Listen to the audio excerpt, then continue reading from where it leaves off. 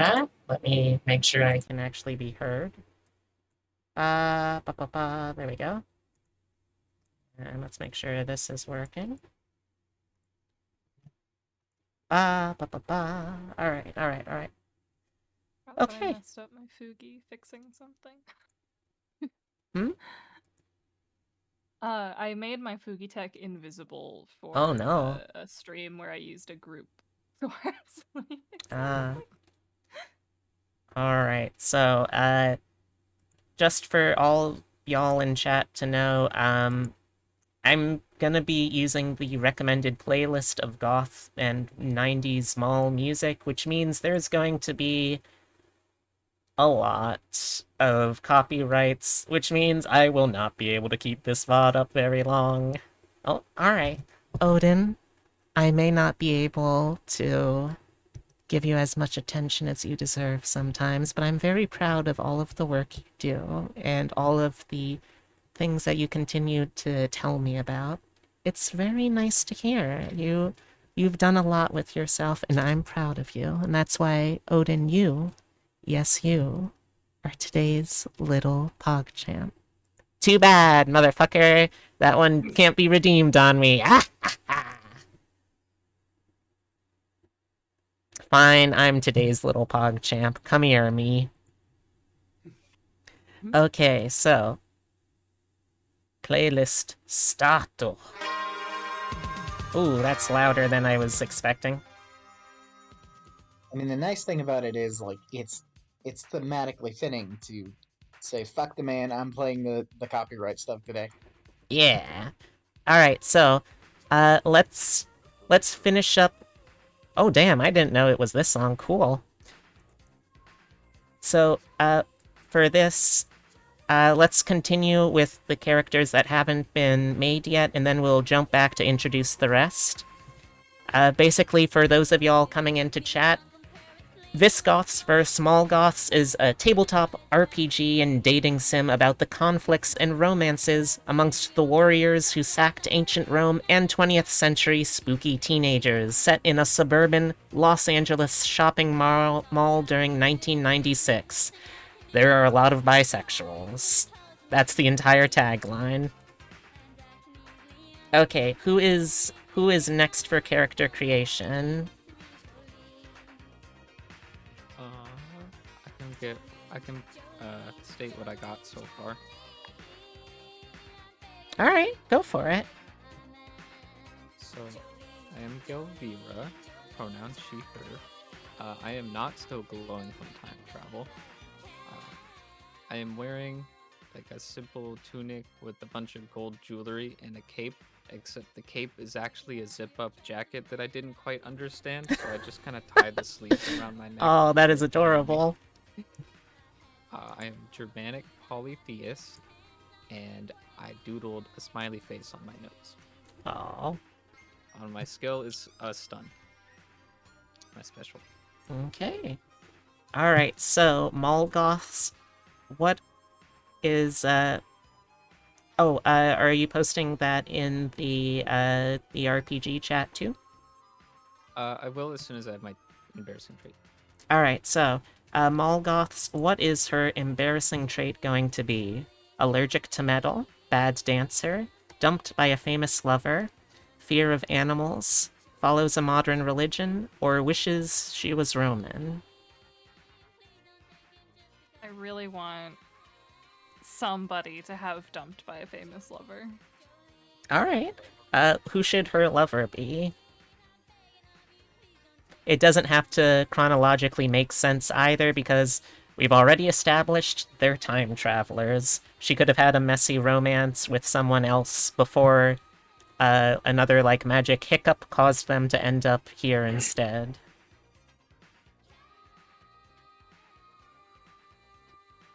I didn't think this far ahead.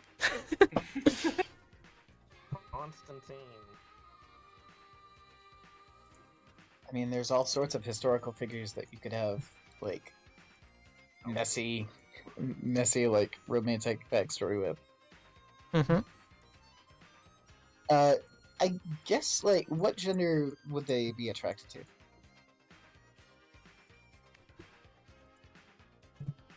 Girls. Gender or genders? Let's go with girls. Girls, okay. My first thought is Cleopatra. Ooh, it's kind of saucy. Where I got my gold jewelry from. Yes, you have a question, Odin? They can't pick their own flaws. The opposing team picks a flaw for them, and if they say, no, I'm not doing that, then they have to pick 2 flaws instead. Or if you're Hammond go first, you get 2 flaws picked for you. And get to suffer. We were just confused, but they fit together. I mean, they go like hand in hand. It's true. Yeah.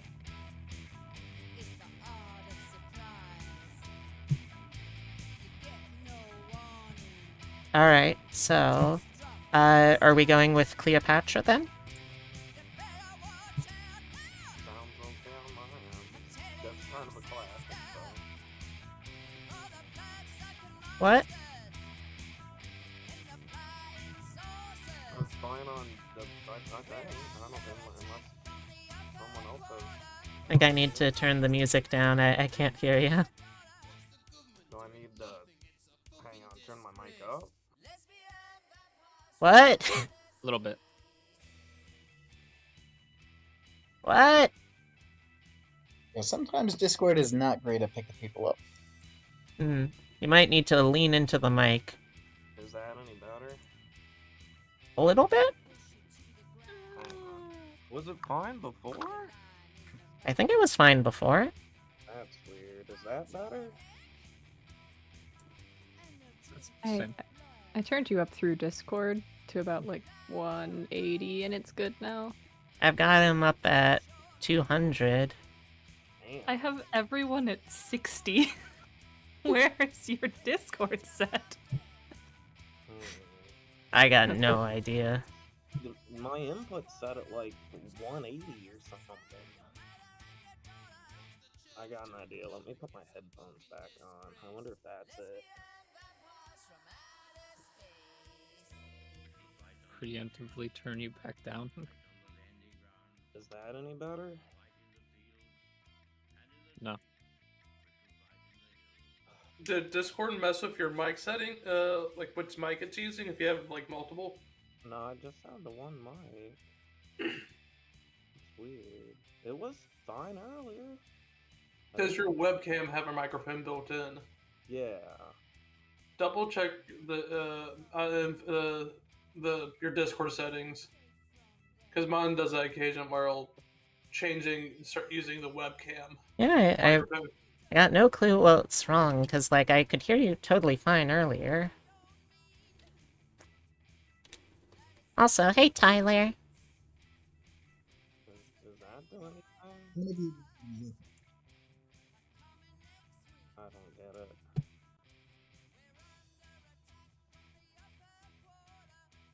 it. Ninji. Hmm? Might I offer up a starting relationship between us? I once helped Gelvira dress up in a disguise to steal from her ex. Ooh. Yes. Is that any better? Yes. Absolutely. Yes. Much better. Okay. God, Back to stupid 100%. Discord. That was weird. Mm-hmm. Alright. So, we just finished with, the famous lover. You said that one was Cleopatra?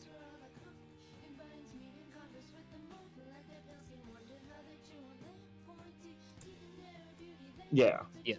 Okay. Yeah. Let's see. Who's next? I think I'm the last one, I believe. Alright.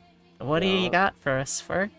I got everything set up except for the trait, embarrassing traits. So let me. Alright. Name is Lynx. Pronouns is he, him. The goth style is furry trash. My religion is bimboy foxes. Okay. I have a plus. I did the +3 to bite because. Oh, of God. course. And yeah, that's it. So just the traits then. Okay, so Visgoth team, we need one more embarrassing trait here. The options again are bad taste in music, cracking voice, doesn't understand slang, overprotective parents, prep school student, and terrible poet.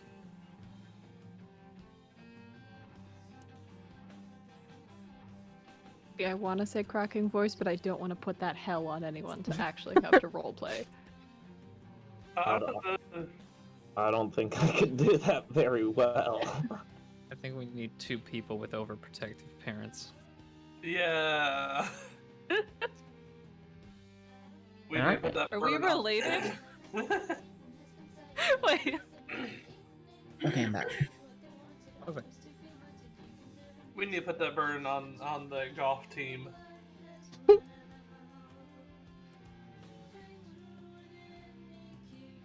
If that's what y'all are saying, I'll put it in. Okie dokie. Okay.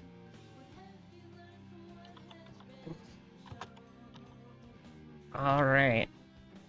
So, now that everyone's been created, let's go through the characters again and we'll figure out some starting relationships for everyone.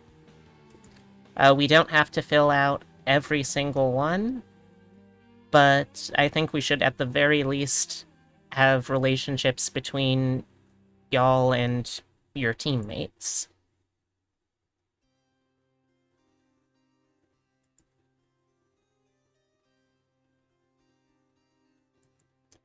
So, who wants to go first to introduce your character for the sake of the stream, and we'll figure out some relationships between you. I'll go first. Okay. Just go down the list. Yeah. I am Unwen the Terrifyingly Horrible. I am 16. I use he, him pronouns. I am still glowing, definitely from time travel. Not something that I found in the dumpster as soon as we got here. I have a really cool Bone and Sinew hoodie that I made myself. Ooh. I'm German polytheistic. And I'm really good at chasing and fleeing to things. And I'm totally a good dancer, guys. What? Like, I'm great at it. What?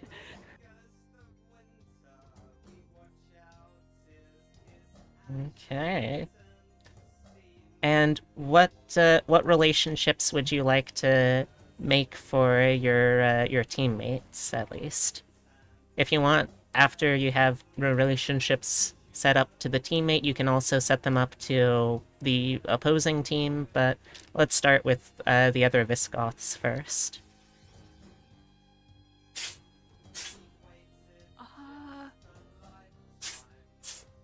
Don't know if you can hear, but Totoro is sneezing in the background. Oh. I think we got one. Hmm? I was thinking that oh god, oh my eyes. Gelvira, that's her name. For my first one, it's I'm still upset that Gelvira found out that I lied about knowing how to do magic. I was really banking on her just believing me that I was also a rune caster. Oh. She figured out very fast that I wasn't, within about 5 minutes, I think. Oh.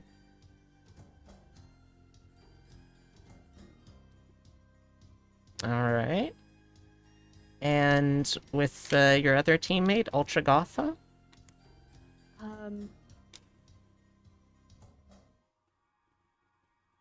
So that would be I gave a long religious lecture to, and as a result, blank. Ultragotha, do you have any thoughts? Well, I can tie it into one of my first relationships. I want to conquer Los Angeles with blank by my side because we share the same religion and we must conquer the world. Oh my Starting at Los god. Angeles. All right. I love that. That's how, is that how we figured out to conquer the world together? Yeah. Yeah. Perfect. And you can also go ahead, Odin, as well. All right. So that is the first of our Goth Unwin, the terrifyingly horrible. Who is next? Should we let's go along team lines. So, Ninji or Sarah, do either of you want to go next? Sure. I'm Gilvira, pronoun she, her. I am not still glowing from time travel. I wear simple dark tunics with a bunch of gold jewelry and a cape, which is actually just a zip-up jacket that I didn't quite understand, so I wear it around my neck like a cape. And I am Germanic polytheistic, and I was dumped by Cleopatra. I, I'm still sorry about that. I'm sure you'll rebound eventually. That's okay. I stole some jewelry. Oh, okay. All right. So, what are your starting relationships gonna be with your teammates? So all of these are with teammates. At the very least, well, actually, yeah, I think it's Oh wait, it just says choose two, so it could be with anyone. Unwin, do you want to adjust your relationships? Um, I'm good for my first two. Okay. Yeah. So I guess yeah, it could be with anyone. Okay.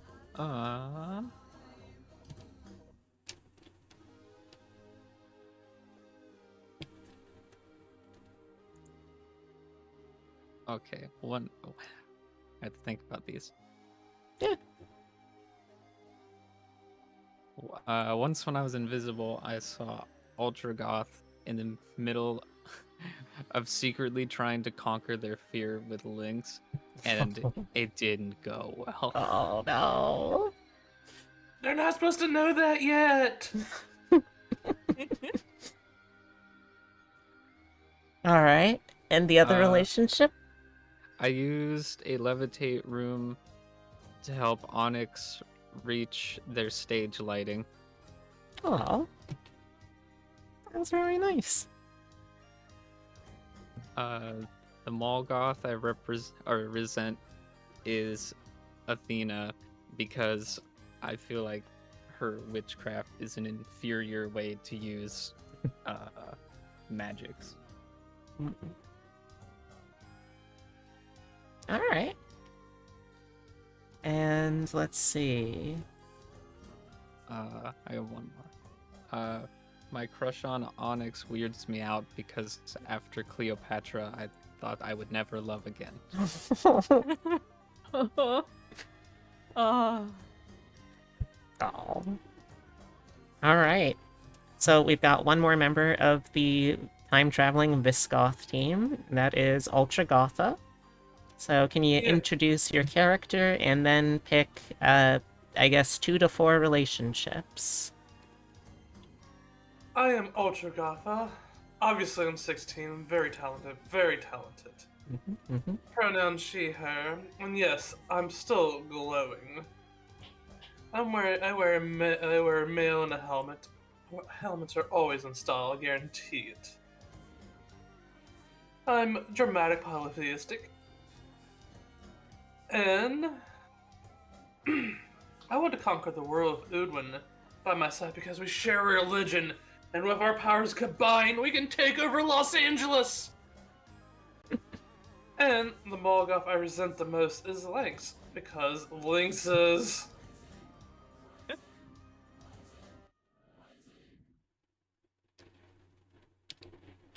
Lynx is Lynx. Your voice cut out. Sarah? Yeah. Oh, that's because I'm a furry. That's right. I'm not a real animal. All right. Okay, so that is our Visgoth team, the time-traveling tribe of Germanic warriors, invaders, and just general Goths. Now let's meet our other side, the Mallgoth team. Who would like to go first for the Mallgoths? I can start us off. Okay. I play Onyx, the theater tech. They them. They dress in fairy goth, and they're a Wiccan atheist. Their specialty is pyrotechnics. And they have an overbearing rich mom who is a little too interested in the things that they do. I once helped Gelvira dress up in a disguise to steal from her ex. Ooh. And I had a very funny idea. You know those like tails that you clip onto your belt loops that you buy at like anime conventions for $20 and that were like super flammable because they're like made of fake fur. Lynx is still mad at me because I accidentally set fire to his belt loop tail. Oh Not the tail. no! He got Excellent. it at Otakon. He was Effing really chat, excited. no. Excellent. He was only allowed to get one Oh. thing from the Oh. dealer's room. Absolute tragedy. Have you ever seen a bisexual, pansexual goth that wasn't into pyrotechnics? Fair. Alright, so, who wants to go next for our Mallgoth team?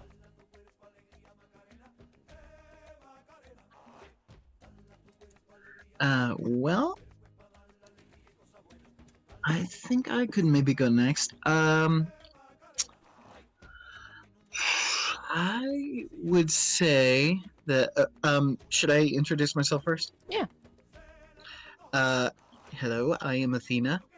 Age 16, she, her. My style is goth punk because fuck the man. My religion is Wiccan because I am a witch. Nice. My embarrassing traits, like I care what you think. I tend to have bad taste in music. And personally, I will never forgive Gilvira for lying to me about the effectiveness of runes and glyphs when it comes to magic. Ooh. And I gotta be honest, my crush on Onyx weirds me out because I always thought rich kids were stupid and stuck up. Aww. Alright. And last but not least, Fur?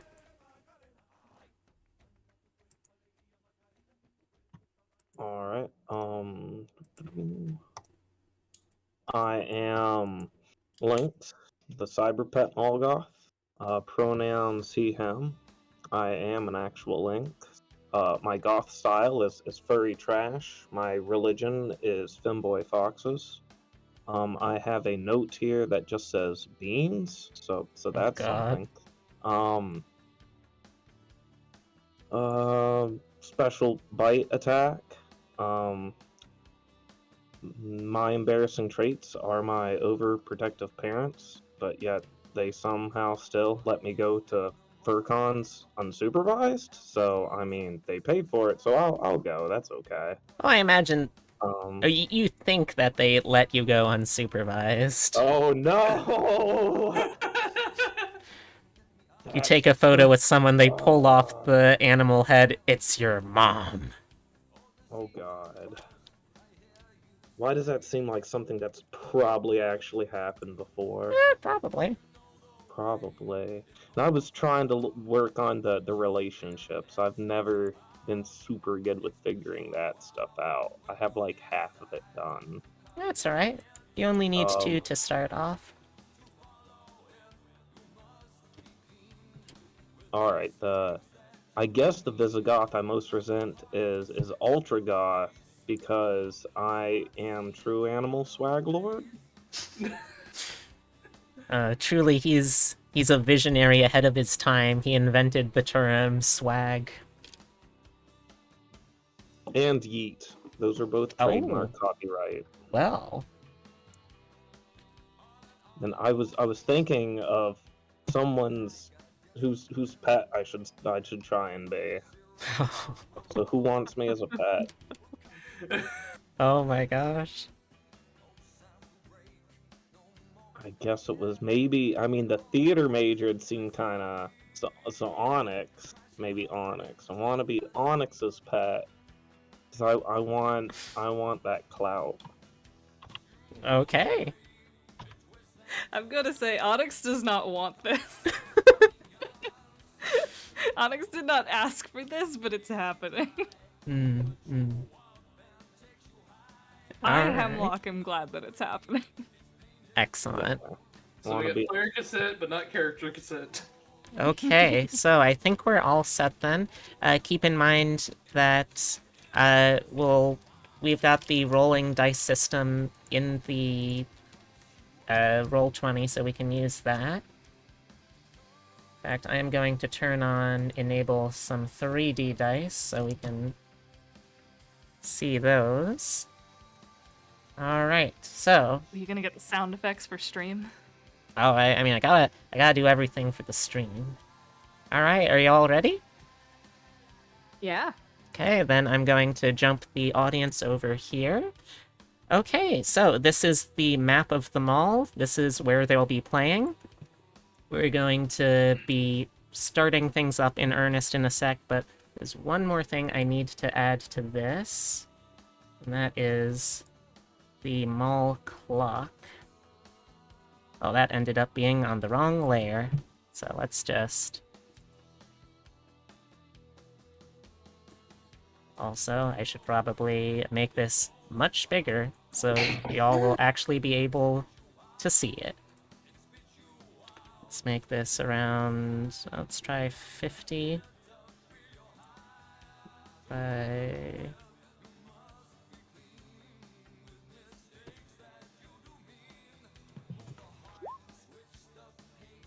There we go.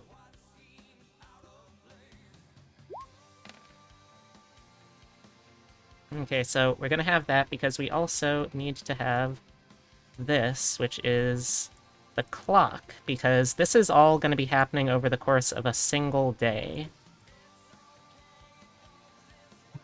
So we start off in early morning here, and we're going to eventually be getting to late evening over here. Alright. So, to start off our adventure,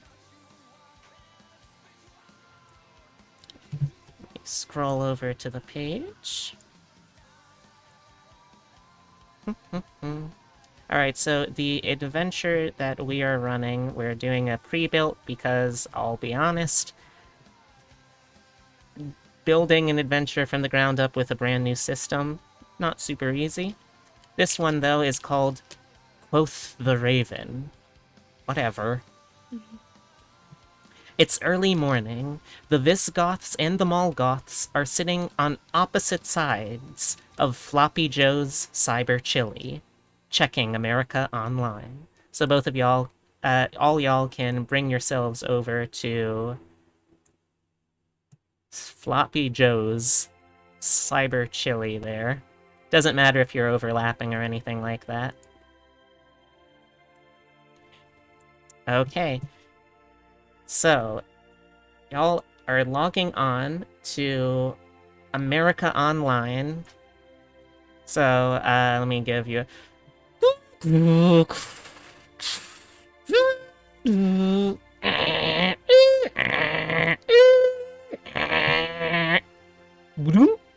You've got mail.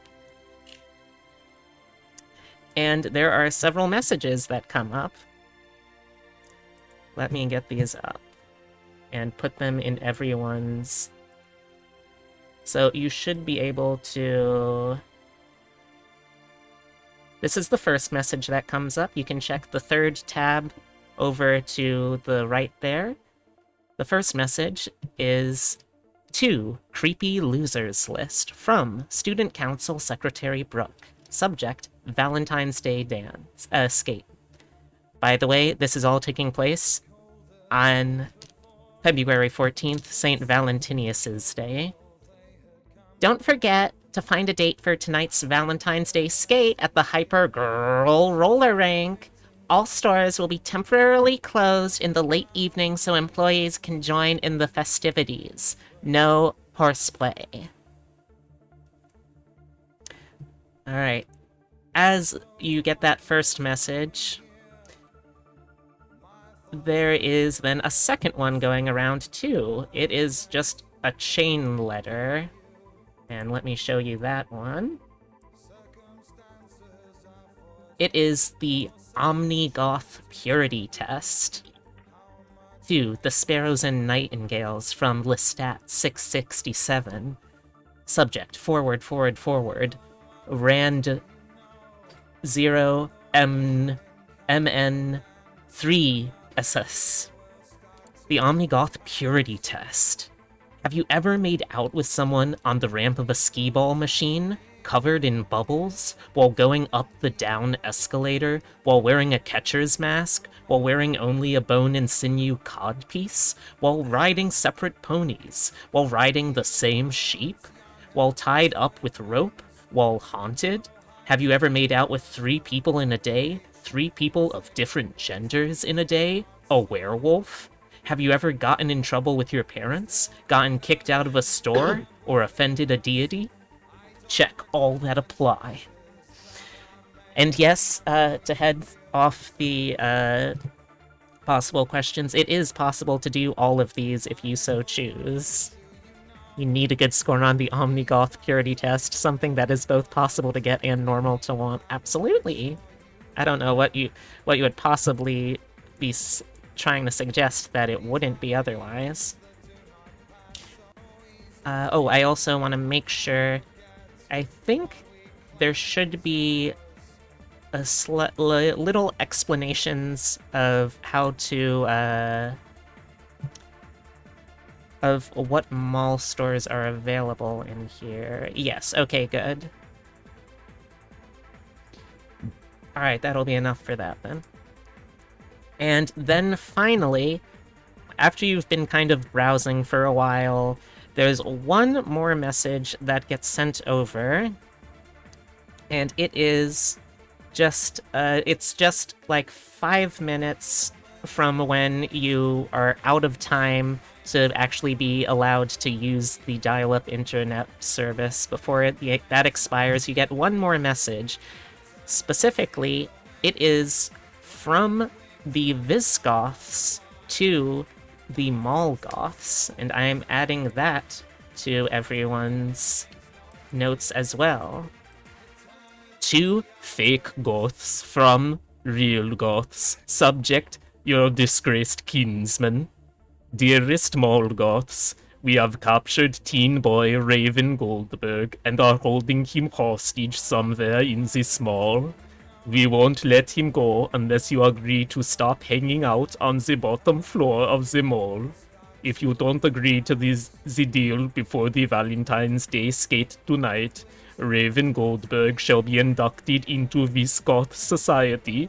He shall look most attractive in armor. Sincerely yours, the Visgoths. So there's a crime afoot as well. Mallgoths, one of your friends, Raven Goldberg, has been kidnapped. And Visgoths, well, I actually have some things to show for both of you that will be secret from the others of you. So I am going to briefly create some quick messages. Let me add in... Okay, this is going to be the Mallgoth, so let's add in Hemlock, and Let's add in. This music's a fucking slap. Shit. Do you have a link to the playlist? Yes. Beautiful. Hemlock and Willow. Okay, so I've got one message that I'm going to be sending to you three, and then another message that I'll be sending to Sarah, Ghost, and Ninji.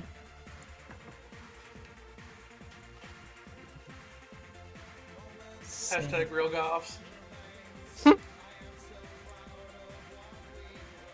Oh, Ghost, I don't think I'm actually, Discord friends with you yet. Terrible. Or Fixing. Ninji.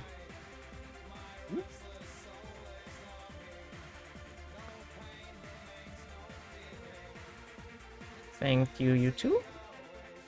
Okay, now let's make this.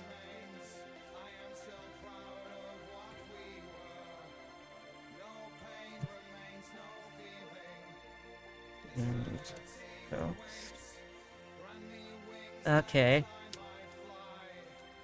But yes, if anyone wants to listen to this music, which, by the way, this is a 4-hour playlist of both goth music and also mall music, so you can kind of take your pick there.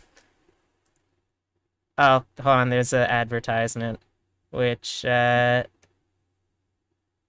Oh, I guess I get to skip because ad blocker is in effect. Fucking pog. It's a long one, but there you go. Okay, so there's certain messages, and it's very important that I don't get these mixed up.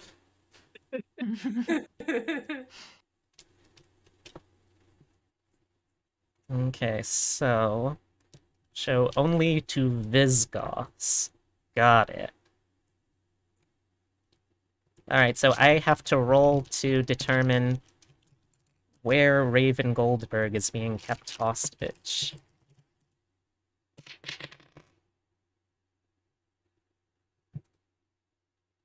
Okay.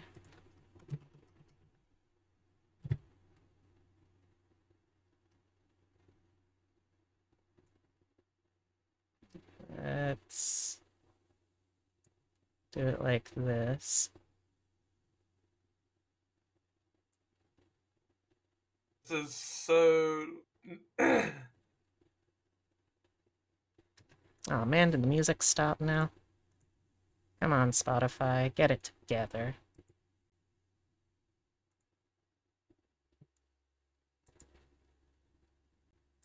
Oh, I guess apparently that breaks the music. That's cool. I shouldn't have asked for the playlist. I'm sorry. No, it's not your fault. It's Adblock's fault, apparently. Well, I guess it's not Adblock's fault either. It's, fucking Spotify's fault. I mean, it'd just be like Britney Spears, Nirvana, and Smash Mouth. Alright, let's refresh the whole fucking page, I guess. Okay, so let me actually finally get this message going, at least. There we go. I had to highlight it because this is just the easiest way for me to send it. Hopefully that's legible. If it's not, let me zoom in a little bit. Try again.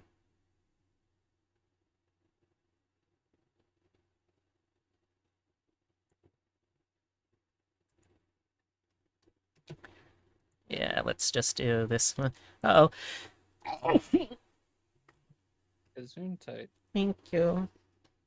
Alright, and then let me actually tell you where he is secretly being kept.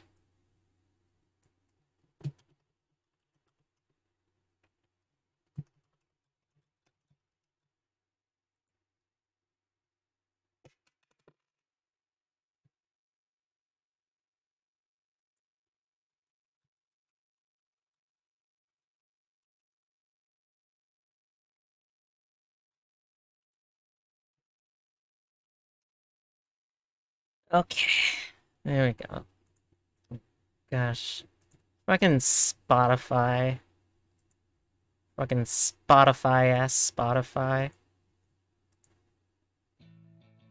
You'd think with how little they're paying their musical artists, they'd have the money to make their app work. Yeah. It expects me to actually upgrade? Nah, fam. I ain't gonna pay for this. Well, the only reason I pay for Spotify is because I listen to it in the car when I drive to work. Yeah, that's fair. Alright, so, Visgoths, have you confirmed that you've gotten the information? Yes. Yes. Okay. Now I'll do the same for the Mallgoths.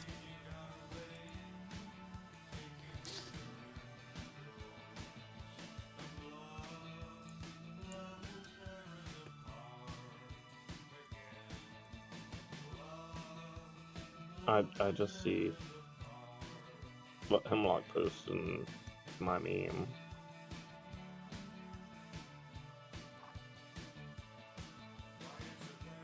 Okay, and then this one is for the Mallgoths. Gotcha.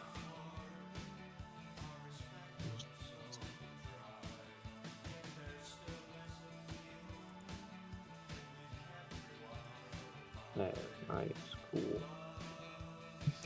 So one thing I can openly ask the Mallgoths, though, is, tell me, why do you care about Raven Goldberg? He's my fucking ride. That's fair. I've been I do not want my spending mom to come here. yeah, and I've been spending the last like 4 hours working on his Raven persona. Oh no. Tragedy. Okay, so, now, you've just finished up your time on your allocated time on the internet. Your internet access time is just finished up. You're also in the same room as each other. Visgoths and Mallgoths. So what are you doing? Anyone can start this. We're all in the same room together. Yes, you're all in Floppy Joe's Internet Chili Cafe. I'm still enjoying the sights and sounds of modern internet. Just kind of Nice. staring at the monitor, even though I can't use it anymore. At this point, it's just transitioned over. There's like the really poorly animated 3D pipes that are kind of going around the screen while it's waiting for its next user. Oh, that's I need more of that in my life. Yeah. So Visgoths, I'm doing you things just right now. you were just party to the message that got sent over. How do you feel about that? And Mallgoths, how are you feeling about that too? So I completely missed the last message because I know that these devil machines will whisk away the messages that my god Loki sends me to them. So I was copying down that purity test since that is a fine to-do list. That's fair. Now I'm panicking because pipes are back. They cometh.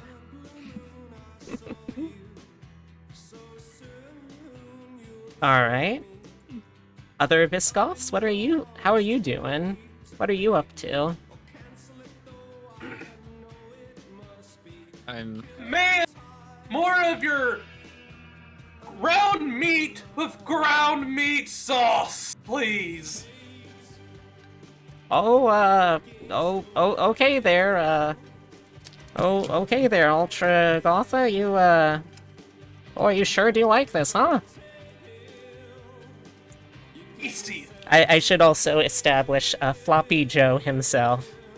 He is a 55-year-old man, white hair, thick glasses, kind of like puff paint t-shirt with a giant floppy disk that says Floppy Joe's.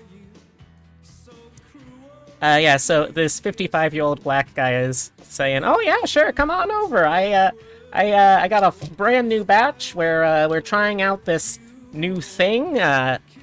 What did Hemlock call it? I don't know. I'll have to ask Henry. Oh, sorry, Hemlock. Still getting used to the new names, you know. But I think it's goat chili. I want to say. Ah, yes, the boiling of goats. An ancient and sacred tradition. Right. Well, if you want your goat chili, we got the new batch coming hot up. You good to pay? Yeah, we have money. You're allowed to decide that sort of stuff out. You have dollars on your character sheet. If you don't want to pay in dollars, you can also pay in whatever kind of loot you want. I hand him a skull that's missing the top and kind of shaped in the form of a cup. Oh, I see. You got one of them skull cups, huh? Yes, I made it myself. Oh, that's really impressive there, Ultragoth.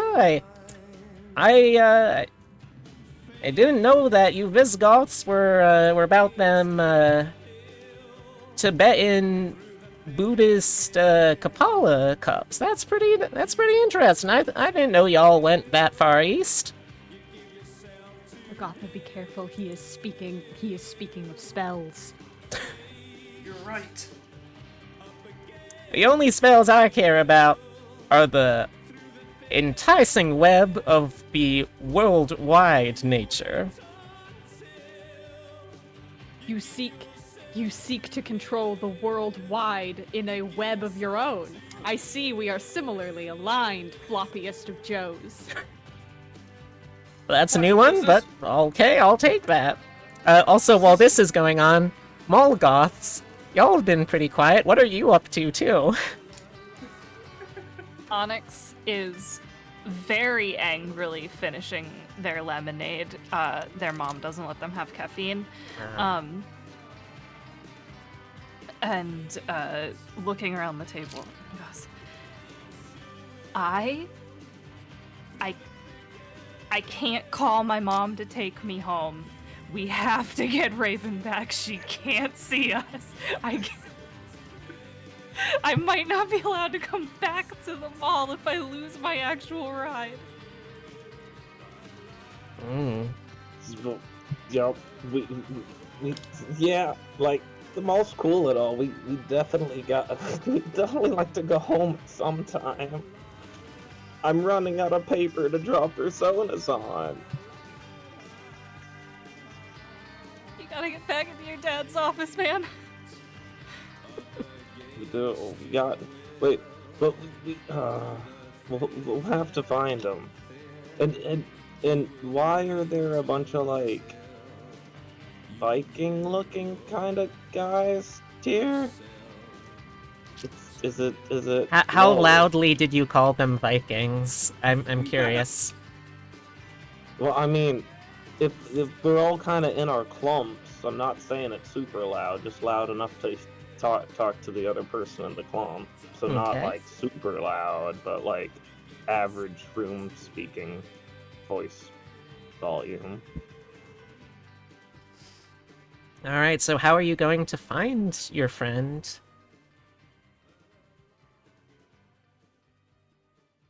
Where would Visgoths think that we would never look? It is true. The last place we should look is the first place they put it, but whoa. Maybe.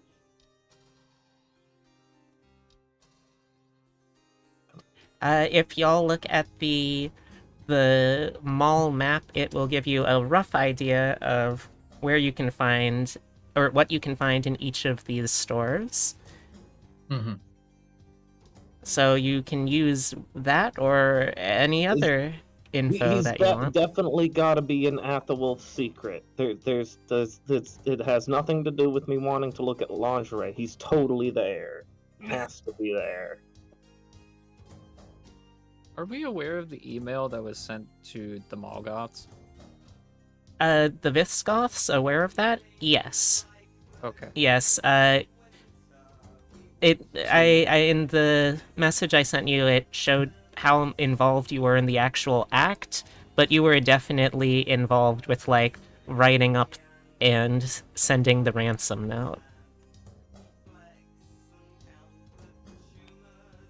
Of course, the Mallgoths don't need to know how involved you were or weren't. You can be however involved you think would be cool to be. Hmm.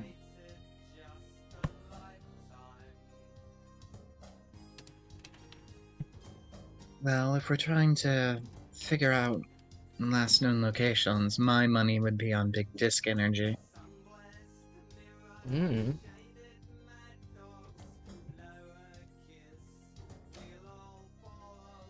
Isn't that where he usually hangs around? I mean, I'm pretty sure I've seen him hanging around the place.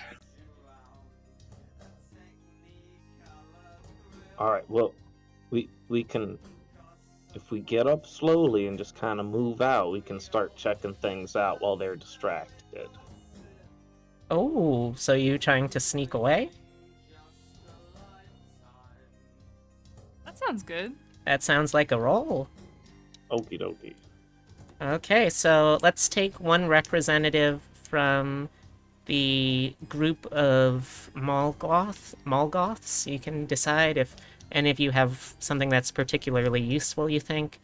And Visgoths. Do you... I feel like we should have one of you at least roll to see if you even notice them leaving. Not me. I'm staring at the monitor. Okay. Either of the other Visgoths? I think who knows, because I am the conqueror. I deserve all that are in my kingdom. Alright. Yes. Absolutely.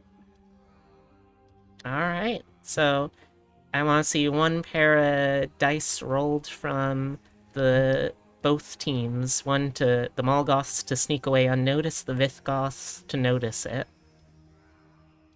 Gotcha.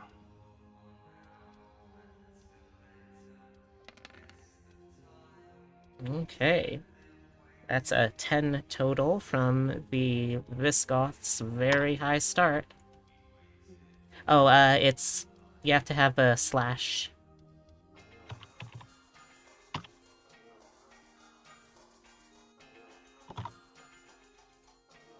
Before Oh, the is there a roll. space too? No, slash roll. Oh, in the start. My Mhm. bad. That's Yeah. alright. I swear I'm not a boomer. The dice roller thing. Yeah. Okay. Alright, so the Mallgoths are starting to sneak away, but as you're getting closer to the door, the vigilant eyes of Ultragotha catch you. What do you do? That's to both of you. Both the Mallgoths and Visgoths. Cheese it.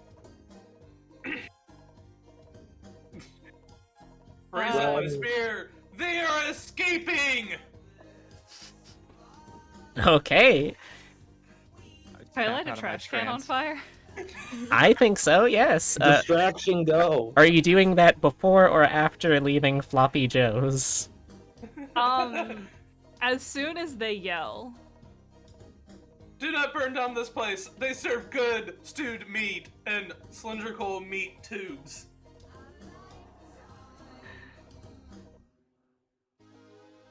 Well, you certainly have the firecrackers, so I will allow this. You can roll pyrotechnics.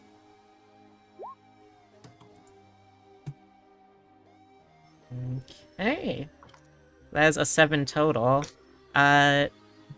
Pursuing Visgoths. Who wants to roll for your team? I would love to. That's right. You have the bonuses to chasing and fleeing as well. I whip out my religious symbol and Naruto run after them. Oh no! Oh no! He's become too powerful. On this side note, Naruto never taught his kid how to run correctly. Oh, true tragedy. Yeah, it's a Naruto run before Naruto. You're a trendsetter. Oh no, but I have a +3 to it. Oh, that's true. That means it's a tie. Both of you succeed. Alright, so as Ultragotha yells out to seize the Mallgoths, and as the Mallgoths yell out, cheese it! Onyx lights a string of firecrackers and tosses them into a trash can. It explodes outward in a shower of half-eaten chili and cheese fries. Through this meat mist, Unwen is still pursuing, swiping away and cutting away at the fog of roasted flesh.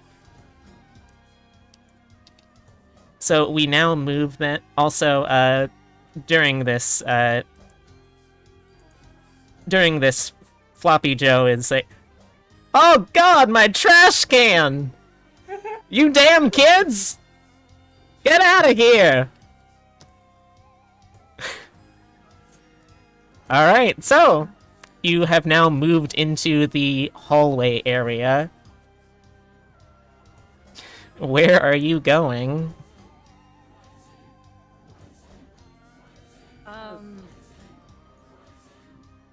He is a DJ. My vote is for the CD store. Well, they're on to us. We gotta lose them. We try and look anywhere, they're gonna be right on our tail. Ooh. I mean, if we're trying to lose him, I'd say our best bet's probably totally random.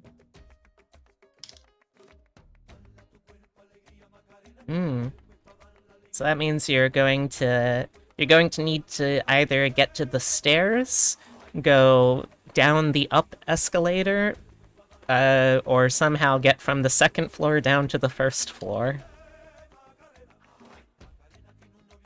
I can play distraction. I'll cheese it over to the elevator on the other side. If you guys take the stairs, we can split up. Yeah, if we take the stairs, we'll come out right by Big Disc Energy. So if you guys head up the stairs, I'll try and distract them by running down the elevator, and I'll meet y'all there. Okay. So the Mallgoths split up and look for clues, I guess, but not yet. Visgoths, led by Unwin, the terrifyingly horrible. You explode out of Floppy Joe's chili with Floppy Joe's cyber chili with a angered Floppy Joe shouting about the exploded trash can full of chili and cheese fries. You see that one of the Mallgoths has peeled off towards the escalator, the other two towards the stairs. What does your team do? Odwin will shout, I shall brave the mythically ascending staircase. You all follow the other two. Away! And Naruto runs over to the escalator. Excellent. I'm going to call out to the ponies of Tiny Juan's Adventures for our mighty steed. Okay. Alright. I think that's theft. It's also animal handling. Animal controls, too.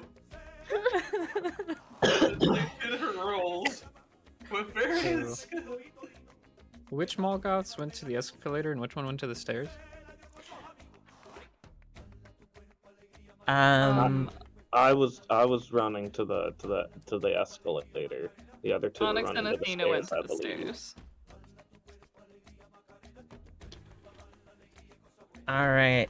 So it sounds like we want the Oh, we first. should move our. So since we have to have this as like a group thing, I don't think we're allowed to have. Let me see.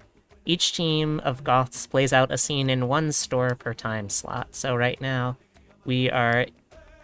You know what? Let me draw something real quick. Let's see. Oh, Visgoth. I get the turn order mechanics now. Okay. Okay. Ah. So we have ended the I think we're still actually in the early morning, so we want the early morning store for the Mallgoths. It sounds like they want to go to Big Disc Energy. Yeah. And the Visgoths, where do you want to go as your team? I guess I want to go to Tiny Joanne's adventures to acquire a mighty steed.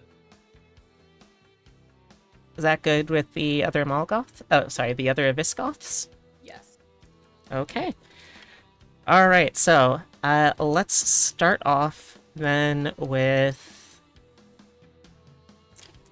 I'll roll for it. Those will be Mallgoth, High Visgoth. Okay, Visgoths first. Alright, so you enter into Tiny Jotun Adventures. There is a horse track in the front, there are stables in the back, and there are screaming children everywhere. It is a store where there is a bunch of livestock and especially horses, although also some sheep, some goats, some mules. I think they're trying to invest in some bigger, beefier animals like bulls too, but right now it's mainly ponies and sheep. And because it's small animals, naturally, a lot of small children are fascinated by them. And you can see off to one side there's like a waiting area with a bunch of exasperated looking parents that are chatting to themselves. There's a bunch of tiny children everywhere in the horse track and at the stables, and manning the store is Urvik. He is a 16-year-old Visgoth wearing a jersey and shorts from two separate rival sports teams. He's currently holding the muzzle, I guess? Is it a muzzle on a horse? Back, sorry. Laundry. Yeah, we'll pretend it is. He's holding the long face of a horse and staring deeply, almost spiritually, into its eyes. I think the scientific term is snoot. Snoot, yes, thank you. He's staring into the horse's eyes, holding its snoot in his hand, and he nods slowly in understanding. The horse also nods, and it heads off to return to work with its with a now splinted horse leg and a very grumpy looking child that perhaps was a little too heavy for this horse. Oh, hello, kinsman. How are you doing? What are you up to on this fine day, my fellow Visgoths? I'm here to acquire a steed. We are on a chase. Ah, you are on a chase. I I don't know if I can allow you to simply take one of the horses out. I would need to check with my manager. If you can wait just like a little while, I can call him and check with him, but I'm really not supposed to let the ponies out of the store, you know? There's no time. I need a steed now before they escape. Oh, but the protocols and the rules, they are very important. I've already been written up several times for whispering to horses. I've been trying to get the horses to do this thing, they call it unionizing. Apparently, that's frowned upon by upper management.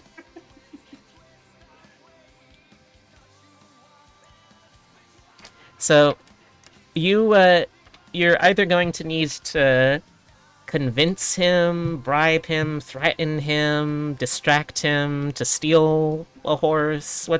How do you want to get around Jorvik? Or you can also just like wait.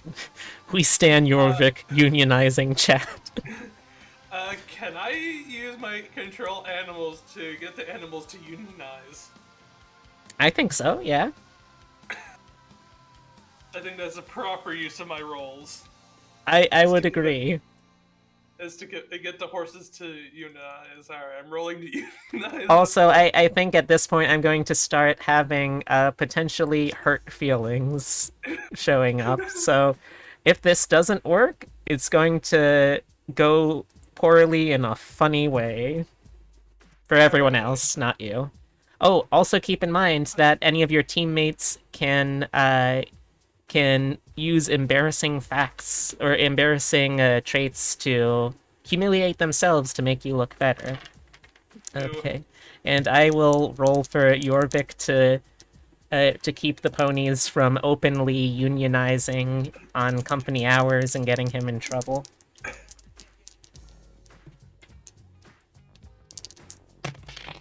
Nope. Ah, where'd that other die go? Get back here. I have beautiful life playing. This is perfect. Okay, let's re-roll that. Oh gosh. Alright. I will say at the moment, it is a tie. Does anyone on your team want to use an embarrassing trait before I start narrating what happens? Other Visgoths? I will say at this point, Unwin probably comes back in from trying to chase down Lynx, wheezing, and he got to the escalator. It was I mean the mechanical death stairs into Valhalla, and he ascended like a god. I simply couldn't keep up with him. Are you unionizing horses? Yes, I am. Do you need like a hand, or you got this? I could use a hand, please. My brother in arms. The horses seem to be looking at themselves very self-consciously. It's almost like, despite how well that they can prance and frolic, they still feel a little self-conscious. If only there was someone who is an even worse dancer. You see him just die a little bit. Fear not, fellow steeds. It is I, Unwin, the greatest performer you've ever seen. There's not like another way to do. No, okay. Nope. It's fine. It's great. I mean, behold, and starts tap dancing. Is not wearing tap dancing shoes, but does start tap dancing. And it's also on like a horse track, so it's like a clay floor, not a clay, but like one of those sneaker material type floors, so it makes no noise. Yeah, you just hear him going. Yeah. Yes, hands. The horses look at you with intense judgment. They don't seem to be as self-conscious about their own dancing abilities anymore. You, however, have been embarrassed because even horses are now looking down on you. Horses, of all things! Also, thank you very much, Pokemon breeder Oniharu. Welcome to the Warren. Don't look at me that way. No. Father, please. I am a good dancer, I swear. Please don't take me out of dance school. And he just kind of crumbles into the fetal position on the clay. Your sacrifice will not be in vain. Shun my eyes with my cape jacket. Alright, but you have inspired the horses like an equine footloose. They are standing strong together, and Ulrich is saying, "Oh, come on, you guys. We went through this. We're not supposed to be talking about unionizing while we're on company hours. It's something that the management can get in." And you see the door at the back slam open. There's a balding, middle-aged man who comes storming out right in the face. "Ulrich! I told you once, I told you 1,000 times, stop introducing the animals to socialism. We can't have that here. It's still a very politically radicalized stance. We can't have that in this small suburban mall." "I know, sir. I've been just trying to keep the..." "No, you..." Oh, and as this is going on, Ulrich is totally distracted. You are able to take... what is your steed? What's your steed look like? Are you... I think one horse would probably be enough for 3 Visgoth teenagers. It's pony rides. Okay, you would probably need several... Shetland pony. You'd probably need several ponies then. We each need our own pony. I have my own methods of transportation. I don't need one. Okay, 2 I ponies have then. ideas. I had to mute for a second.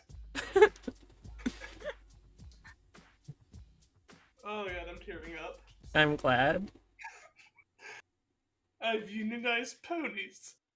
So I guess you can add pony to your stuff. For those of you who are taking a pony. Just slam that little guy in your pocket.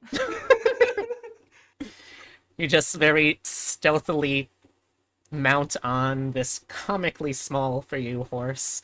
The horses are very hale and hearty, though. Some of them were time travelers themselves. You can see like a faint glow.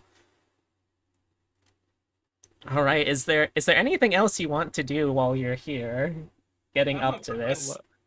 I'm putting my saddle on my pony, so I have a saddle. Ah, okay. While they were doing all that, could I have found the quietest possible corner in this loud hellscape and crafted a rune? Absolutely. Well, what rune? I would like something that can send a message to someone I know.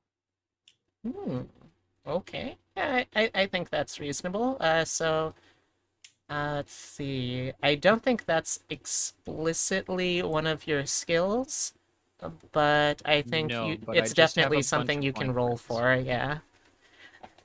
So if you want to try and keep it, like, secret from the others, you can roll for it. Otherwise, you can just kind of, like, casually slide some runes around.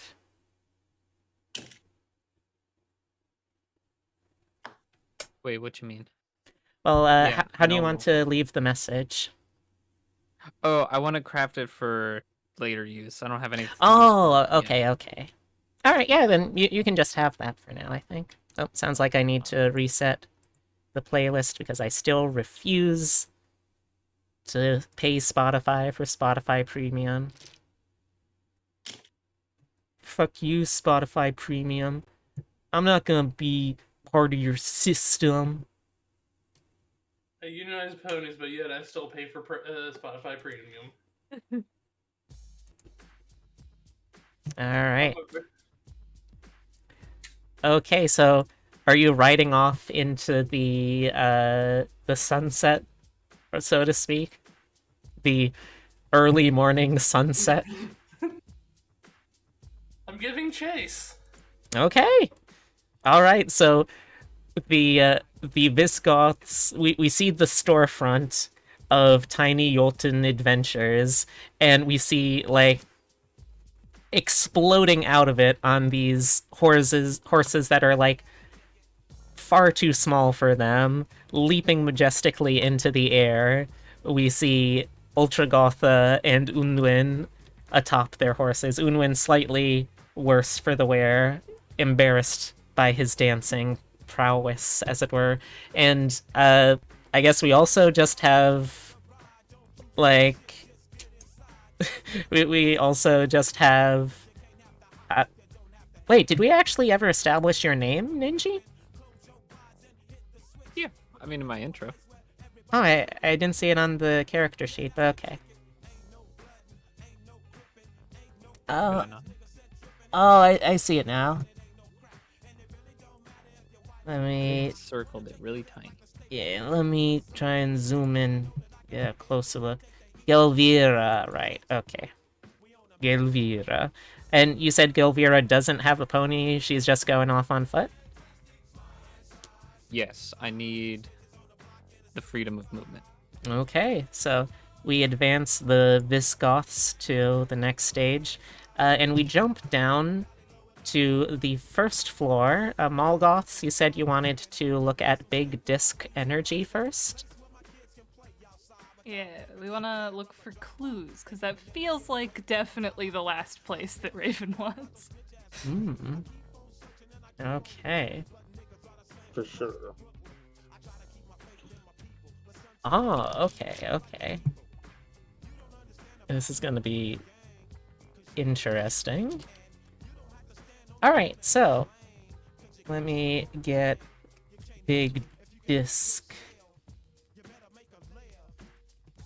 NPC details. Come on.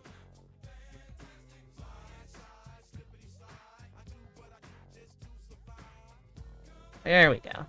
Alright, so you enter into Big Disk Energy. There are walls and walls of CDs. They have a lot of those little kiosk stations where there's a pair of those soft foam ear-padded headphones that you can just put on, and there's a bunch of things that are on loop auto-playing. You can see there's also, like, signed albums up on the wall. There's a lot of posters in here. The store prides itself on a lot of variety of music, but especially a very well-curated Acid House and Riot Girl section. Or sorry, Riot Girl section. There are 2 people working right now. One of them is, There was an echo. Oh, sorry. So there's 2 people working right now. Very, very, a frustrated looking, a frustrated looking person in flannel with dark makeup, fishnets, and a camo skirt, long dark purple hair in her face. That is Ximena. She is one of the employees here, the one who actually ends up doing most of the work. You can also see there's a little bit of... there's a faint wisps of weed smoke coming from underneath the employees-only section door, and it swings open. You see the other employee here, Trevor. He's wearing parachute pants, candy bracelet, and a mushroom haircut. He is also stoned pretty much all of the time. How do you want to do this? Oh, also I can say, in addition to anything that you can think of that you could buy in this store, some of the stores also have special activities, which you can do there. For Big Disc Energies, the special activity is karaoke. You can get for $5 for a time slot. Anyway, what do you want to do in here? And we all made it to Big Disc Energy, right? Yes. Okay. We'll just move my dude there. We'll definitely go up to with the first lady and ask. I'd like to ask her if she's seen 16, 17-year-old guy in all pleather bumming around recently. All right. Let. Oh, what a great song to come up for this. Okay. Let's work this out in character. Zumana looks up at you like, "Hello, welcome to Big Disc Energy. How can I help you?" "Oh, it's you guys. What's up?" We're looking for our friend a Raven. He's in all pleather. Have you seen him recently? Raven, Raven. Um, yeah, actually, I think I did see him. Kind of like a shorter guy, the like black pleather. Yeah, I think I see him around. Why? What's wrong? Uh, he's we're just looking for him. Have you seen him recently? Has he come in today at all? No, he hasn't come in today. Look, I don't know if I can totally talk about this out here.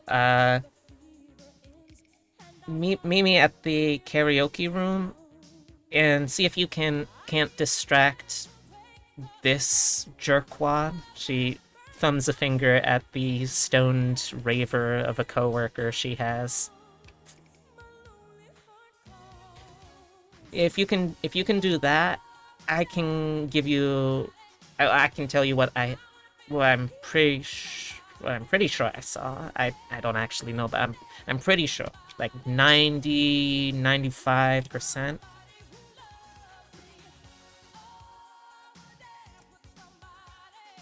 Okay. Yeah. All right. Let's. I can't karaoke. We'll have to.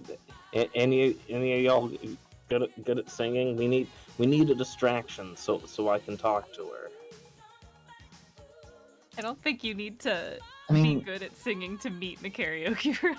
She was asking us to deal with her coworker, wasn't she?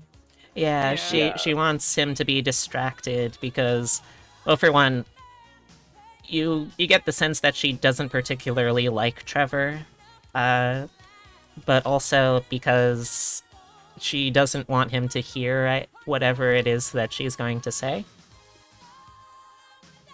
Well, okay. If we just if y'all want to talk to him, I can distract him.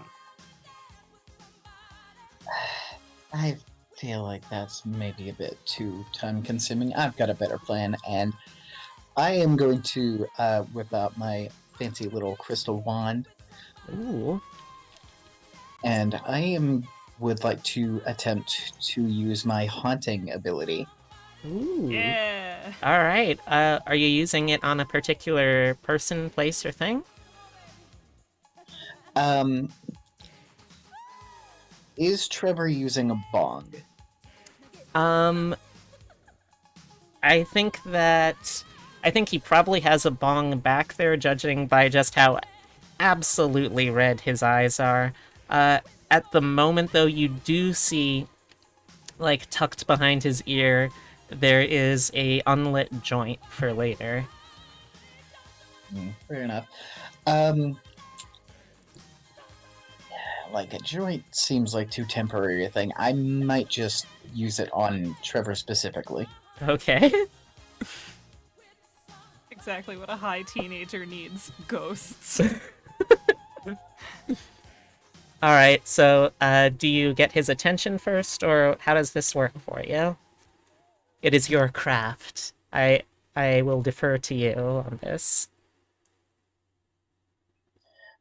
Well, I think. Like, is Trevor currently amidst the aisles? Yes, I think that he's going around. He has one of those price sticker dispenser things. He's being very, very slow about it, but he is right now still kind of like in a midway point between the front counter and the karaoke booths at the back. Yeah, I think maybe I would try to, like, I guess, kind of like try and sidle up to him, kind of put on a fake friendly demeanor. Oh, Just kind of oh, stepping on up. hey, hey there, how's it going, Athena? Uh, Oh, is that like a new crystal? Shit, you always have like the best tasting crystals. Fucking aces, bro. Yeah, well, thank you. You know, I mean it, like, well, yeah. yeah, like, sincerely. You are one of the coolest people who come in here. And I don't think people tell you that enough, do they?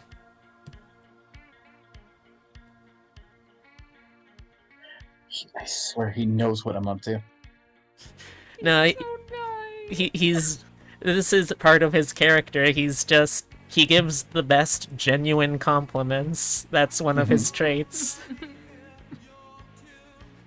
Well, luckily, this will not actually deter me because I'm under the impression that I'm helping him. Because I'm going to take a moment, ponder his face. Say, you're looking a little red there, buddy. You've been skunking up? Skunking up. No, I've been smoking weed. I haven't seen any skunks around here, though. Yeah, I mean, Much. This guy I mean- is too wholesome. I don't know, man. I worry about you. Ain't you ever seen Reaver Madness? That shit messes with your head, and I think now is when I'm gonna try to, like, kind of try and convince him that, like, the weed is gonna, like, turn on him any minute Okay. as I put this haunting hex on him. Yes! Really, Okay. You're doing him a favor. Make him go on a bad trip.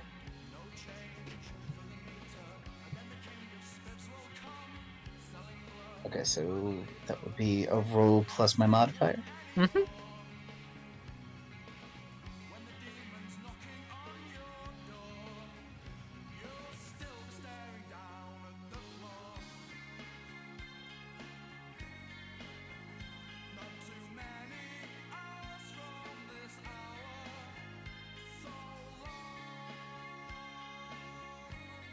Okay. That's a very strong roll.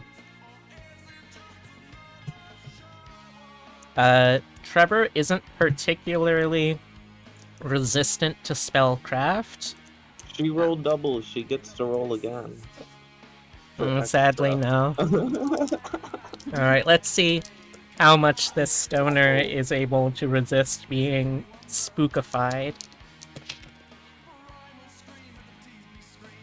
That is a 4 and a 5, so not well enough.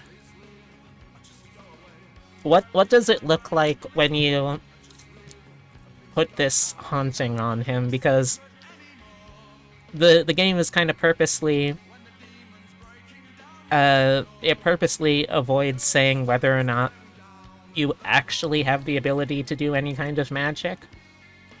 So how does it look when you put this haunt on Trevor?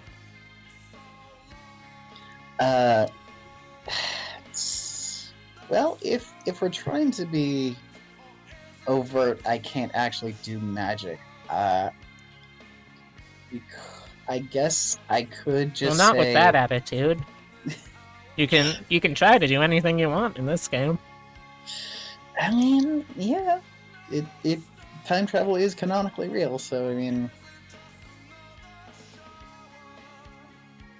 I suppose what it would look like to any particularly observant person is I have like a powder in my pocket and I'm kind of gently dusting it around his feet, hoping he'll breathe it in. Hmm. Like maybe it's magic, maybe it's just more drugs, who knows? Whoa, is that like angel dust or something? I've never tried that before. Whoa. And he bends down and just does a line of this dust off the floor. Okay, I was more thinking it would just pop into the air, but that works too. And like immediately he's going kind of like, oh, oh, oh man, oh shit, oh bro, oh no, what was in that? Oh god, oh, I'm I'm seeing like people in black outfits, and there's music playing, and I my mean, coworker has purple hair. What the fuck is going on? yeah, what was in what? I didn't do anything, man. I don't know what's wrong with you. Oh You shit, might want to go I gotta take a stop breather in the break snorting room. dust off the floor in here, man. Oh god. You really should. Maybe you should go take a fiber in the break room or something. Just like get some water. Go breathe, man. Sure, oh man, you're the best. You're just the best, Athena. You know that? You always look out for people, and I admire that as a character trait.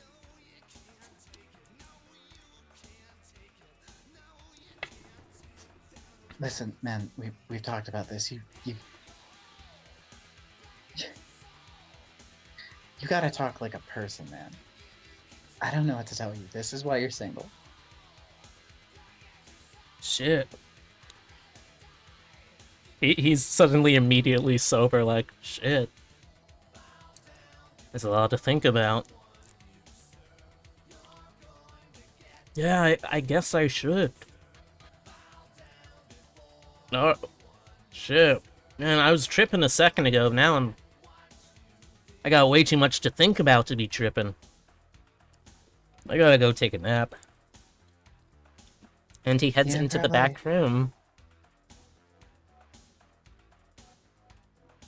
Also, now that that's happened, Ximena was like, oh, thank God.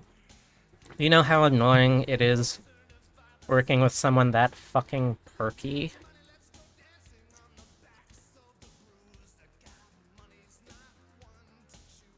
But he's I I can only guess. Alright, let's go.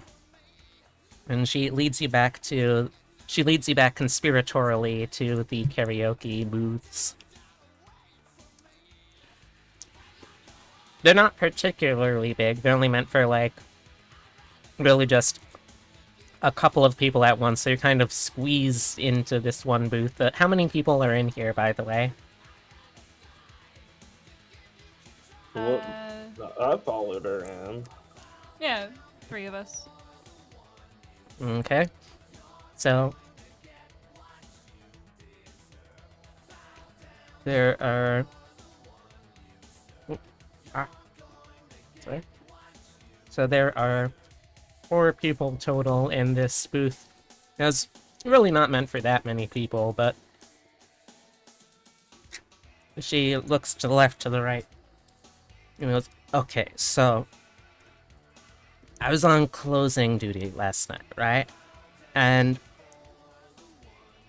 I saw the weirdest shit. There was this hooded rider, looking like a Mad Max extra, or like, you know, one of those Visgoths, and he had Raven on the back of his of his ride. And he was riding this white pony down the hallway. And she points off, it was in this direction. But, like, I mean, I don't even know if that's, like, actually what happened. I was having my tab soda, you know, like I do. I need my tab to function at night here. It's so fucking boring. I can barely stay awake. I think Trevor might have put a tab of LSD in my tab, so I'm not sure for sure. But that's what I saw, and that's where it was going. I mean, you gotta keep better tabs on him. That's all I'm saying. Look, he's a fucking idiot. He mixes up tabs with tabs. They're not even the same object. One's drugs, one's a can of soda. I don't know how he does that. Not even the same state of matter. Right? It'll be fine. Oh. Well, shit. If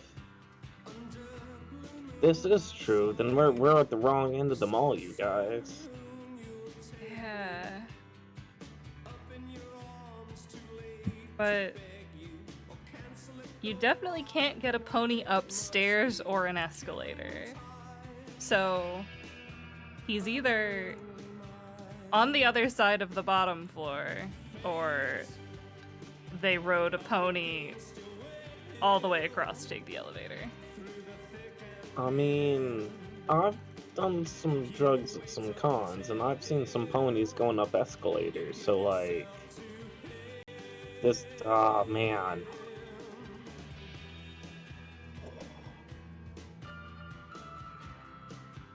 Wait. You're telling me the horse used the escalator?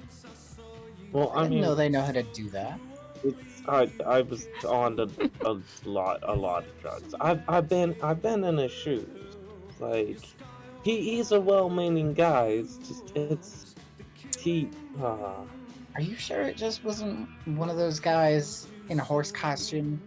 I mean, it probably was. Maybe that's it. Maybe the Visgoths were trying to trick us all along. They don't really have any ponies. Well, I think if you're gonna hide anybody on the bottom floor of the mall, on that side, hail Satin. I mean, they are pagan. That wouldn't make sense. You got a lot of bed sheets. Yeah, you could mock them. All right, so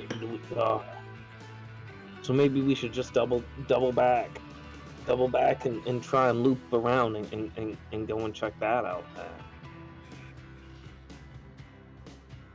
All right. Man.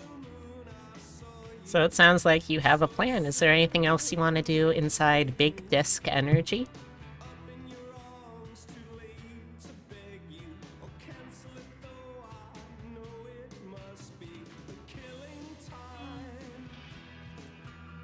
I don't think so. Can we tuck Trevor in? Yeah, probably. If we're going to if we're someone's doubling back to tuck him in, maybe we should even, well, who knows, but we could ask him if he's seen Raven. It'd probably be the most unreliable of sources, but you never know. Wouldn't be too bad. Alright. It's also really great because I can see, you know how one of the things I said, I don't think I said it on stream, but for the audience's sake, you can, when it's not your turn, you are encouraged to, like, pass notes between each other. and I'm just like watching the Goths and the Visgoths chats. And it is fantastic. Hey, I don't have plans to buy them all using union dues for the ponies. And we're definitely not gonna like set their manes on fire to you know, make them seem cooler or anything. Hi, Nina. Alright. Also, just like hi in general to anyone that has come in chat that I haven't directly said that to yet. Alright, so, is that it then for the Mallgoth's turn? I believe so. Okay. Unless y'all have. So, let's hop back up to the Visgoths. Visgoths, where do you want to go for the late morning? As we exit the store, gaining some of his composure back, some of the wind is still been taken out of his sails, just gonna go very loudly, like way too loudly, does not even realize they're on a different floor. Ahem! We should, make sure to get these tiny horses up these escalators so that we may take them to where we have definitely hidden the ravenous. What's his name? What's his last name? Raven. Yeah, it's Raven Goldberg. Raven of Goldberg. He's like in a tree or something, probably upstairs. Hmm. Can I look and see if I see the Mallgoths? Yeah, I think this is, since this is happening sort of simultaneously, we can do another group roll if one person wants to see if they can spot and another wants to see if they can hide.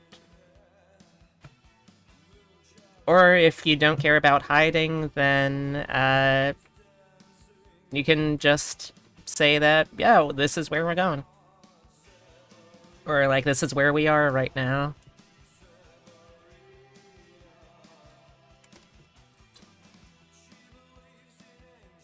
And I'll roll the spot. Alright, Mallgoths, are you trying to be sneaky about where you're going? Do we hear that attempt at subterfuge? It sounded, like, Unwin, you were trying to be Like we pretty were loud, supposed right? to. Yeah. Oh yeah. Okay, too then. loud. Yeah, you're like a floor below him right now, but you could still easily hear someone shouting. You're basically in the same spot otherwise. Onyx whispers to Athena, does that sound legit? You're good with like lies and stuff, right? Oh. Alright. Unwen, I think you have to roll to deceive. Would you say persuade and deceive are the same skills? I mean, you're using a different tactic to, like, sway someone, but I would say you're trying to persuade them to do a certain thing, yeah? So perfect. Okay. Alright, so that means both of you are rolling with a bonus here. +2 from Charlatan and +3 from Detect Lies on the Witch. It's 2d6 again, right? Yep. And keep in mind, teammates can also choose to embarrass themselves in some way to help out your ally. Oh no. Oh. That's a 7 total for me. Sorry, I keep forgetting to put my plus thingy in it. Oh, okay. So that means that it's only one beneath. Both willing to teams take a could hit. potentially do something embarrassing if you want. If you're willing to take that hit, yeah. I am willing to take that hit. They took it. They danced their heart out for me. Alright. So, how are you invoking your embarrassing trait, which I believe is... Fear of lynxes. Hmm.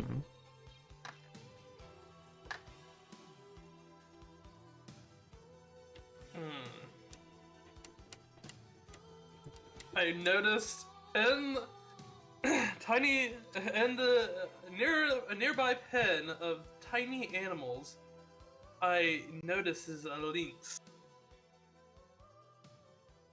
and I let out a girl, the most unconquering like. I was hoping for the sound bite. Thank you. You're welcome.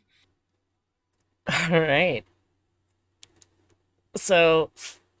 Oh, Gesundheit, baby. So... You hear this, Mallgoths, and you hear the very ungainly screech. It sounds like you don't know if it's necessarily true for all of the Visgoths around and like in the store, because there's more Visgoths and there's more Mallgoths than just the 6 of you. But you think at least these 3, it sounds like they do genuinely believe what they're saying.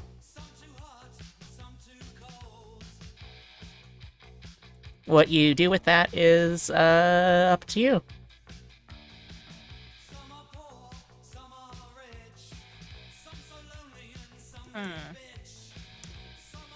Are they being honest? Are they trying to deceive you? Is this a psychology or a reverse psychology? I'll never tell. I feel like we went through too much to talk to Ximena to give up on her info. Definitely. Like, I think it's maybe it's both. Maybe the new age has messed with them so much that they kind of know what they're doing, but at the same time they're freaking out. Ooh.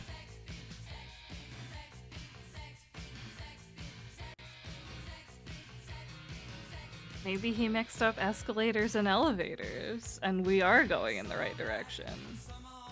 Mm. How loud is this conversation, and is it like audible from the first floor? We are sneaking. Ah, okay. We are trying to get out of here, I believe, is what we Hey, decided Dar. on. Yeah, we were trying to be all sneaky and double back to the first floor. Alright, so if you're doubling back to the first floor, it sounds like you'd be seeing each other. Unless you're gonna try and sneak from big disc energy to your next stop. We were leaving Big Disc Energy to go to Hail Satin. Okay. Alright, so then... Oh, well, you know what? Let's have both of you decide what stores you're going to, because it is also possible for both teams to end up in the same store.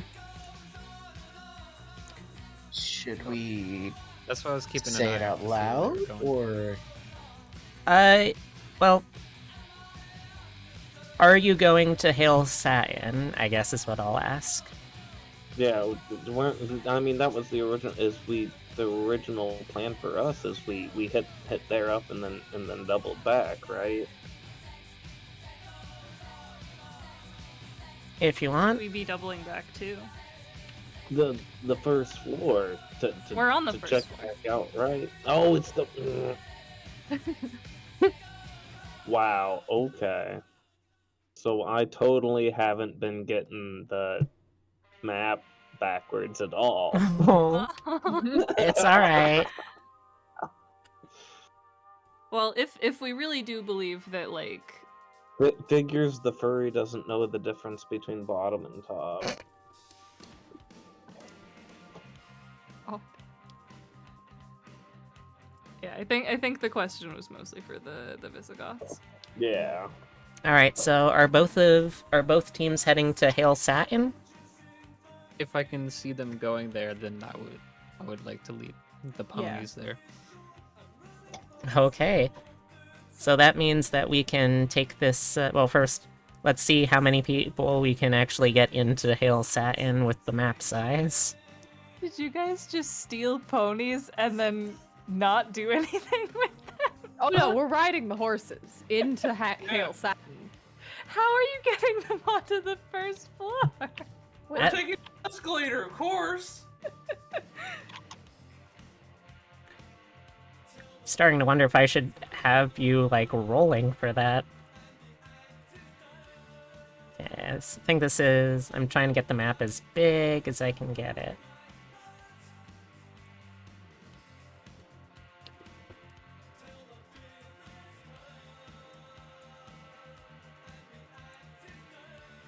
Well, that's probably going to be as big as I can get it.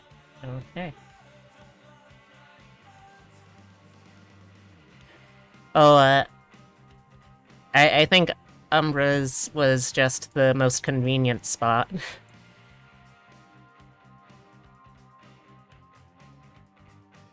At least for Francisco's tastes. Francisco works in mysterious ways. It's true. Alright, so I guess everyone is heading to Hail Satin then.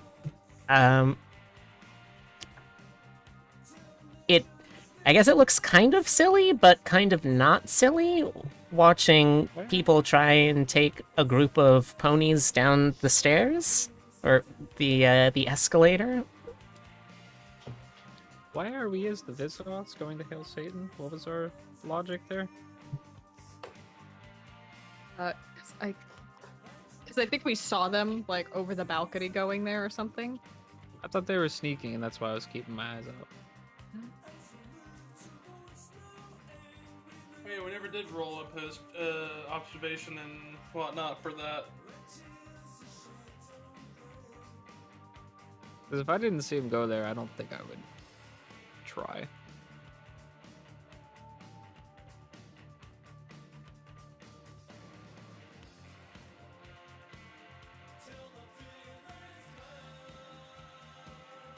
Let's see who was going to do roll to see if we see them or observe them.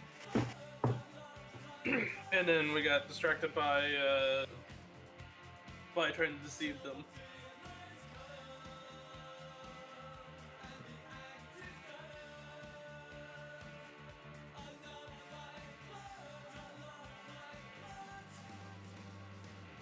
Alright.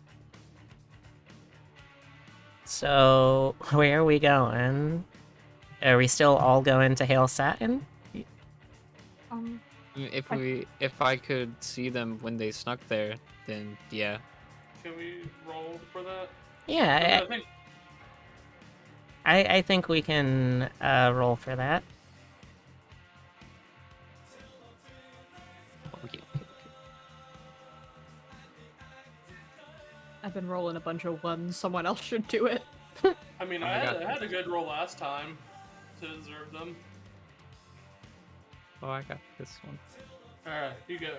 That's You the got only this. thing I wanted to do in this hallway was keep my eyes out. Ooh, that's pretty good. Alright, who for the Mallgoths wants to roll sneaking? Do any of us have a skill that would assist with that, or are we just going in? I do not seem don't- to have one. Think I have anything for sneaking either.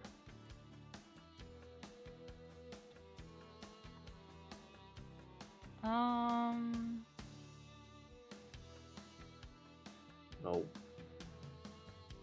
Alright. Okay, I have an idea. I have an idea. Oh.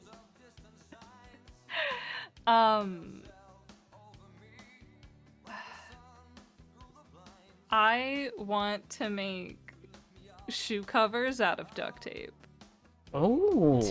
to lighten our footfalls. Okay. This is the theater text special ability. Once per session, Yes. basically, they can create a article of clothing or equipment out of duct tape that gives a +1 or -1 to whoever wears it of whatever they want, but for when you make it. All right, I'll put the sneaky duct tape shoes on and be sneaky. All right.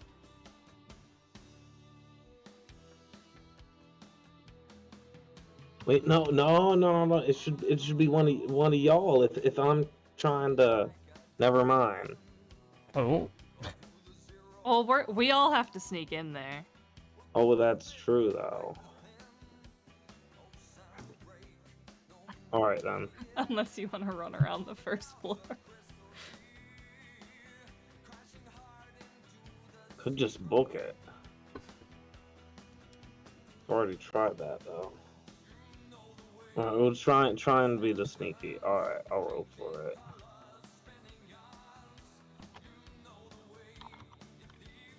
And that was what, +2? +1. +1, so 10. Okay. Yeah, come on. Let me move this. Let me move this. There we go. Okay. There we go. Alright.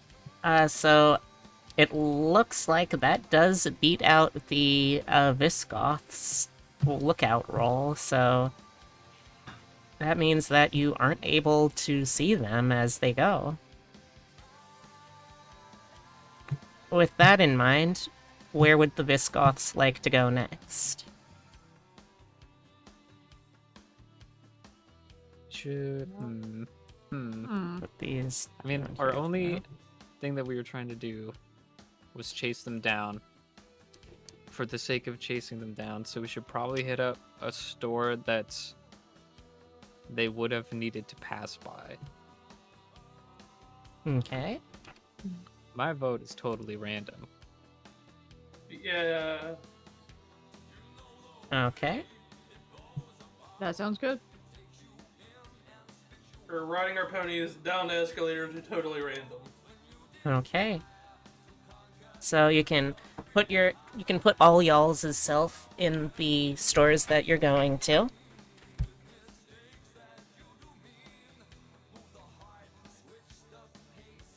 I would like to use the escalator with my legs because it's just as fast because it moves at a constant rate. Probably faster if you go first. Everyone else is All right. messing with horses. So we're bouncing back and forth. That means we are back to the Visgoths. You enter into totally random. Let's pull up that store.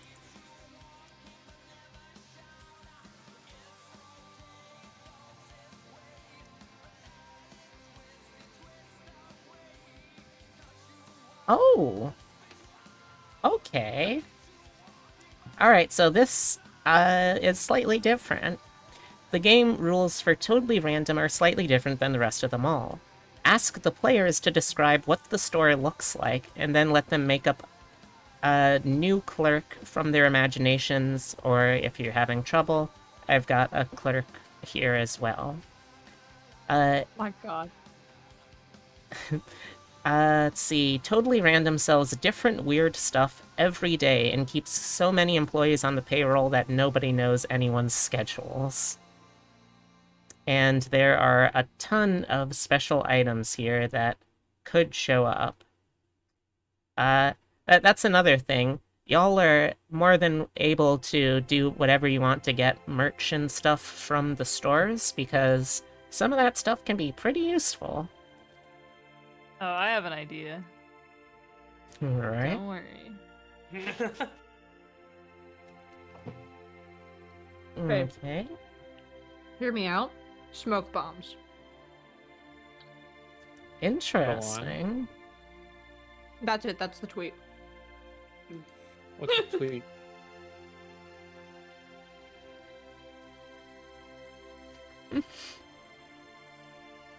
That's all I got. I have one thought. It's smoke bombs. That's a thought. All right. Second idea. Could I purchase a bundle of sparklers?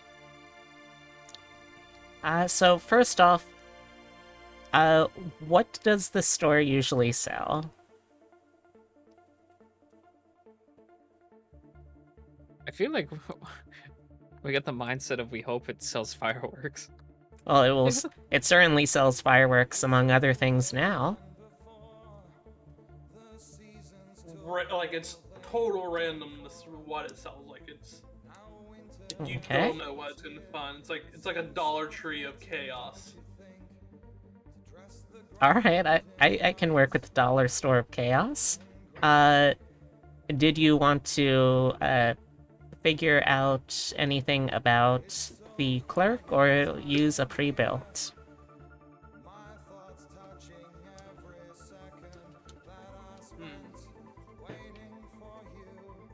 I think it'd be fun if they are super into astrology.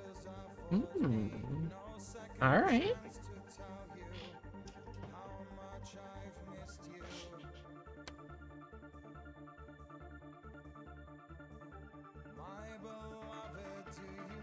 All right. I'm fine with that. What was that? Anyone else have any specifications that they want for the clerk?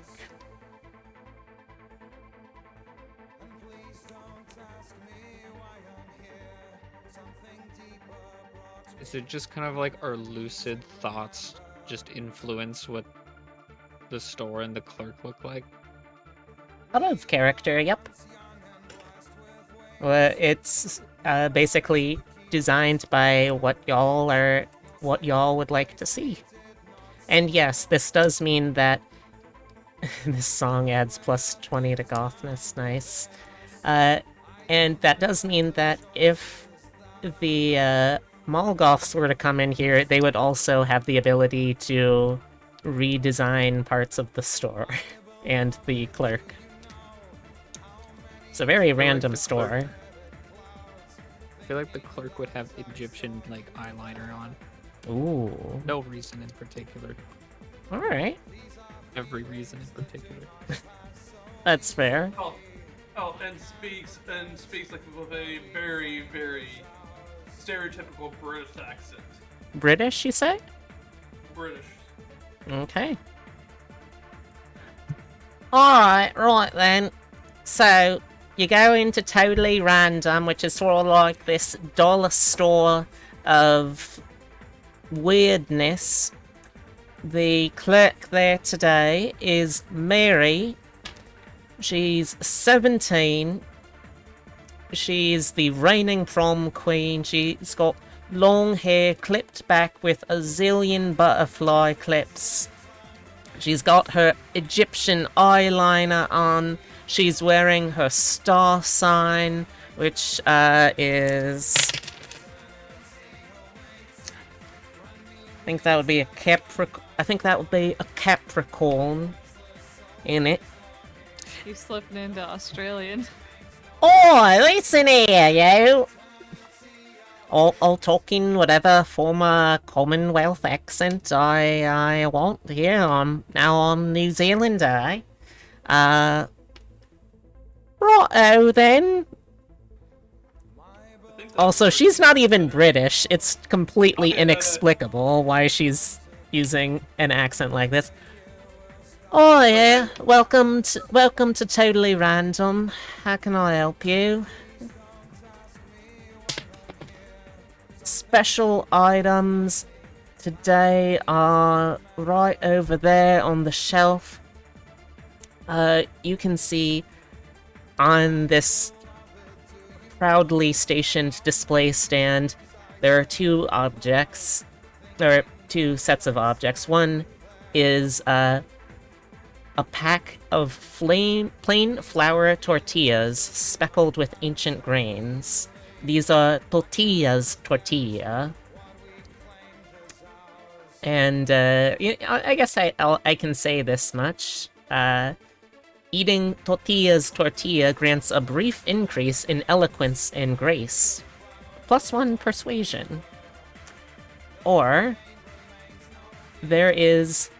Originally, this was part of a subscription box collection of 26 vinyl lizards, each designed by a different artist, themed around golden votive crowns.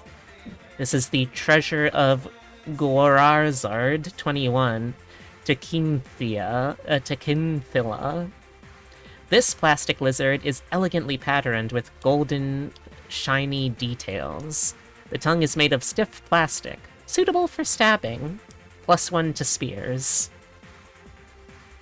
Also, tortillas tortilla are multiple. The lizard is unique.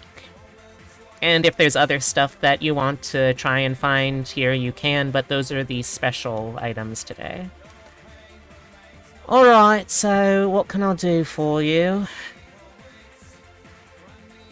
I want to gather up a bunch of sparklers. I'm gonna send you the idea I have, because I'm giving the secret. Spicy. I will take the bread of flatness that you have there, the tortilla. Right, how many? We've got limit 5 per customer, $5 each. I will take all of them. It's limit 5 per customer. Can I try to steal all of them? Oh, okay. Alright, roll to steal, I guess. I'm a conqueror, I must have all.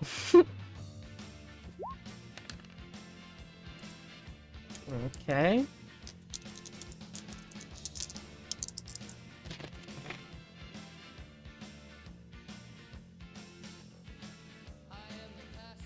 Alright.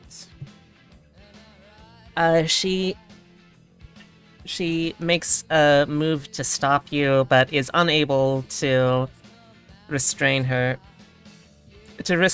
Ultragotha. So she falls back, and you see Mary reaching for a phone, a corded phone on the wall, and is pressing a couple of buttons.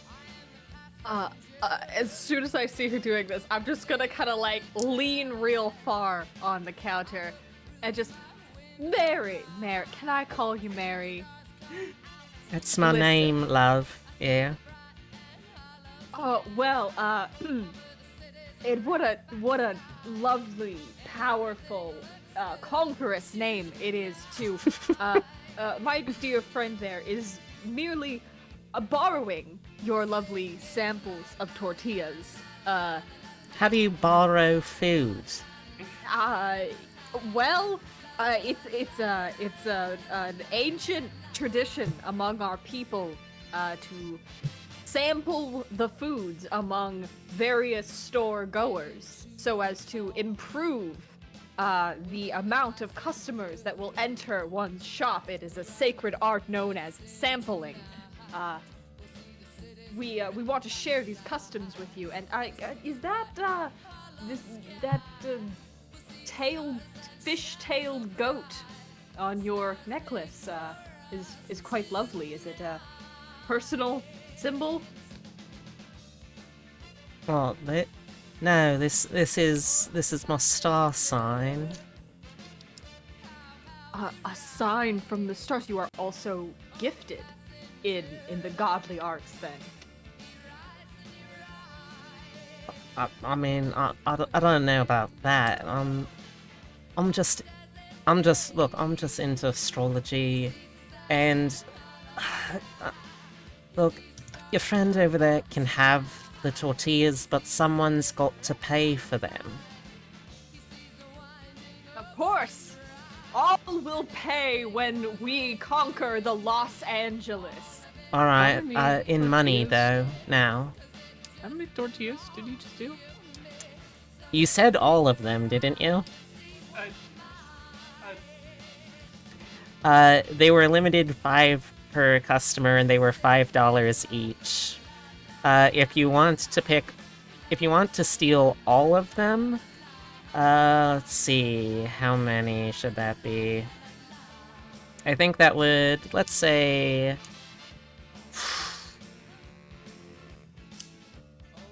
$100. I think that's safely above the money that any of you would have right now.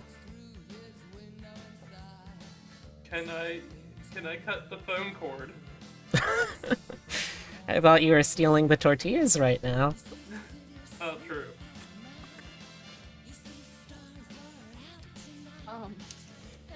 Yeah, just panics. That is. Should we take a note from our rivals? Yes. What note? Do you have a notebook or pen? What? Plan here. I'm running out of things to compliment her on. Tease it! Ah, yes. Bye, Mary. Sorry. Ride out on the horse. All right. Someone roll from your group But to not get caught. I wanted to purchase something else. Well, I mean, you came in at the same time, but you didn't necessarily make. Did you make it clear that you are like associated with these people? I suppose not, because I immediately went to go look for something else. All right, then you're probably fine. I slipped my zip-up jacket on properly to better disguise myself Oh, as clever, not Visgoth. clever. Udwin, I think it should be you. Yes. Yeah. Come on, not a 1 this time. Don't forget you have a +3. Oop, that's not typing. 2d6. Okay, 9. Ooh, that will beat her 7. So Mary is unable to stop you as you ride on out with. I think that would be 25 of the tortillas.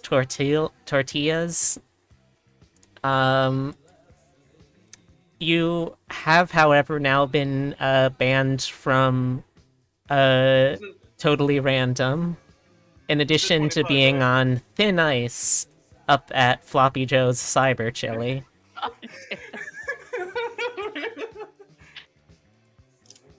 Are we still in good favor with Tiny Avengers? Probably not. No, I'm going Wait, to say they don't know it's us. They don't know that I unionize the ponies. no, but they do know that there are now 2 ponies missing.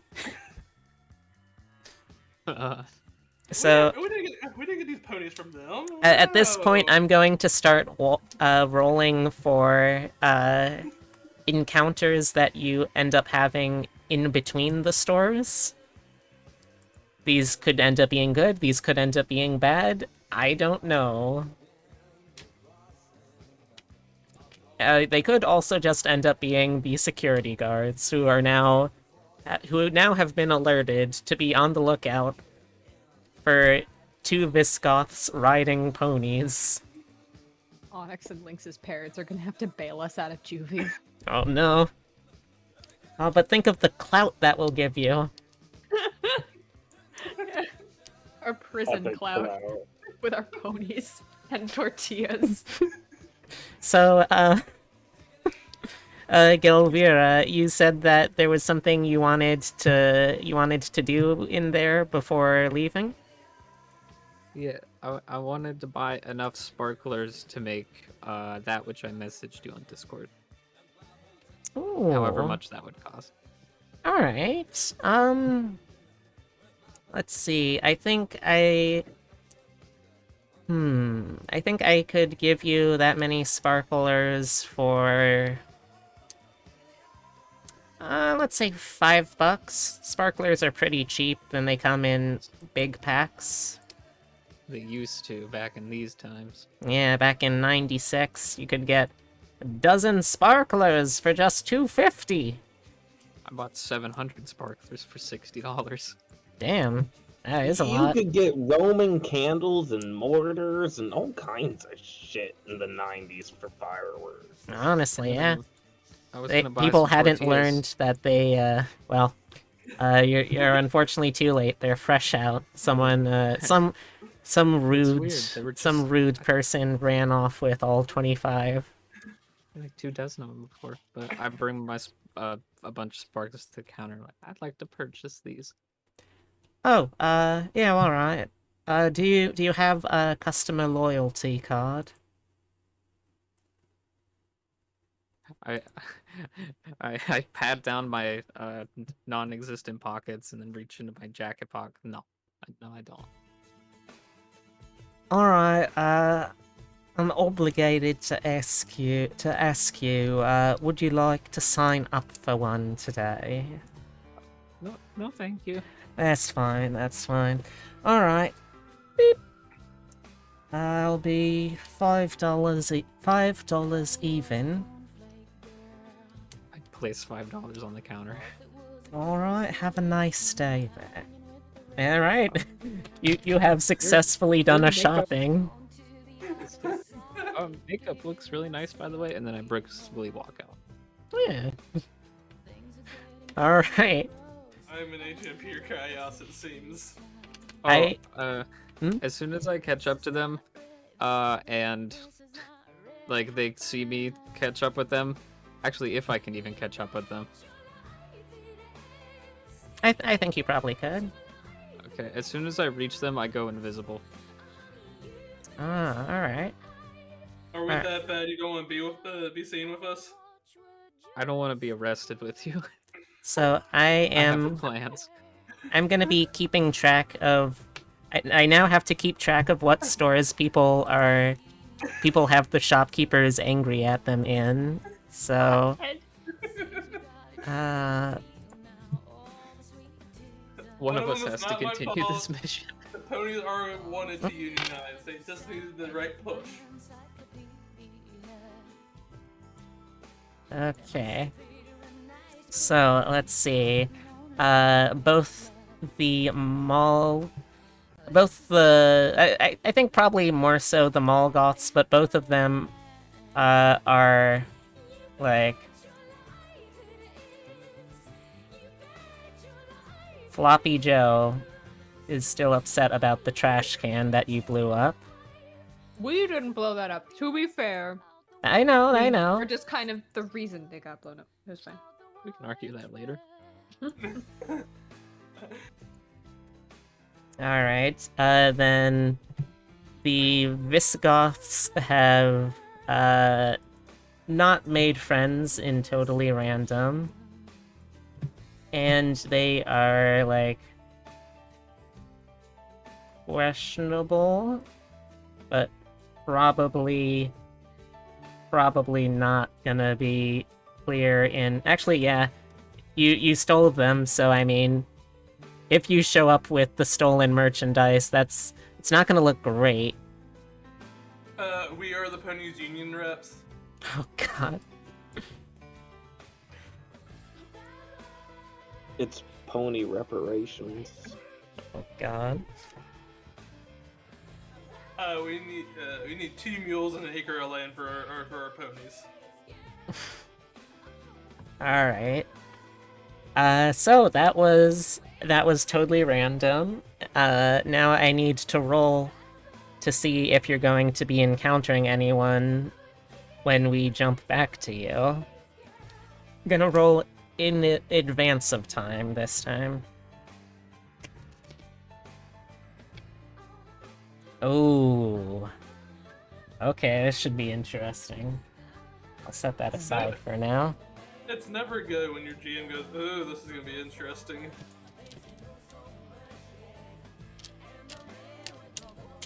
Okay. Come on. Give me my marker die. You know I've got you in here. I really want you now. Want you so I don't know what I'm doing. There we go. Okay. So then we jump over to the Mallgoths as they enter into Hail Satin.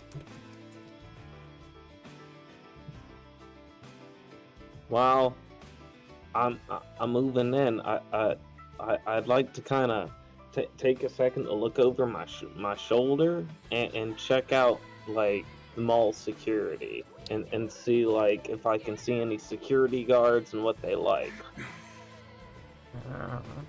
Yeah, we wanted to ask, what is the space next to Hail Satin?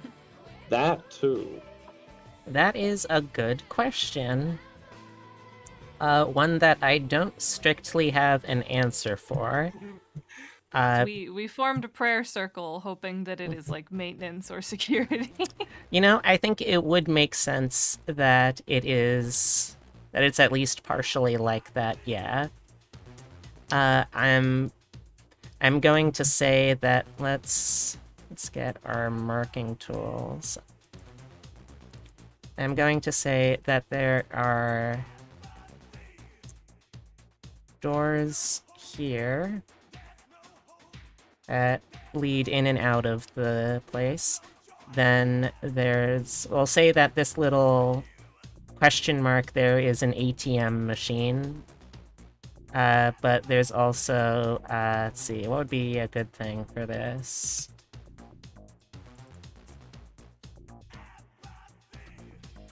Gesundheit. Totoro's still sneezing. Alright, let's see. We've got... This is a wrench for the maintenance office. And, let's also have...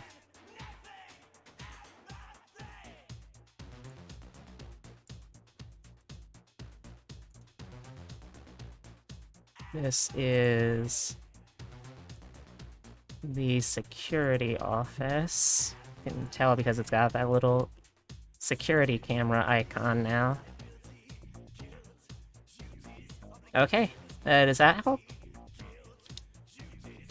So there isn't an entrance from inside the mall? Oh, fair. Okay. I don't know, it's your mall. You can make it as weird as you want. I was just asking. And then there's doors, you know. Yeah, I gotcha. Alright, so that's what's over there. But right now we are in Hail Satin. Let's see. I gotta see if there's any special notes that I need to know for this.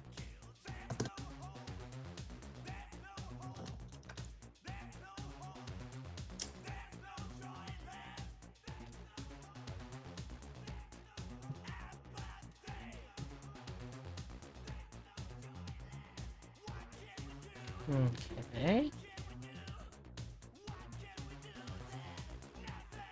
Alright. I've double-checked successfully.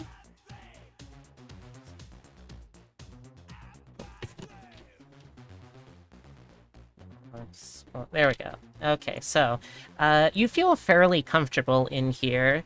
Hail Satin is like a pretty Mallgoth loyal store, so it's like, yeah, this is safe territory for you. Inside, it is this demonic bed and bath store with stuff like black terry cloth curtains and really lovely red satin sheets and just the cutest towel set that you can imagine with embroidered while you wait initial services. There are two people who work here. The girl currently at the service counter is Nocturne. She looks to be like Asian descent. She's wearing a black velvet corset, long black skirt, heeled boots, black velvet choker. And she is just minding the counter right now. Then there's Hemlock. What can you say about Hemlock? He is the son of Joe, and he is just pretty much universally recognized as the cutest goth, if not the cutest guy in town, period. He's wearing black lipstick and a trench coat as he's talking with a customer who is inquiring about their collection of ram's head shaped doorknobs. Yeah, we've got this is a store run by cute employees. What you gonna do? Oh, I should also say though, if you want, there are special activities here, and there are special items as well. The special activity is It's My Orb, and I'll scry if I want to. There's a massive black scrying orb covered in arcane symbols surrounded by floor pillows. Any patrons of the store are welcome to use that if it's not taken right now. The special items on sale right now are Bubbles of Bahamut, a demonic bubble bath that gives you +1 to hunt, and a purple velvet book called Bisexual with Liturgical Time. No one quite knows what it's for, but maybe you can figure it out. I would actually like one of each, please. Okay. I'm just gonna quickly check to see if there is anything I should know about this book. Okay. I should also check real quick what liturgical time is. Interesting.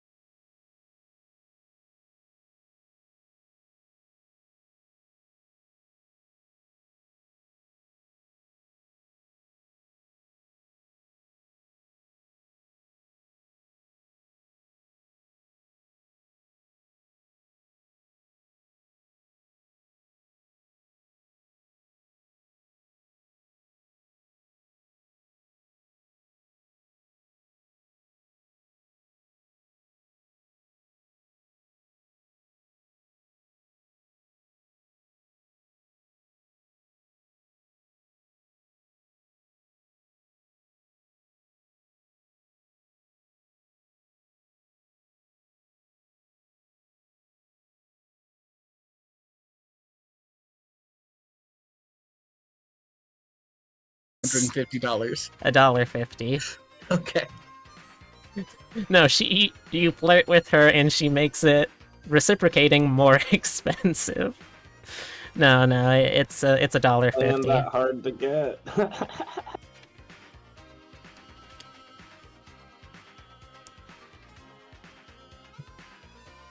I've got to say, looking at both of your chats, y'all are coming up with some really cunning plans here. Please don't Alright. mind us. And We're- now just to be clear, I was kind of trying to kind of put the moves on her. How is she feeling about it? She seems to be into it. From the profile that I've been given for her, Nocturne is a gay trans girl who is, quote, way into witchcraft. I feel like if anyone would be having a good shot with her, it would be the witch girl. Okay, because I'm gonna be honest. I kind of want to be dumb here. Can I haunt myself?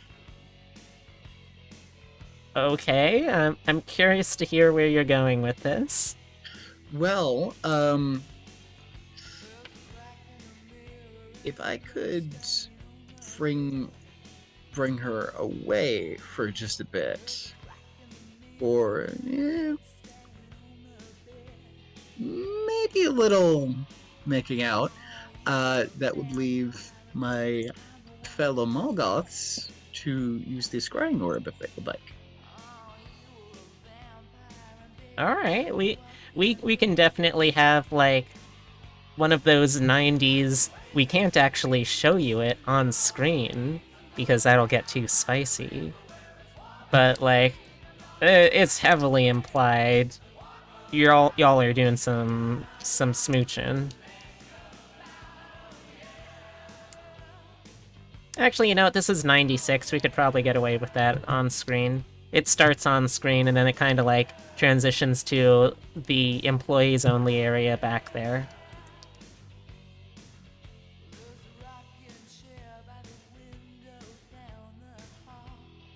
So, fellow Mallgoths, y'all just saw Athena apparently just scoring with one of the shop clerks, Nocturne. I'll say the customer that Hemlock was talking to is also satisfied. He's buying this ram's skull-shaped doorknob to install, meaning that the pretty universally agreed cutest goth boy / cutest boy in town is also now turning his attention towards the only other customers in the store at the moment. What do you do?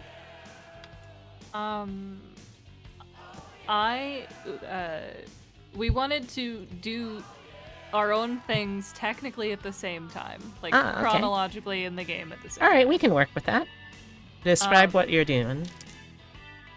Onyx is going to ask Hemlock for help with the scrying orb. Okay.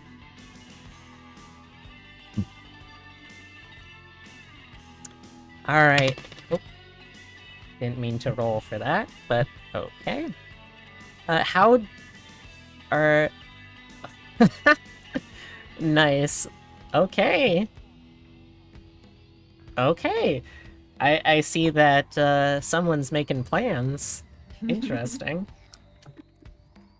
All right, so what is Onyx's orientation?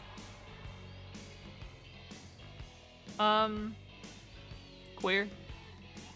Okay. And would you say that they are into boys? Kinda. Okay, so you're kind of forced to admit on some level that This guy is really freaking cute. I mean, he is the most attractive, age-appropriate Mm-hmm. person in town, like, objectively.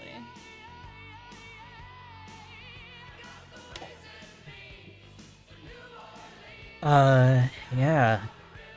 Can I help you with something? So, like, the scrying orb, how does that work? Oh yeah. Well, any of our patrons are totally welcome to use it. Do you have a membership here?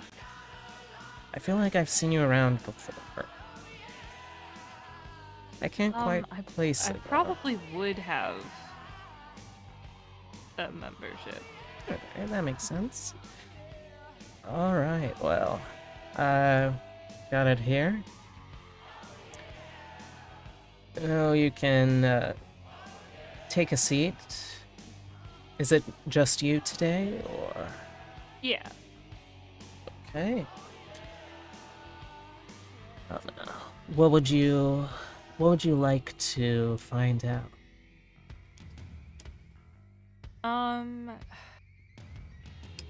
A friend of mine has been avoiding me, and I'm kind of worried about him. That is such a bummer.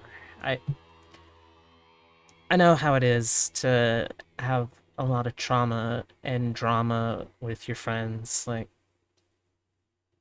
everyone is always trying to get at me, but no one ever really wants to get at me, you know? It's always how you doing, not how you doing. You know? Exactly. Like, no one cares that I am a competition medalist in Latin. How do you have a Latin competition? With great difficulty. Okay. Meanwhile, I want to roll for something real quick.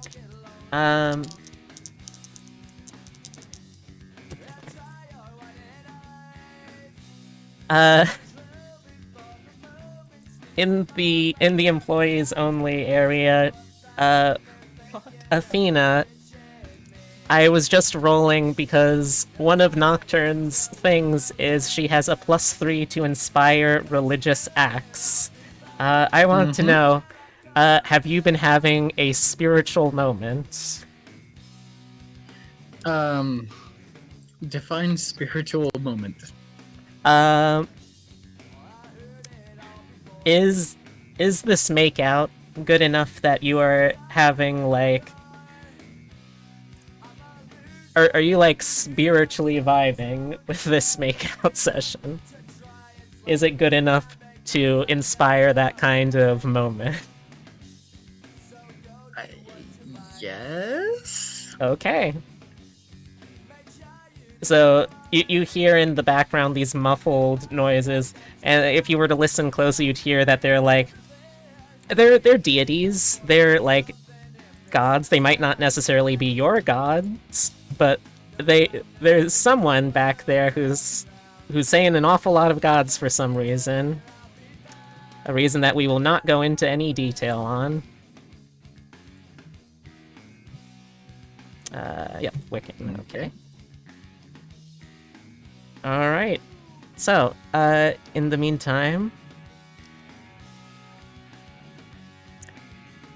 Yes, it's a very emotionally meaningful and moving moment, I'll say. Alright. When I come around... When I come around... have you offended a deity? Do you want to?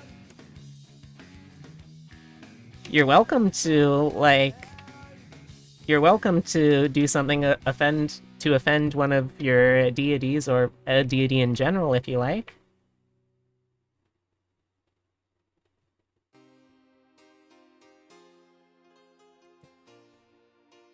Fuck the memes!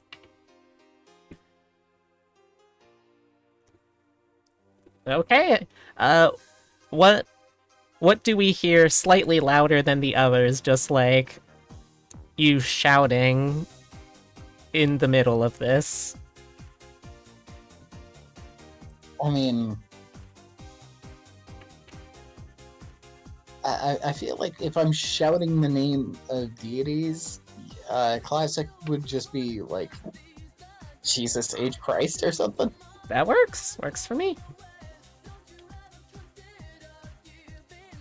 Alright, so meanwhile, in the main body of the store, you're sat down with Hemlock at the orb that you are preparing to ponder. How do you go about pondering an orb? Is this the first time Onyx has tried to scry before?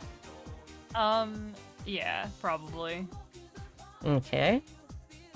Do you have anything that might help? Definitely not. Okay. I guess I have to consider the massive black scrying orb an NPC for this context? Can you give me a roll? Okay. Like the mirror from Shrek. Just talks to you. Okay, 6. You stare deeply into the orb and you start to see your reflection back at you. You stare very deeply and it feels significant. There's no kind of like magical effect coming off of it, but something feels insightful about looking at your reflection. So like I guess this is roughly in the middle of the store. Oh, let's get the pinger. It's roughly in the middle of the store. You're facing this direction, so like you can see the front of the store reflected in it and that sort of thing.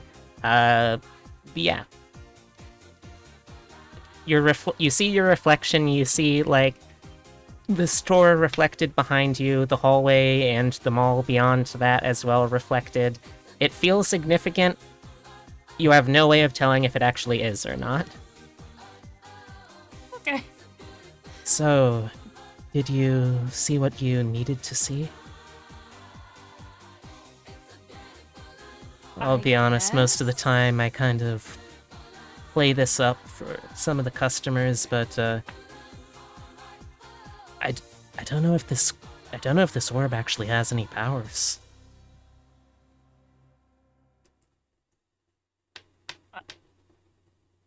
I'm like getting vibes from it, I guess. I'm not seeing anything.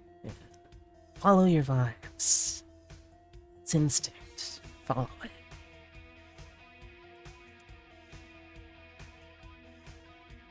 Hell yeah. All right, and someone comes and clears the throat. Excuse me, I'm looking to buy these blood-soaked patterned shower curtains. Oh yeah, I'll be there in a second. And Hemlock goes up to his feet, which is a little difficult since he is wearing his tailored black trench coat, but he gets up and he heads on over to the customer. By the way, where has Lynx been this entire time?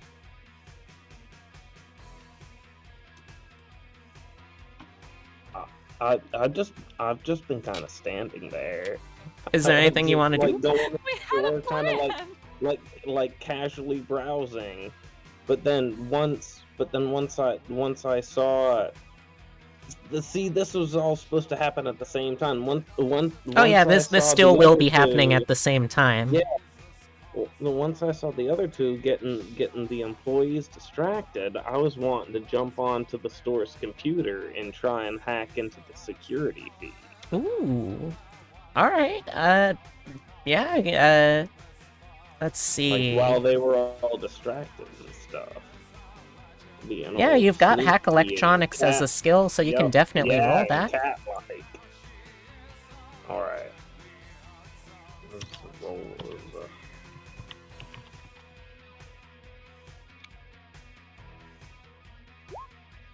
Oh no! Oh no! Okay. Oh no!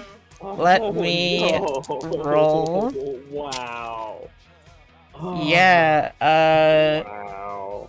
Unfortunately, Hemlock is totally gonna notice that. Like, hey, come on, man. Don't go doing that.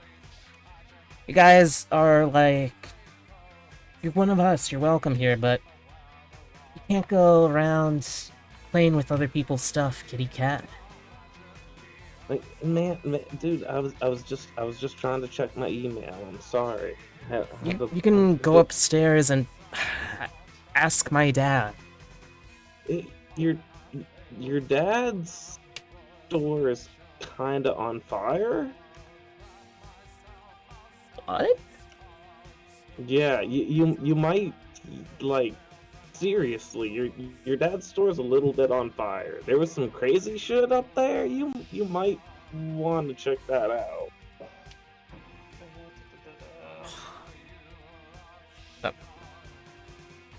Okay, if he, like, wanted to reach me, he can do it the way he always does. Or, like, call me. Usually he just comes down here and bursts in like he's some kind of sitcom protagonist or whatever. That's fair on a normal day, maybe? But, like, I'm pretty sure I saw something on fire up there. Like... Alright, then I'll call him. Do it. Okay, he is still very suspicious of you, but he turns momentarily to use the phone. I'll give you one more chance here.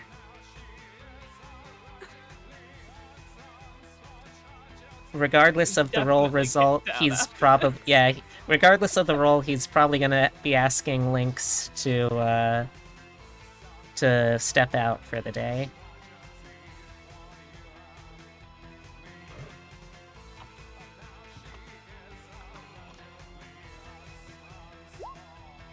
Okay, and that is it +2 for your hack?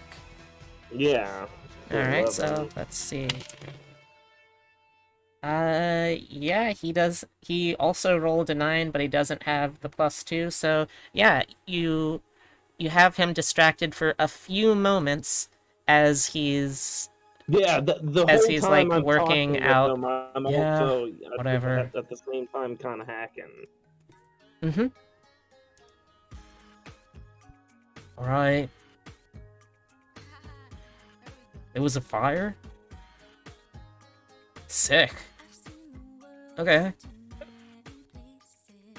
Yeah, I figured you put it out by now, yeah. Look, I'll sound disappointed if I want to. Okay, what of? Alright, and while that was happening, you're able to get into the system, and you're able to find one bit of information. What are you trying to find?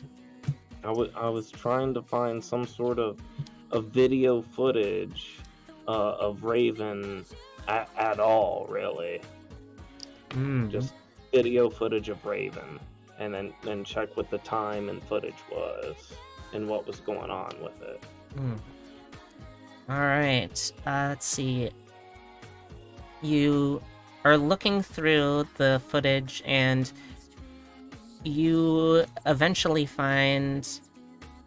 You're, like, speed scrolling, and you see something that you stop, and you take a closer look, and it looks like there was a white horse that was passing by sometime late at night prior to this.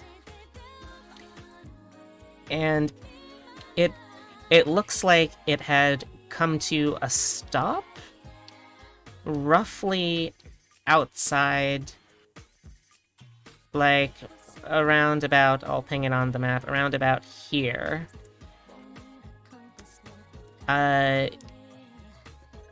The footage kind of skips around a little bit because you're scrolling very quickly to be able to see any of this. Yeah. And you see that the horse is parked there. There's no apparent rider, but the horse is kind of like looking off, off camera to the side, like it's waiting for someone. But it doesn't look like it is. It doesn't look like it was waiting from where it's looking for someone in Hail Satin. Cool. Alright.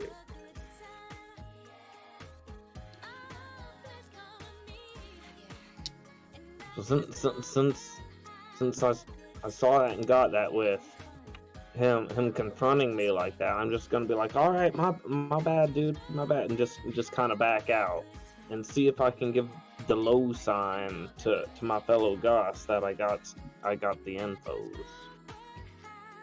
All right. Yeah, I think you're able to reconvene after that. You see Onyx is still contemplating what they saw in the mystical ball. Or the questionably mystical ball. The possibly mystical ball? Where the jury's still out. And you see that there is... you also see coming out of the employees' room the other of the clerks and your other acquaintance, Athena. And they look satisfied. You see that she tells Athena something. Athena, she's saying like, "All right, it's still on for tonight then."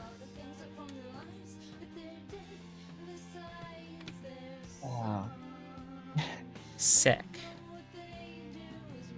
Alright, so that means, Athena, you have a date to the Valentine's Hypergirl roller rink party. Excellent. Alright. Okay, so we are now advancing the clock again.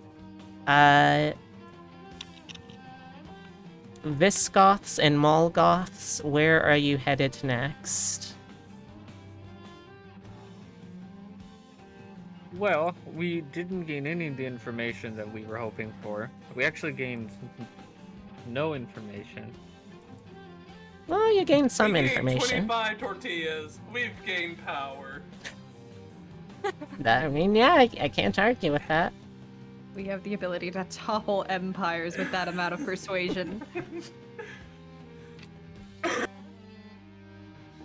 Can we try to look and see if we... Y'all, what are we doing? I say we charge down to the other side of the mall. Yeah, we've lost our targets. We should probably hunt them down.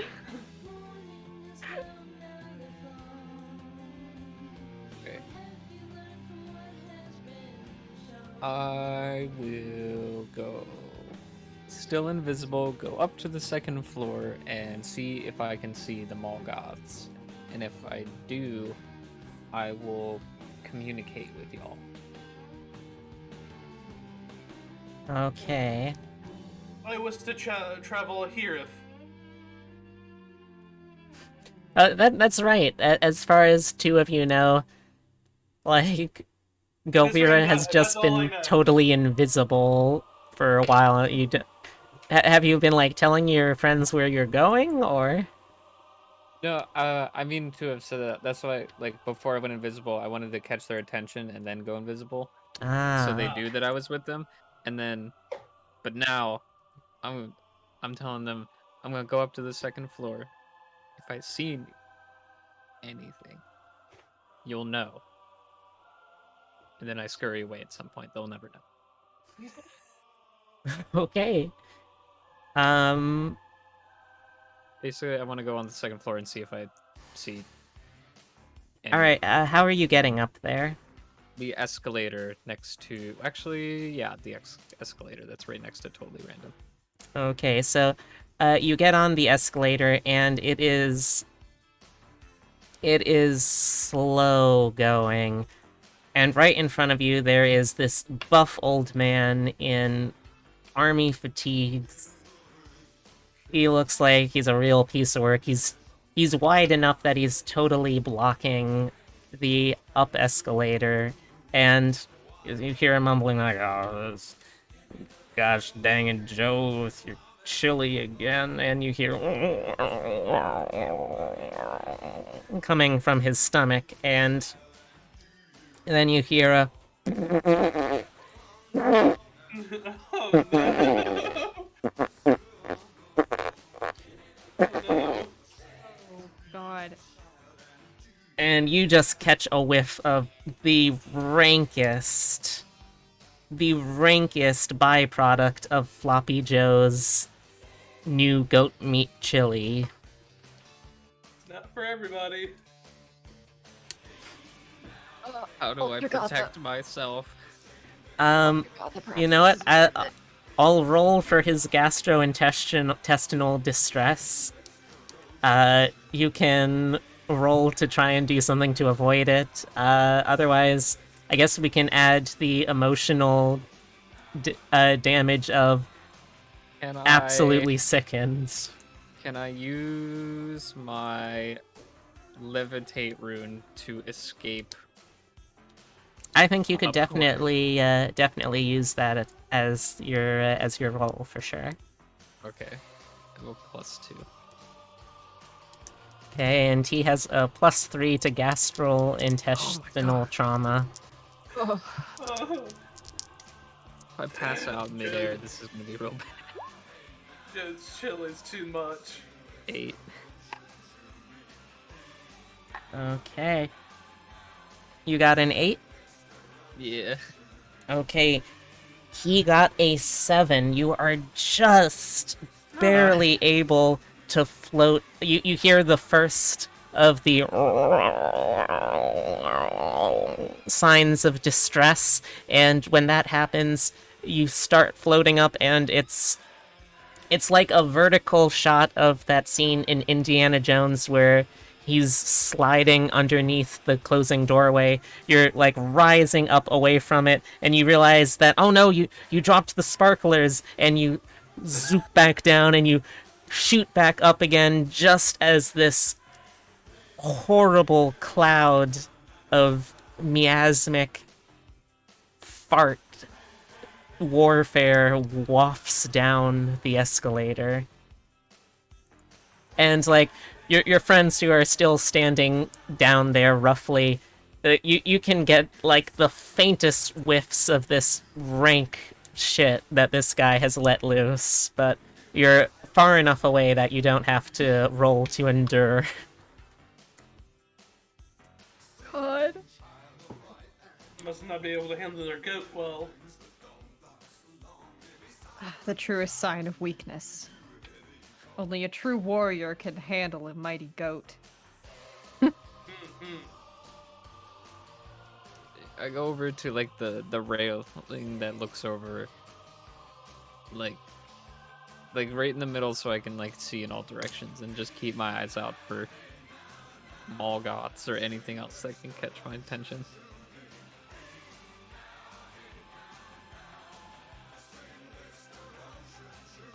And then I lay myself face down and end my turn. Okay. Elvira's in defense mode. Alright. So Mallgoths, are you trying to be sneaky?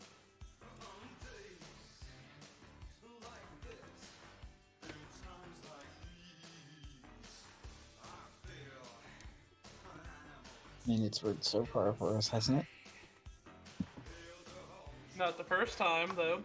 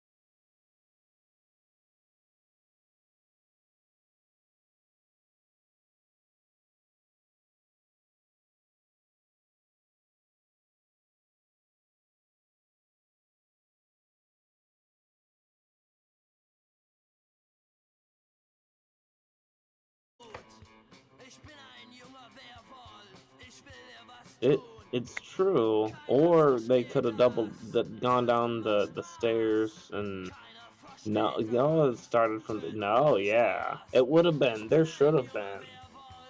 Yes. Yeah, I think for the sake of fairness, both of y'all are able to potentially kind of clock that there are other Goths nearby.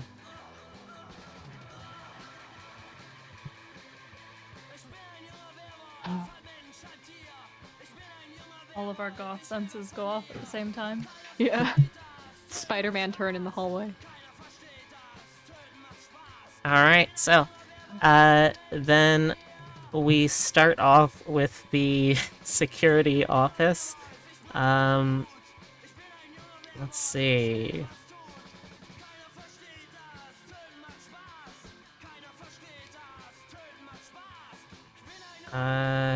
Didn't really have NPCs pre-built for this, so time to randomly generate.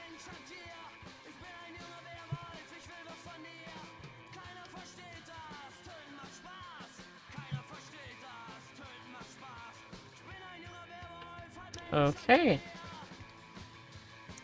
So you head on into the security guard's office, and there is a middle-aged woman there with.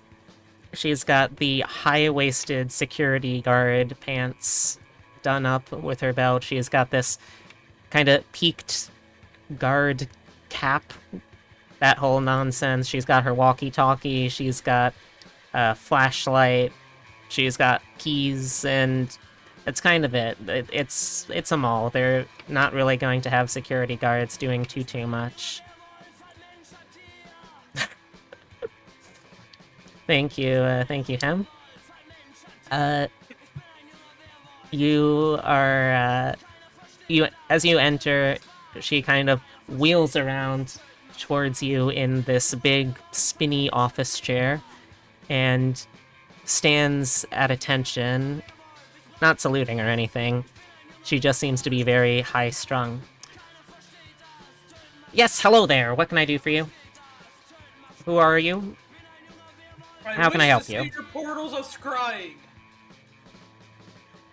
My portals of scrying. Why? Yes, ones behind you. Why?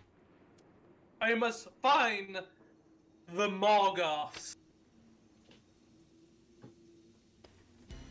The Mallgoths? I'm sorry, why? They are hindering our plans. What kind of plans are these, None for you to worry about. I'm the security guard. My job's to worry. We are throwing them a birthday party. Yes, that. I don't know. Does anyone want to try and convince her? Can I eat several tortillas first? Yes. As you eat tortillas, you hear the phone ring. Oh, sorry, I need to take this real quick. Hello? Mm-hmm. Num, num, num. That many tortillas? Well, yes, I'll certainly be on the lookout for anyone fitting that description. I'll make sure the other security guards know as well. And she hangs up. Well then... So, and she kind of stops in her tracks as she sees you just absolutely noshing on tortillas. Can I see a receipt for that, ma'am? I bought these from outside. A likely story. Is that... She kind of cranes her neck around you to look out into the hall. Ma'am. Oh. Are those your ponies out there, ma'am? They are.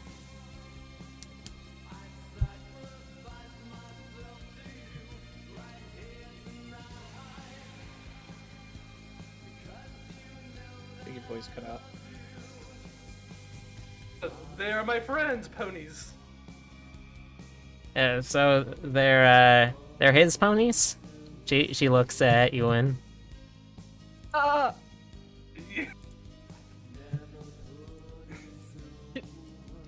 She say yes. Yes, yes. His. Yeah. Yes, they are mine, apparently. And he just glares at her. Oh, I hate my life. Catch me if you can, lawful scum! Okay. Take off.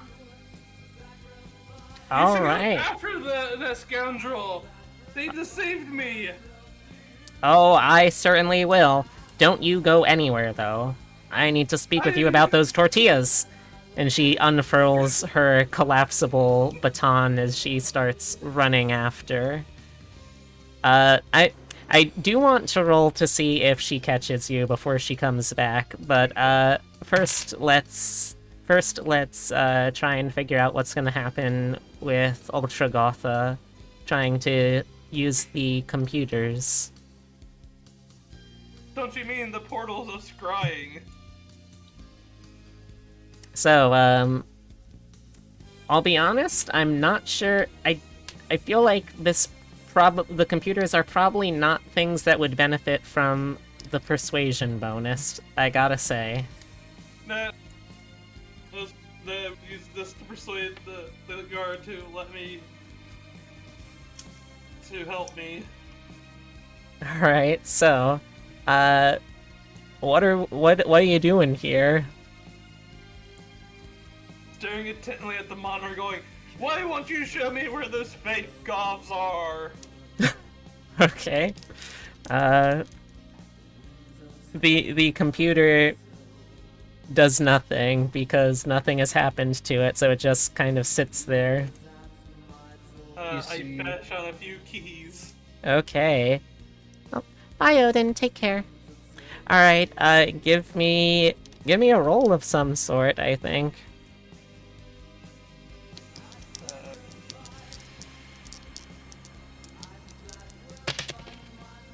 Ooh.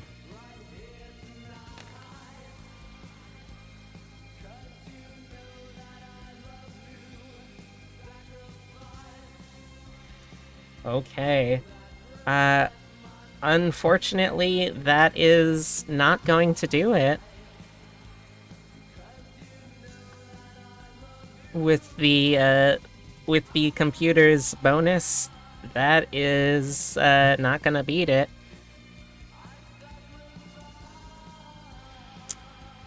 You said that you bashed it, right? On the keyboard, it's like keyboard bashing. Alright. You bash it and nothing really happens, so you try bashing it a little harder and nothing really happens, so you try bashing it really hard, and one of the keys just shoots off like a rock and it goes bing, bing, bing, bing, bing, bing, bing, bing, bing. Uh-oh. Oh, hey, Awesome Blossom, welcome, come on in. Let me give you a quick shout out. I think I too might be cheesing it. We're really bad at this.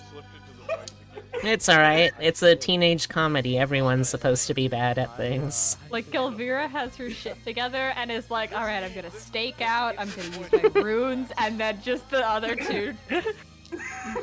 You'll never take me alive!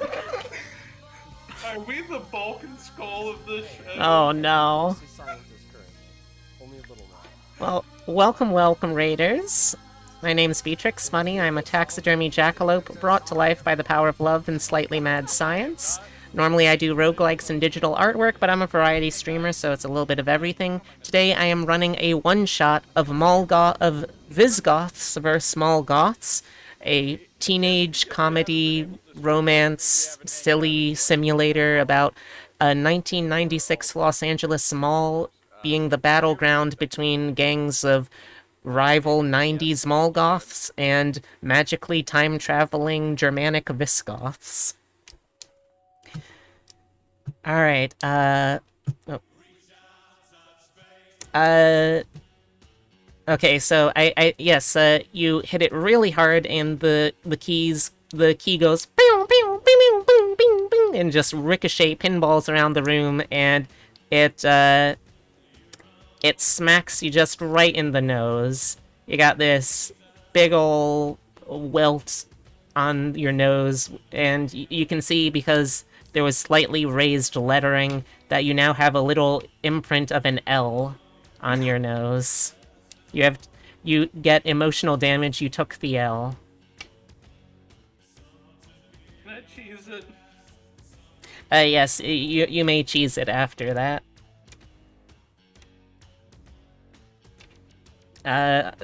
Alright. Oh, by the way, how much emotional, damage do you have right now? 2. Okay, so you need to find some time to, talk about your feelings with one of your friends to heal that, because, you are too emotional to be involved in, like, the physical stuff right now. I still need to check about, okay, I still need to check about Unwin, though. Yeah, hi. Alright, so fortunately you do have a +3 bonus to fleeing, so let's see how well that works out. For this reason. Are we talking about? Right. The question is this one of those like Paul Blart Mall cops, or? Well, even with her bonus, she only rolled, a total 6. So, yeah, Unwin, you're able to loop the loop and flim-flam this flummoxed security guard. And, yeah, you run her through a couple of storefronts, you're sort of Scooby-Doo doorsing it, and you eventually manage to give her the slip after you've gone in and out of impossibly different doors for a little while. Perfect. Alright, so you make it back. At this point, I'm going to say that Gelvira has probably made her way down here and figured out where her teammates went. So Gelvira, you arrive back. Unwin, you arrive back. Ultra Gotha has just a big old red imprint of the letter L right on her nose. I was imagining it Beat it as by like a keyboard. I saw the ponies outside, and I was like, oh, there they are. I opened Yeah. the door to walk in, and then those two just burst out, Pretty much. and then I just kind of walk in and see you smashing your keyboard. Alright. So I think that's about everything here. I feel like I should throw you at least something of a bone, but I don't know what. Well, for now, at least some of you are probably going to want to focus on your emotional health. So, yeah, I think everyone's taken an action this turn, so now let's jump over to the Darkade. Oh, if walking over here late was my action, or if it wasn't my action, then I want to start making that thing that I was gonna make. Oh, yeah, sure, you can do that. Fine. I don't know if that requires tenacity or if I can just start trying to. I think you can just sort of start trying to do it, because, like, you're not rolling this opposed to another character or them all, so yeah, I think you can do it. Oh, yeah, okay.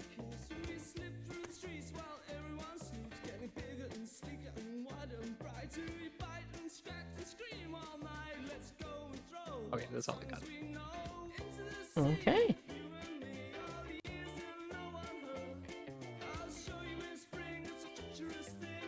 Alright. So, I think everyone got to do something at least there, right? I want to make sure. Yep. Okay. The realization that I might be the bulk and skull of this show. Hmm? The self-realization that I might be the bulk and skull of this show. Oh.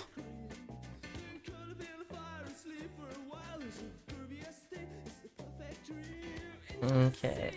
I just needed to check if there was any episode-specific info I would have to have about that.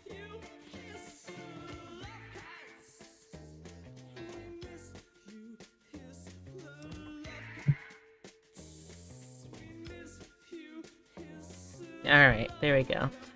So, Mallgoths, you enter into the Darkade.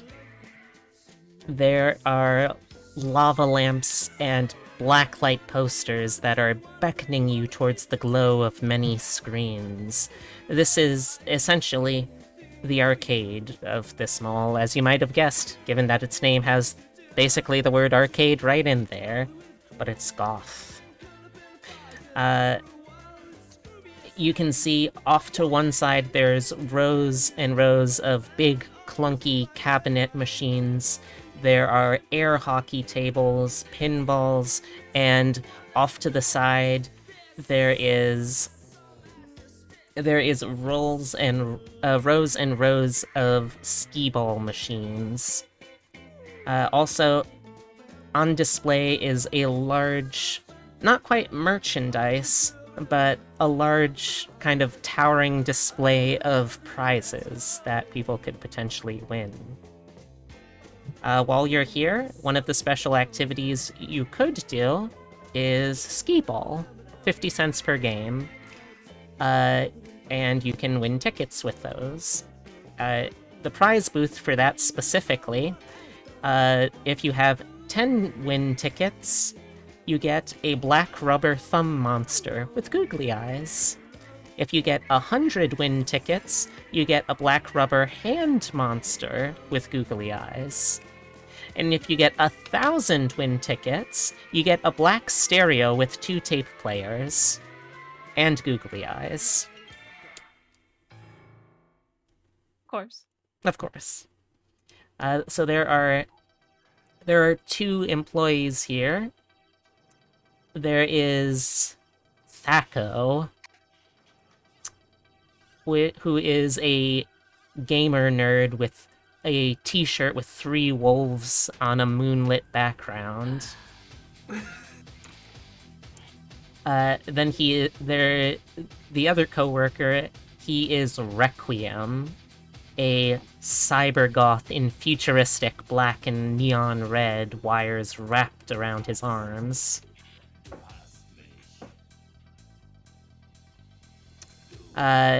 They are, I'm going to say, there's like a bell for service at the front desk. Thaco is currently polishing down one of the air hockey tables that has a under maintenance sign on it. And Requiem has like just come back from throwing out all of the scraped off gum that people stick onto the side of arcade games when they play. What would you like to do in here? I want to go ask why that machine's out of order. Okay. Alright, so you head over to talk with Thaco, which I feel like it's important to explain for the joke. His name is spelled T-H-A-C and then the number 0. Yes, it is an AD&D joke. To hit armor class 0. Woo. Mm-hmm. He's very I went well to college. protected physically. With a girl with a 3 in her name. Huh. Like, she paid $300 to have a 3 added to her legal name. Interesting. That's very silly. I mean, Yeah. if you've got that much money, sure. Imagine having $300, jeez. Exactly. That's a lot of hamburgers. Mm-hmm. Alright, so, you head over to Thaco. He's got glasses, but they're those like stylishly thick-rimmed ones. He's not that stylish, but he's trying. Although you can obviously tell. I mean, 3 Wolf Moon, that's a pretty stylish top. Hi. What can I do for you? What? Hi. What's up? Hey, I really wanted to play that game today. Why is it out of service? Oh, I honestly don't know. I think something got kind of like gunked up in the system. Like he pulls something out from one of the goals of the machine. It's something that was kind of like stuck in the puck return mechanism. I don't really know what it is. It's kind of like just pleather, maybe? It's this little scrap of black pleather. But yeah, I got that out, and I was just finishing waxing down the board again, so it should be good to go. Oh, sweet. Thank you. Yeah, no problem. Onyx walks away. Oh, okay, that's cool too.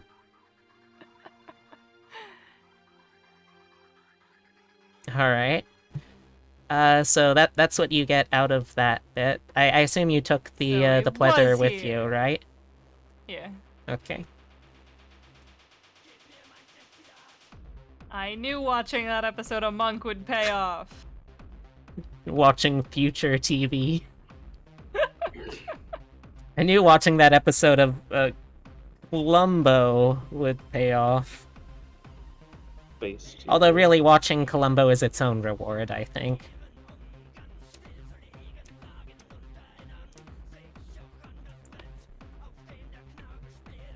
Alright.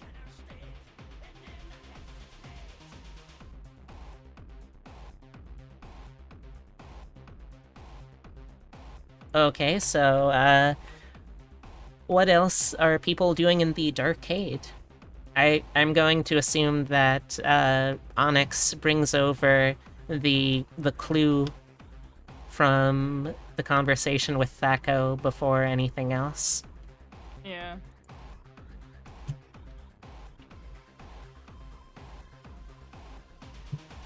If we can somehow get and see if there's is there a back room? Let's So- see. So- There's a small space back there that would have,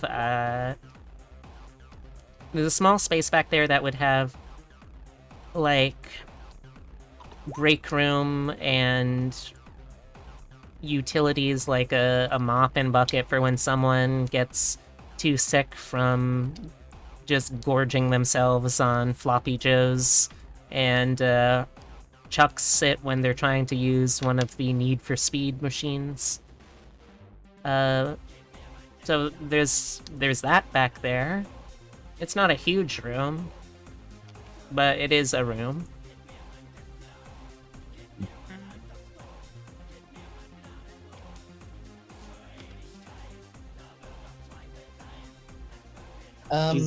He's not inside the pinball machine or their hockey machine. That'd be crazy. Was. Or he left a secret for us.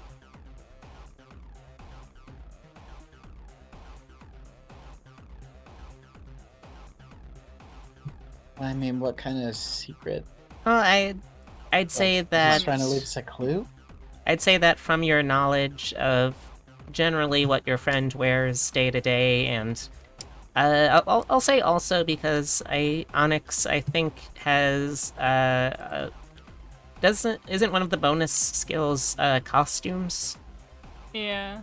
Yeah, so you'd be able to recognize this is a sleeve off of one of the outfits that Raven wears a lot.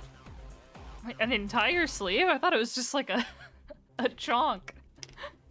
Well, it's a pretty sizable chunk. It's like sizable enough that you can see, okay, this is where the sewing seam was. This is like the circumference. It's like a full loop of fabric, kinda.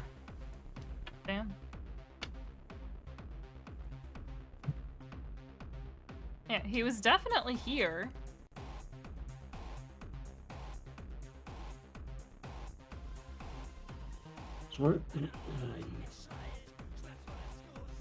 All right, so he might still be here. Like,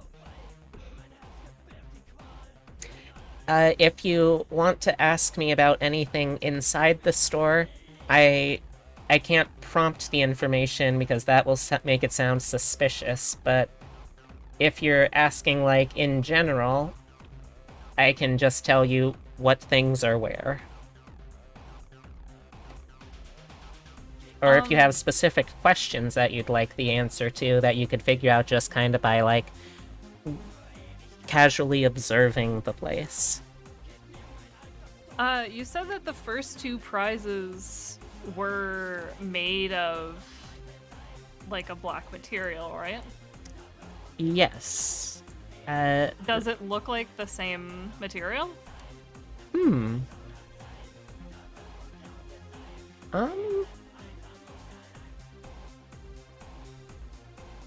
you know, I think it would look fairly similar. Maybe not an exact match, but close enough that it could potentially be, yeah, because, like, black rubber and black pleather, they're kind of the same thing.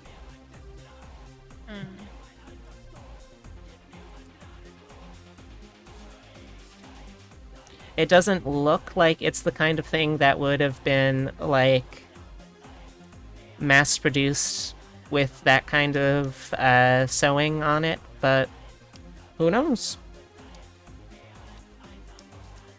And what were the prizes you were saying? For 10 win tickets, you get a black little rubber monster with googly eyes you can put on your thumb.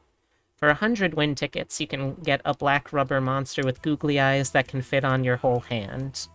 For 1,000 win tickets, you get a black stereo with 2 tape deck players and googly eyes. It really feels like they just put googly eyes on Raven's stuff and are using them as prizes. it really does.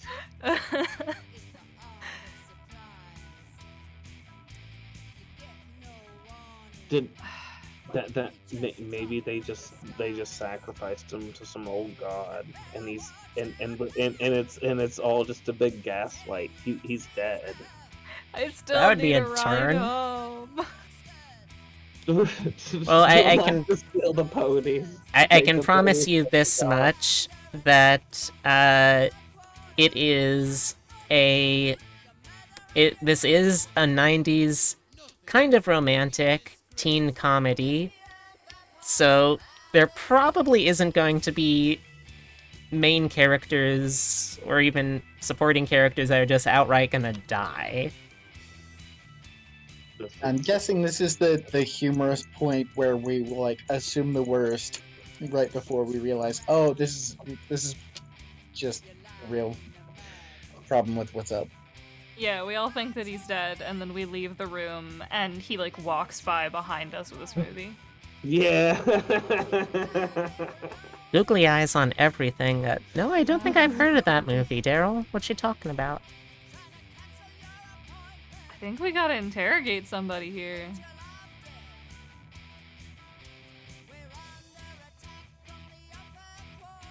Alright, who do you want to interrogate? There's the 2 employees, and you could I guess you could just rough up customers too if you wanted, but I don't know how much they'd know.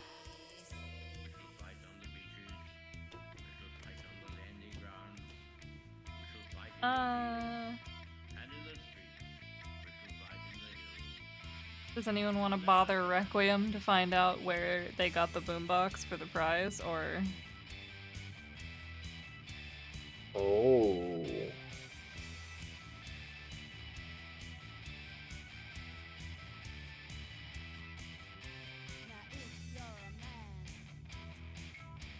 Yeah. Athena might be our best bet with the +3 to detect lies. Yeah, I suppose I could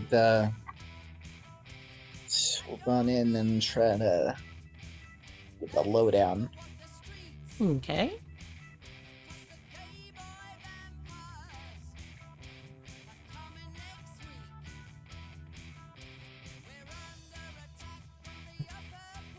Alright. And you said Requiem is where? He was just coming back from tossing a bunch of the scraped off gum from the sides of arcade machines. I'm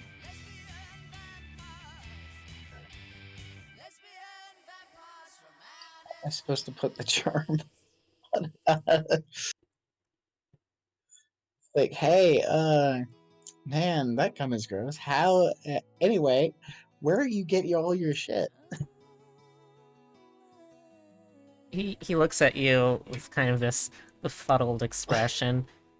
I'm not actually I like make going with that method. I don't know. I make it, he says, gesturing down to his outfit. Oh well, I mean, like the prizes over here, you know. Those... I don't know. I'm not the manager. I don't have any kind of... I don't have any kind of sway over where we get stuff like that. I got better things to do than be here.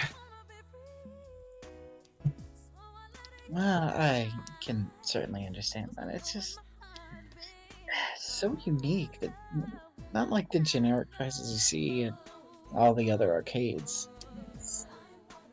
You can't help but wonder.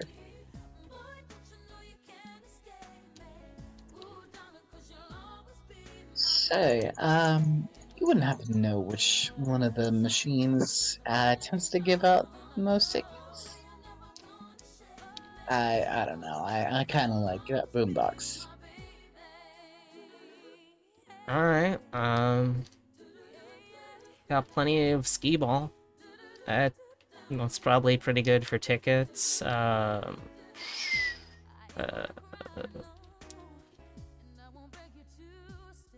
guess you could try your hand at the crane game. I mean, it's basically just gambling.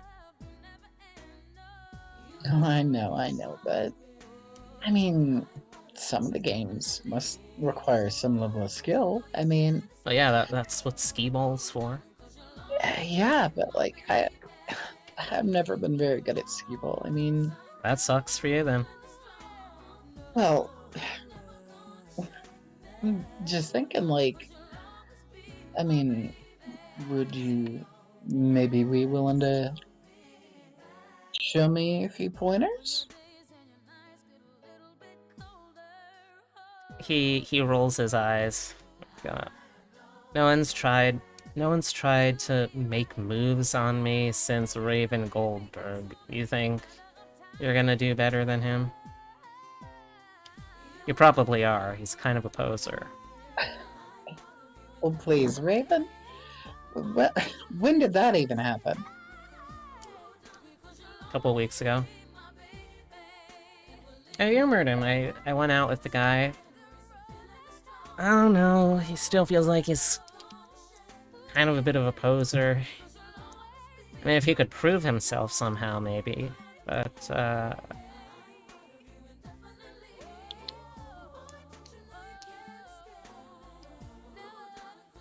I'm sure that'd be pretty cool. Oh, come on. How would he even go about proving himself? Uh,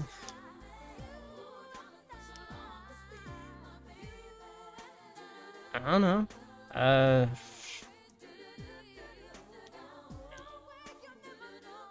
Like, if you could really stick it to the Visgoths, that'd be pretty cool.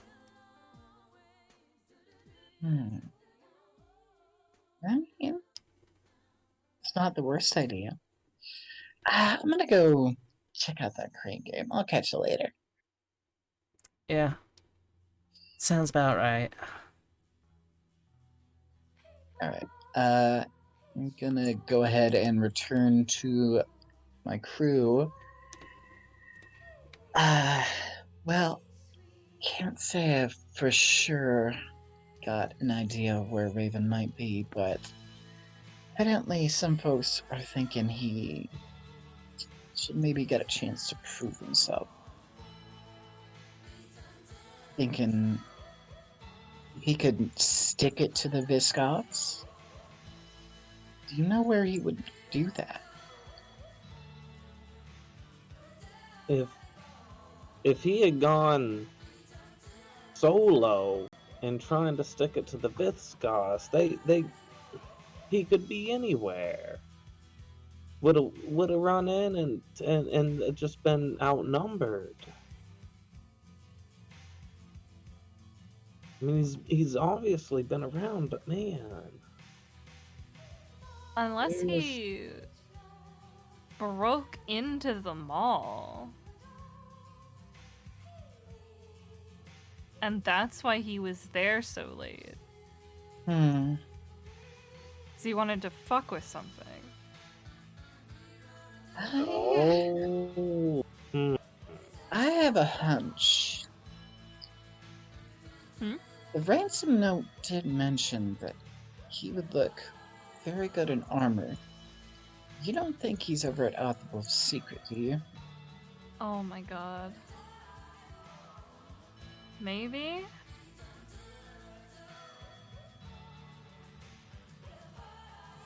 He was trying to prove himself by attacking the Visgoths at one of their own places. That would certainly. It wouldn't be the worst place to do it, but if things went wrong and he got captured, that would explain how this whole mess started. He also lost a sleeve, and that's weirdly the only clothing store in this entire mall. I mean, there's probably some other places you could get. if he lost a sleeve in the arcade, like there must have been a struggle here. Something had to have happened. Only other place I could think of where you get something rare would be over at Play Gall.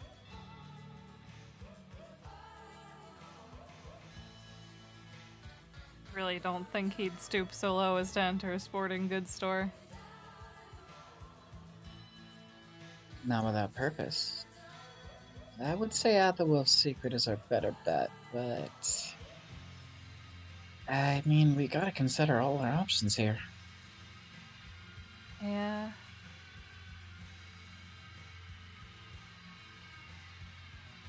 Well, are there any other actions you want to take while you're in here?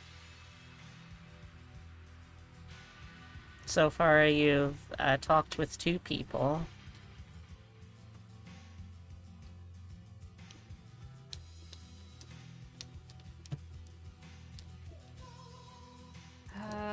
Do we want to try and win one of the prizes and see if it is really his stuff? I mean, we might as well. We're here. I do like some skee ball. I'll go for some games of skee ball. Mm-hmm. Since all else has failed, we'll try and actually see if that's a stereo system. And I'll just go for broke and be skee ball wizard. Yeah. Okay. So I'll just throw, let's say, like $15 into skee ball and just try and get in the zone and get all the tickets.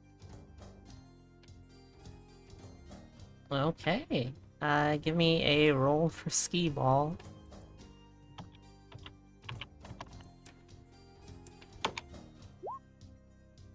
Okay, that's a pretty good roll. Okay, that is 3 times what the game rolled to contest it. I don't have specifics in mind, but I could call that maybe. Oh, that was pretty good. Maybe like I mean, that was also $15 of 1996 money. Oh, you're spending $15 on it? Yeah, I was going. Yeah, $15. Oh, damn. Okay, yeah, that. That was going. Keep in mind, you also get a once a day discount. Oh, that's right. Are you donning your cat ears The here? ears. Behold the ears. 2 for 1.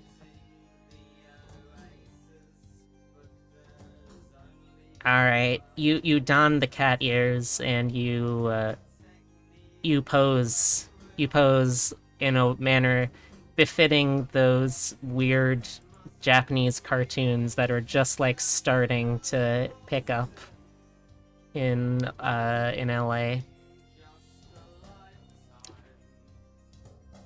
And okay, yeah, I think with that much money dropped on this thing, I think you're definitely going to be able to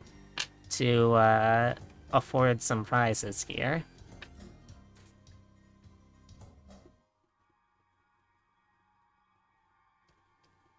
Oh, did I get the grand though? Yeah, that's what I was shooting for. I mean, anyone who's willing to spend $15 on a game where it's 5 cents per game, I think I have to give some significant rewards to. So sure, let's say you got 1,500 prize tickets. Jesus. Hey, I Yep. mean, you could have been spending a long time in here. Definitely turn them in for the stereo and one of the what was it, the finger puppet guys. Well, you're allowed to examine these a little closer first if you want as well.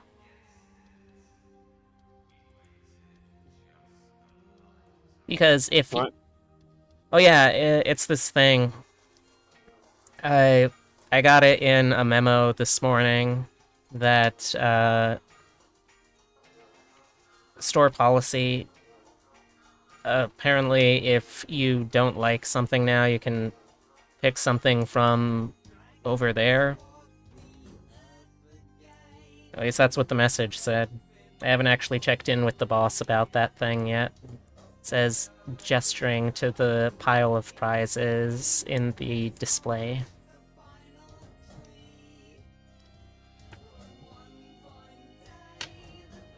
Well, all right. I'll at least go and check out the pile of prizes. Okay. Let's see.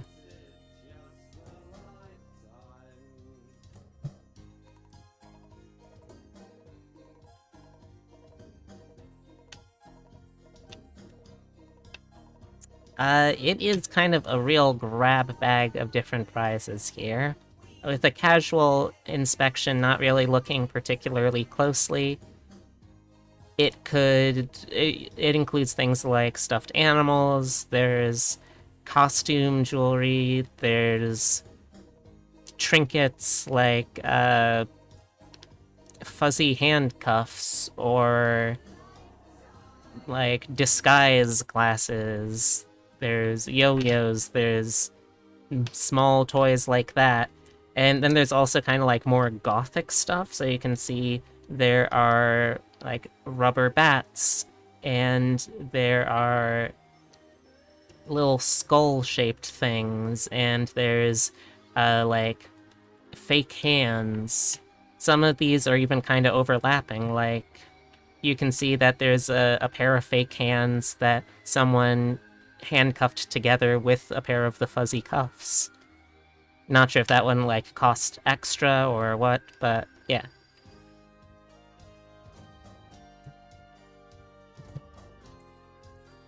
Alright, I'll go through the pile of prizes for a little bit, but then kind of double back over, looking again to the stereo system to see if that was maybe one of his stereo systems I recognized from his house, or when I hit him up while he was DJing for the college. Okay. So going through that, you very carefully examine the speaker, or the speakers of the boombox. It's you have specific memories of the boombox. You've been around Raven long enough that you could pretty much recognize it. And looking closely at it, you are looking for. There was the time when they started doing. They tried to get into moshing for a bit. They tried to do some thrash. It didn't really work great because someone ended up elbowing it really hard, and there's this very distinct dent in the kind of crisscrossed metal meshwork that covers the speakers. You do not see that dent here. This doesn't seem to be his speaker, or his boombox. Okay, well, alright. In that case, then I'll kind of rummage around and grab some odds and ends of prizes. Okay, what kind of stuff a are few- you grabbing for? Some from the prize pile, a couple from the different rubber finger puppet guys, just a variety of random stuff. Just kind of grabbing a little bit of everything. Alright, tell you what. Roll me a d6 to see what you come up with. Gotcha.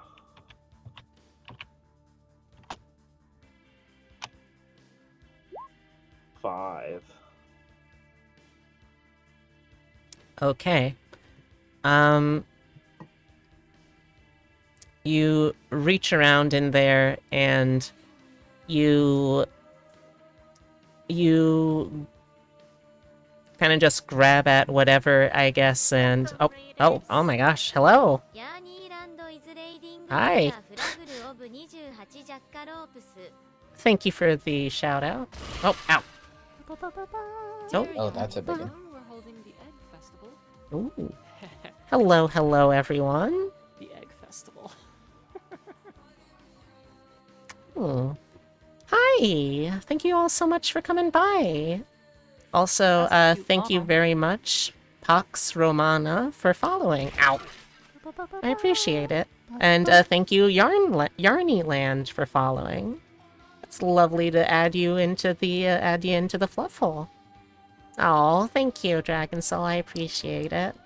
Well, welcome, everyone. My name's Beatrix Bunny.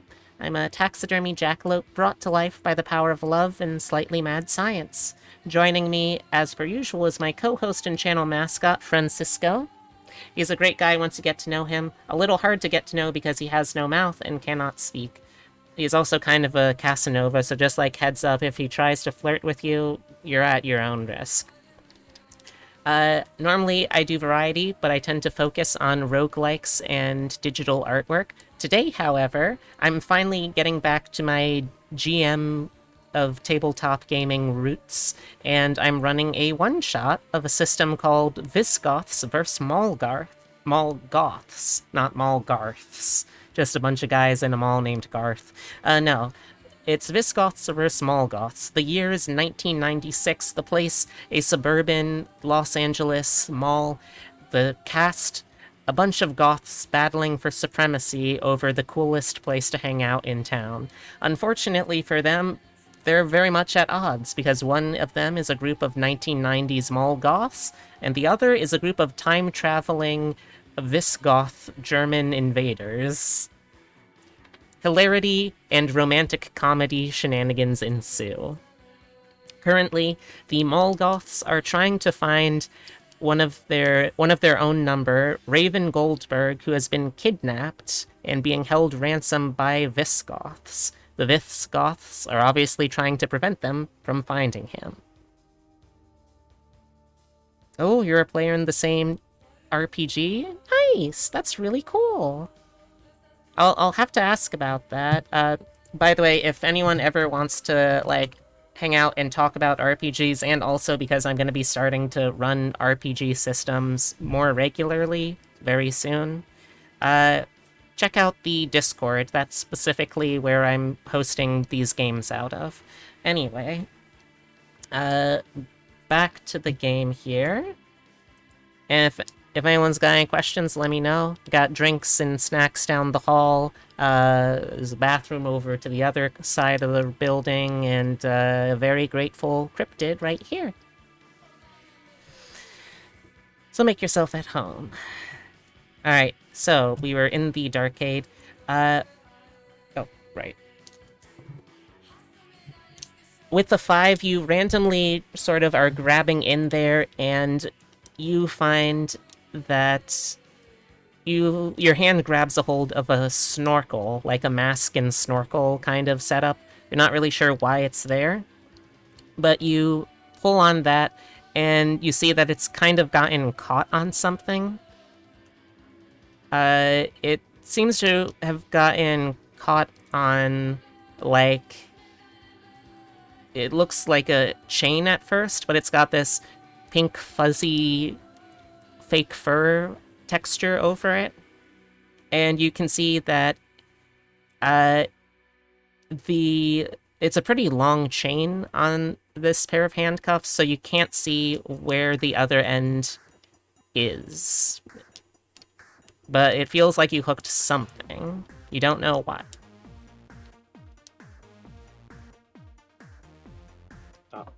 I'll just start digging for it. I have to find out what's at the other end now. So I just kind of dive into the pile of prizes. Requiem sees it, he's like, hey, dude, come on, stop that. It's really bad taste. If you don't see something you like, then just, like, save the tickets for later. Just, come on, let's get you out of there. He's trying to pull you back out of the prize pile. What do you do? What does the group do? That only makes me try and scurry harder. Play dead. Dig. I have a clue. There's something there. I know it, and I'm just trying to dig down and through the prizes and see what's at the other end. Okay, is anyone else going to help somehow, one way or the other?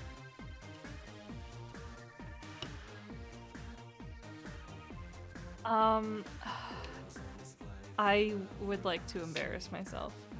Okay, how are you doing so? I walk up to the employee. Which one? The one that's trying to pull him out of the prize bin. Okay. Onyx takes a deep but like very upset breath.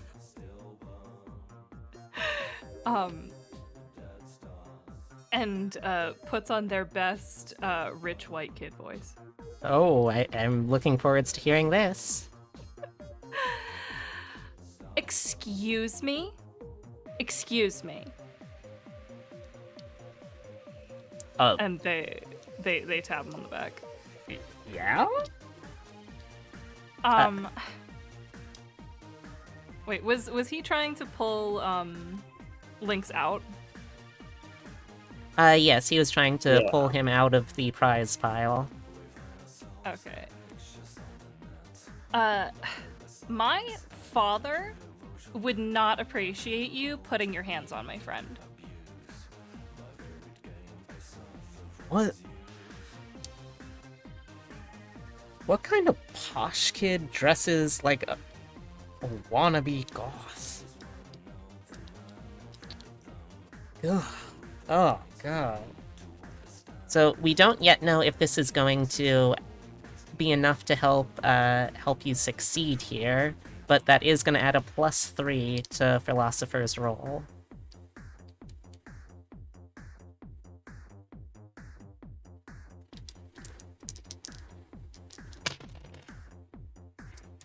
He has only rolled a 5, Requiem. Thaco is still kind of just nervously standing over off to the side. He strikes you as the guy that is, like, not particularly brave or able to stand up for himself very well on account of the general nervous cowering that he's doing.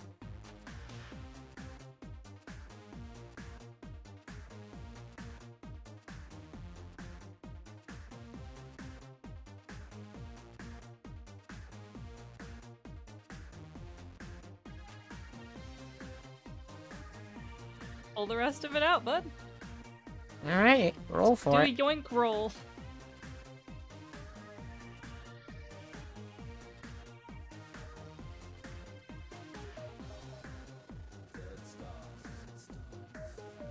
Okay. Was for 2d6, right? Yep. So 2d6, that's a 10 plus the additional 3. By the way, make sure you marked embarrassed your emotional damage. Alright, you reach... I don't know if y'all can hear my cat sneezing in the background. I hope you can, but... Totoro. He is not enjoying the spring. No, it's cute I don't though. think anyone is. So, you use the hooked end of your snorkel to try and fish out this line, and you are hauling it back like you're pulling in a real whopper, and you see that the chain attaches to two sides of a pair of handcuffs, fuzzy handcuffs, and both of those handcuffs are attached to, like, prop, detached hands. Or that's what you figure at first, but you realize that, oh no, these hands are attached to arms. And, there's someone down here underneath that. I just start shouting, he's here, someone's here. There's someone here. Alright. How big is this bucket? This is the prize pile. This is like a towering pyramid to the greed of childhood. Oh god. Athena, what are you doing during all this? Well,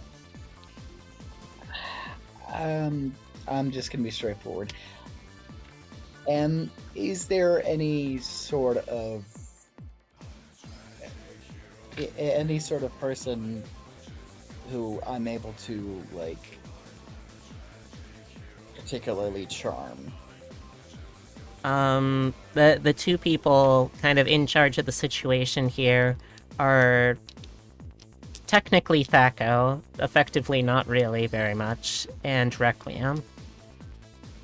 Well, no, not like charm as in, like, hex or anything. Like, charm as in, like, put the moves on.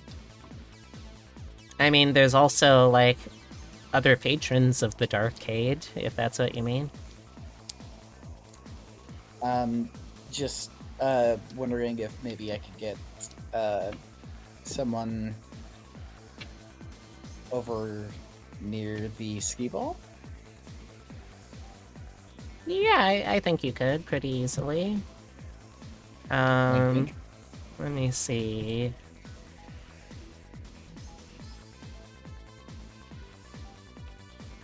Okay, there's someone who looks weirdly not very goth. Or I guess weird by your standards.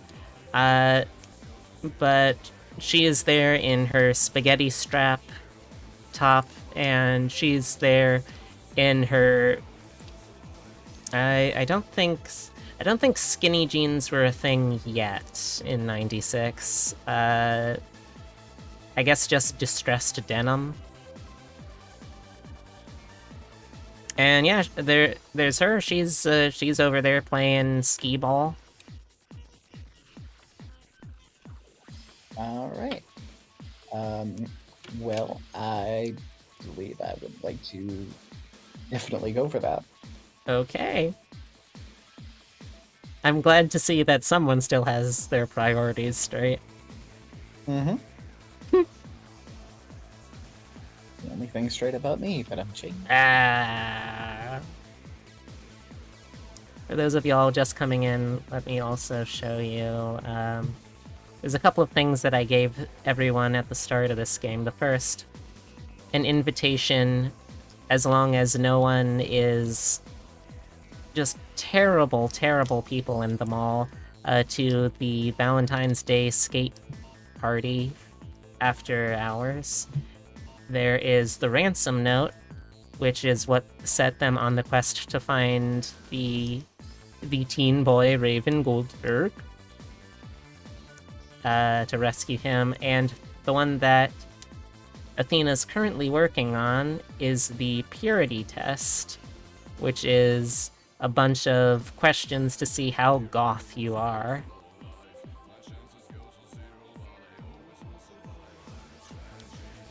I don't think you've hit all of them, but you've definitely hit a decent couple at this point.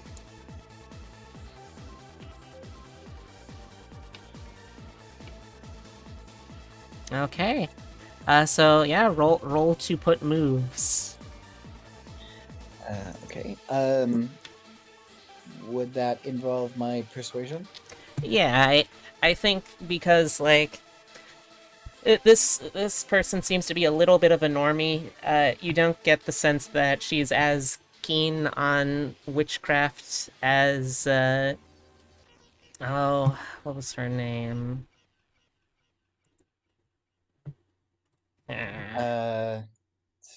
Hemlock? Yeah, no, not Hemlock, Nocturne. There we go. Nocturne, right? Yeah, she's not as keen on the whole witchcraft thing, so it might be a little harder to win her over since she's just kind of a random person, but go for it. Yeah, understandable. Oof. Ooh. Let's see. You're barely succeeding by like 1 point.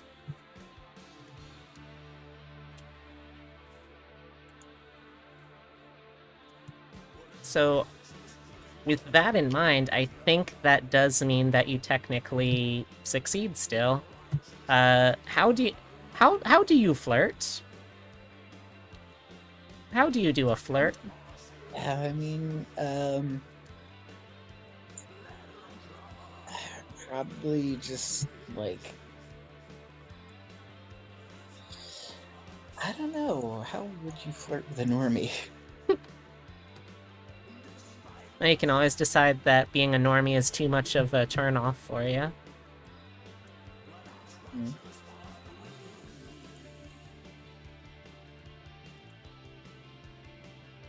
Yeah, I apologize. Vaguely distracted right now. So, It's alright. I think we potentially won't be going too much longer, but either way, we'll still need to go a little longer. Sorry, I hope you don't have, like, I hope that's not gonna be a time issue. No, it's fine. Um, but yeah, I think probably just like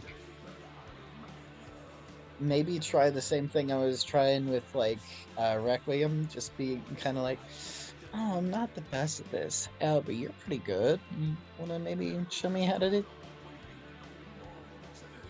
this?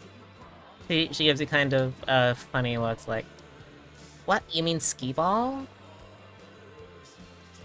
You just like take one of the balls and then and she rolls it up the ramp. It's an averagely scoring roll. Yeah. Yeah, see, it's just like really easy like that. Oh, so like you like angle it like this, and I'm gonna kind of like on purpose throw it like a doofus. No, and she takes the back of your arm, and it's kind of like that scene from, the famous ghost movie, Patrick Swayze.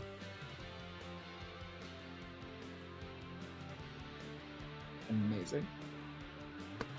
Yeah, she just kind of does, like, the, guiding the arm dealy. Like, see, it's more like this. You've got to have a tiny bit of spin right here. And you gotta make sure that you're actually releasing in time, otherwise it just goes like right up. And that's no good.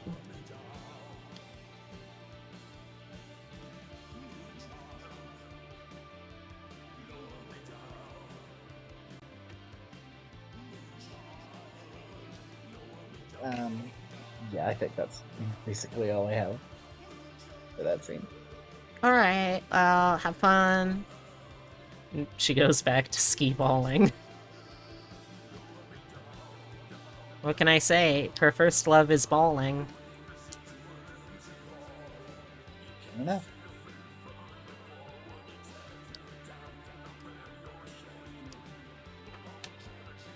Okay.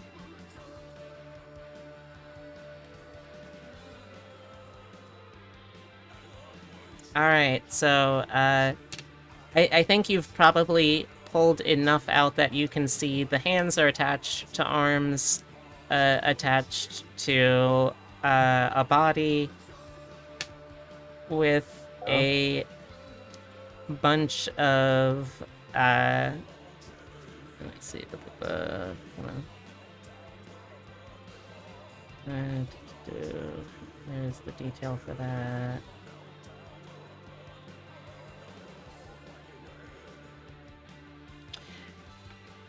Yes,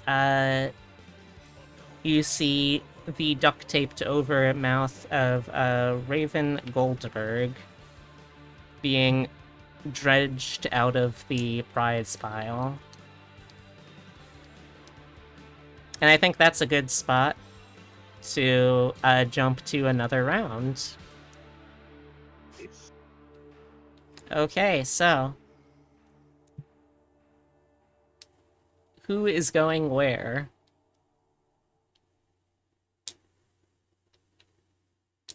Well, I'm not going nowhere. I found him. I freak out even more, saying, "Hey, Yeah, you we got our guys, boy. we got we win. we got him. We got him." All right, We're gonna go gloat. Visgoths, would you like to move from where you are?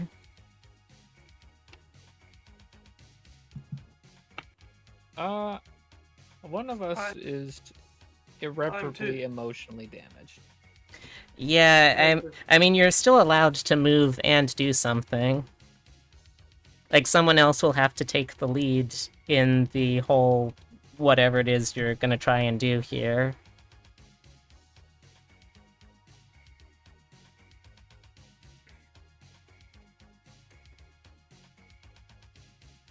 I think that person has to be Gelvira. Alright, Galvira. The pressure's on. What did I get volunteered for? Figuring out what we do next. Because Unwen Or I guess it could also be Galvira that does the listening to Ultra Gotha's emotional stuff to do the heal hurt emotions.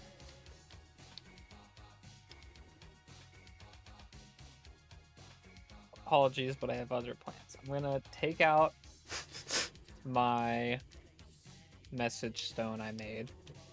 Mm-hmm. What's the time right now? Is it late afternoon?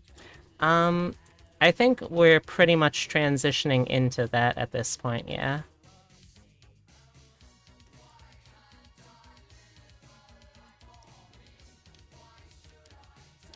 I am going to use the message stone. Okay. Can people reply into it? Is that a thing that people would be able to do? Um, I I think probably not, but There are no runes for they that. could probably figure out, oh yeah, there's only like a handful of people who know how to use this weird rune magic thing and just sort of try and seek you out.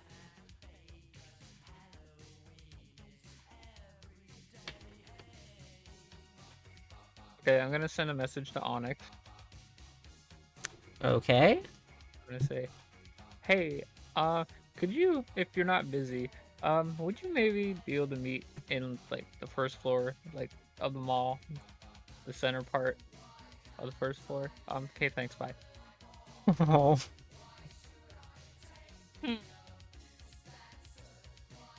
All right. Um, And then how does this message get transmitted? I'm, I mean, the rune works by when you press on it, you can send a message. So, as long as I suppose if I knew who I was sending it to, which I do, then I guess telepathically, just kind of like enters their head. Okay. You feel the booming magical vibrations of Galvira's voice echoing through your head, saying just that. And What? then like 10 seconds go by, and I'm like, "This is Galvier, by the way. We've met before, a while, sometimes." Excellent. Okay. I will say that if you want, you can still head over to another part of the building as well.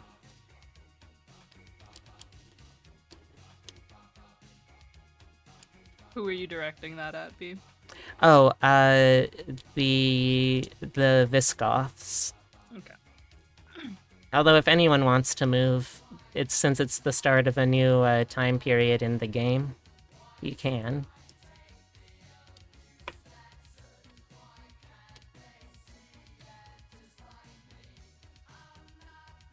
Would like to refrain from telling my fellow Visgoths that I sent that message also. Fair. I will duly note that.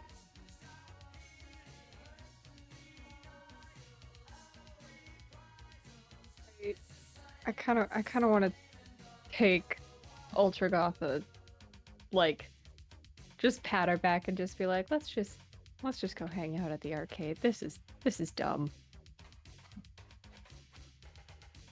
All right. Okay. You know what? Let's focus in on this scene then, because I also kind of like the idea that, well, when you get there, you're going to be seeing the Mallgoths finding where someone hid Raven. And even though it wasn't technically you, I am curious how that feels and if that changes what you want to try and do for emotional healing and comfort as a scene.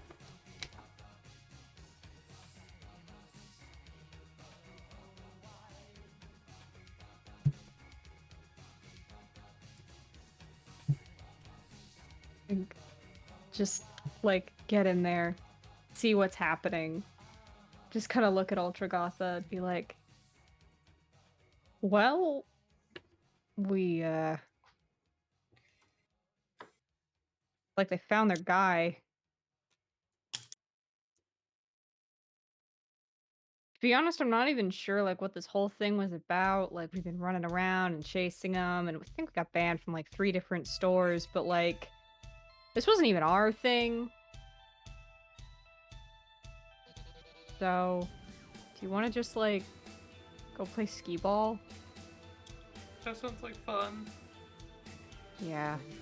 I'm gonna pull out one of my rune stones and place it in your palm and be like, if you press your thumb against this, this will calm your emotions, and after a while you'll start feeling better. What I won't tell him is that it has absolutely no effects and this is just psychology. Aww. Placebo rune.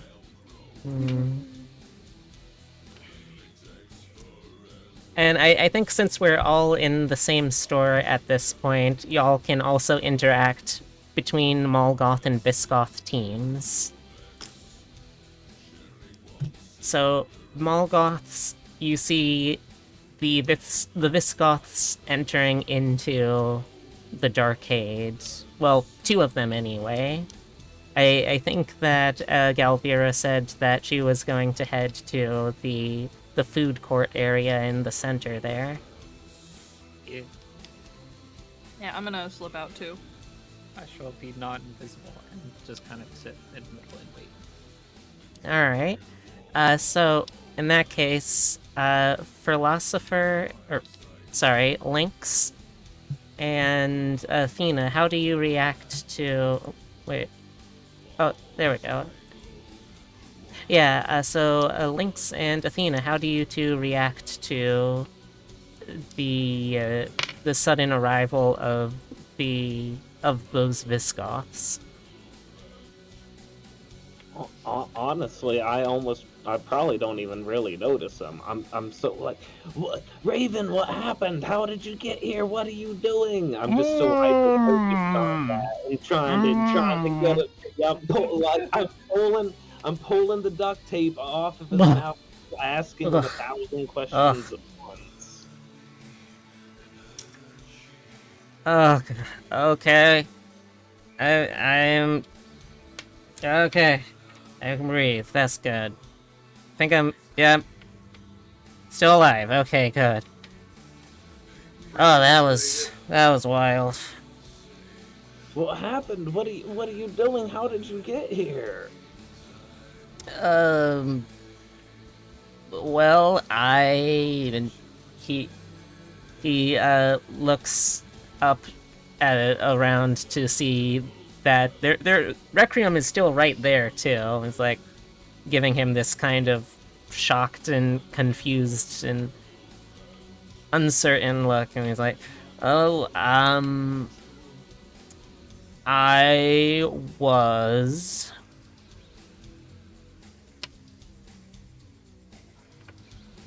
kidnapped by Visgoths. I was kidnapped by Visgoths because I was just too goth for them. Yeah, I was just way too goth for them. They couldn't handle me, so they were totally trying to, convert me to their goth. Definitely.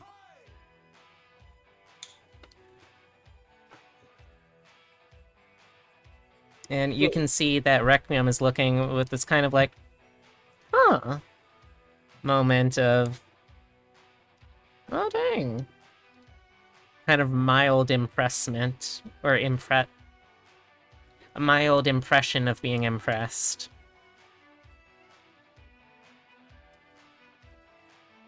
I just say back at him, you shouldn't have gone off on your own. We could have helped you. They've been rampaging all over the mall, and we've been trying to find you this whole time. And the dances tonight, and what were you thinking? Why were you going on your own like that? You gotta stick together.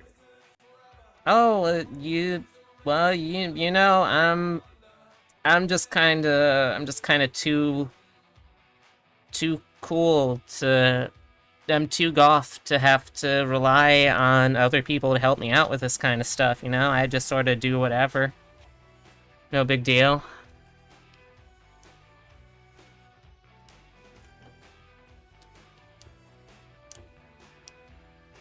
Maybe we should get out of these, though.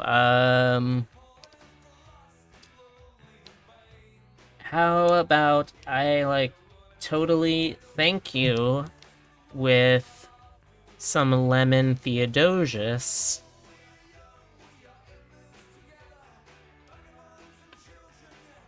Some lemons? I do like lemons. No, dude, lemon Theodosius, smoothie place. It's upstairs. Oh yeah, sure, yeah. And at the same time, I kind of motioned to everyone else. I was like, hey, let's just go get some smoothies. How about that? Can I use my one a day ability? Hmm? What you wanna using it tell- for?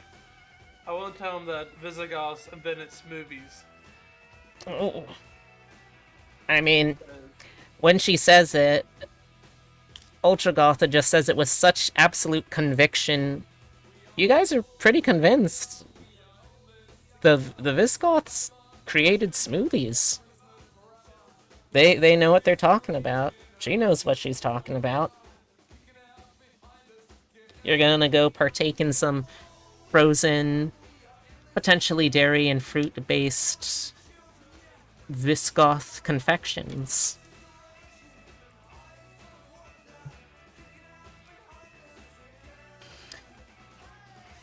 Alright. I like also that wasn't really to accomplish anything, it was just because kind of wanted to have the last word. It's important. It is. It's a good touch. It shows that we are the original Goths because of and while everyone else is enjoying hot beverages to stay warm, Visigoths, we were enjoying nice, smooth, cold beverages Very true. because we're that deep. Smoothies, the gothest of beverage. Of course, of course. So we have that nice scene of emotional healing. I think we're doing a skee ball montage. I don't know how a skee ball montage works. I imagine, though, it works something like a fashion montage, where she rolls a ball, you see it lands in a hole, and you're like... And then she rolls a different ball, and it's like... And she just keeps rolling those balls and gets different reactions from you until, like, finally she rolls the ball, and you're like, yeah. Yes. You can hear him. Oh, excellent. I've just been informed by Epitome that you can, in fact, hear Totoro sneezing on the mic.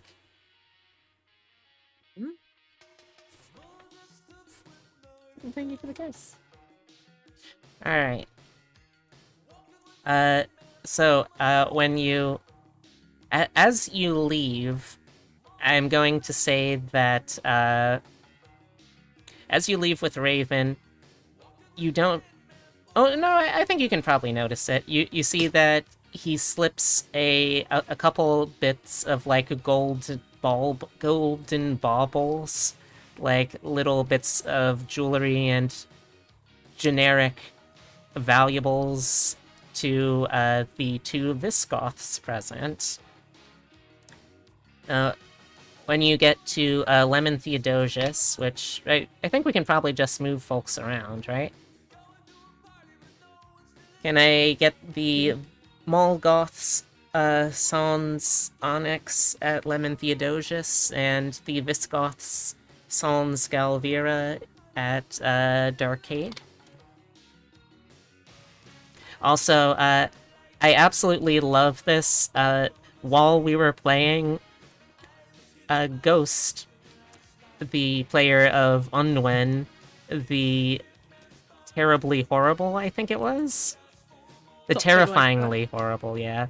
has drawn fan art of his idiot Chuny son, which, thank you. Thank you for this absolute lovely piece. Of course, he's just a little guy. So, as you get up to Lemon Theodosius, the Raven sort of confides in you. Look, man, I was just trying to look cool in front of Requiem. I wasn't actually, like, kidnapped. I kind of paid some of them.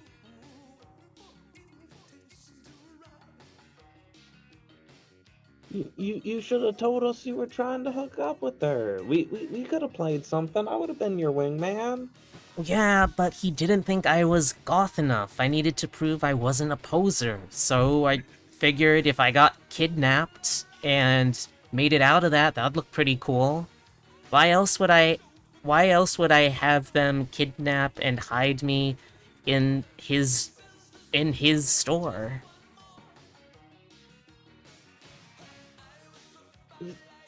So we were just so worried about, like, you just disappeared, and we figured something horrible had happened to you. Oh, man, Lynx, I'm sorry for making you guys worry, but I don't know, I just really wanted to shoot my shot with Requiem. He's got, like, the best designs. Have you seen his clothing? He does not have a single bad-looking outfit. How can I compete with that?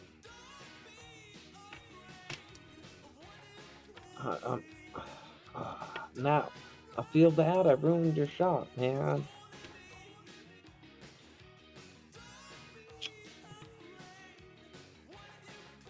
I don't know what we can do. There's got to be some way you can win them over. Well, I mean, we still have the rest of the evening until the party.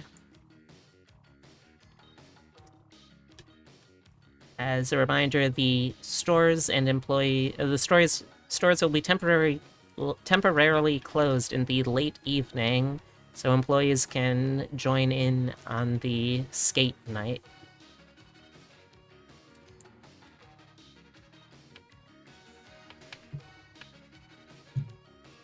Alright.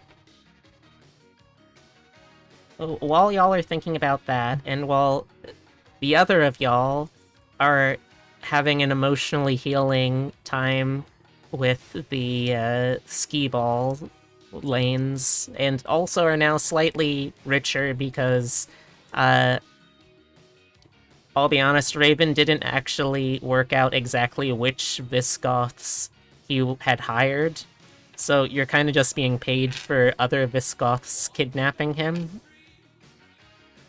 But hey, I mean, free loot is free loot, am I right? Am I right? You're right. So that all happens. While that's all happening, though, two of our group has gone off to the center area, the food court, for something. And I want to zoom in on that to see what happens there.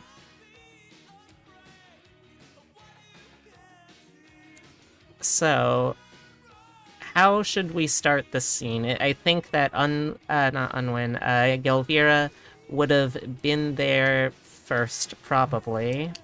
So, as Onyx arrives, what are they walking into here? What's going on? Well, I'm just kind of sitting waiting for them to show up. Okay. Onyx walks up and just kind of gestures to the skee ball place and goes, "You weren't involved in that, right? That was... He was buried under, like, a ton of cheap toys." No, I didn't bury or kidnap anyone. I'm just in the same email group, and my friends are a little bit eccentric with the the plotting to take over all of LA thing.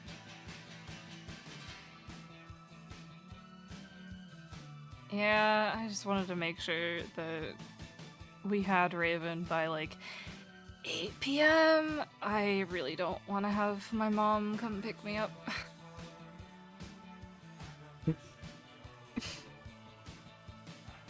Oh, are you not going to the roller rink dance?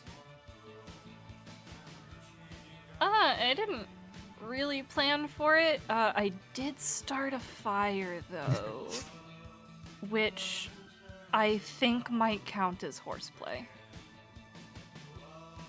Or was it roughhousing? I don't remember what got us banned. I think it's fine. I mean, Joe's understanding. And, you were instigated by my friends.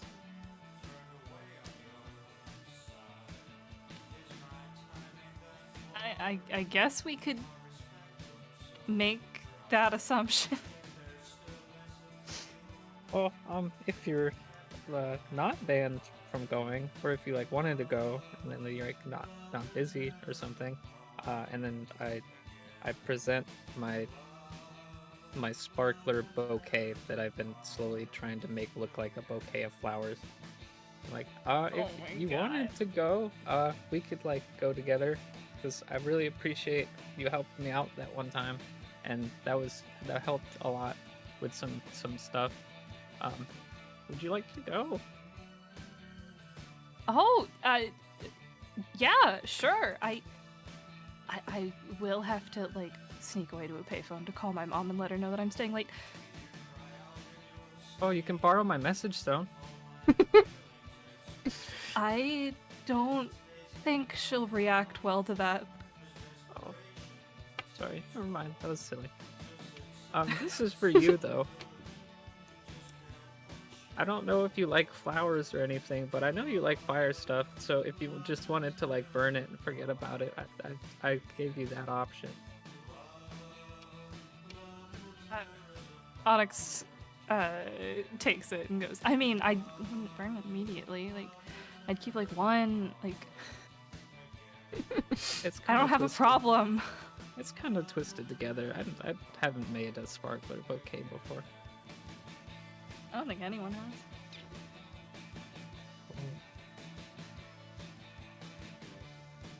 But yeah, I'm gonna go catch up with my friends, but I'll see you when the mall closes. Yeah, I'll see you later. Okay, bye, and then I sprint away. I'm gonna go check on the boys. All right. So, I think we probably have one more time block. I feel like we're starting to kind of come to a story conclusion at this point. Yeah. Yeah. So, with that in mind, how about this? Rather than do a full extra scene, we'll follow what the rules say about you're allowed to skip ahead if you have, if you're heading to the epilogue, which I think we can probably safely be doing. So, for let's say first off that think about what you want your character to be doing at the end of this, and we'll say that over the course of the early evening we can kind of montage what each person is doing to kind of get ready or get all their ducks in a row to figure out what they're doing and how they're gonna pull off their big night, whatever that means to them. Does that make sense? Yeah. Yeah. Yep. Seems fair enough.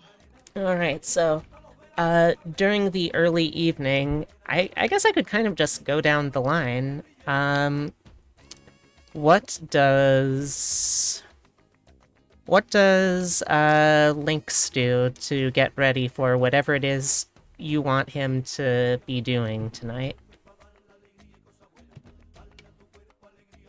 I guess I just kind of chill and talk with Raven, and maybe try and see if we can get him to hook up with the one guy if we go to the party later. Just kind of psych him up and troubleshoot with that.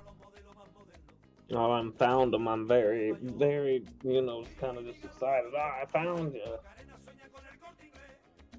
So you're okay, so you're getting your stories straight. Well, not straight, but you're getting your stories in order. What kind of narrative are you gonna be telling Requiem?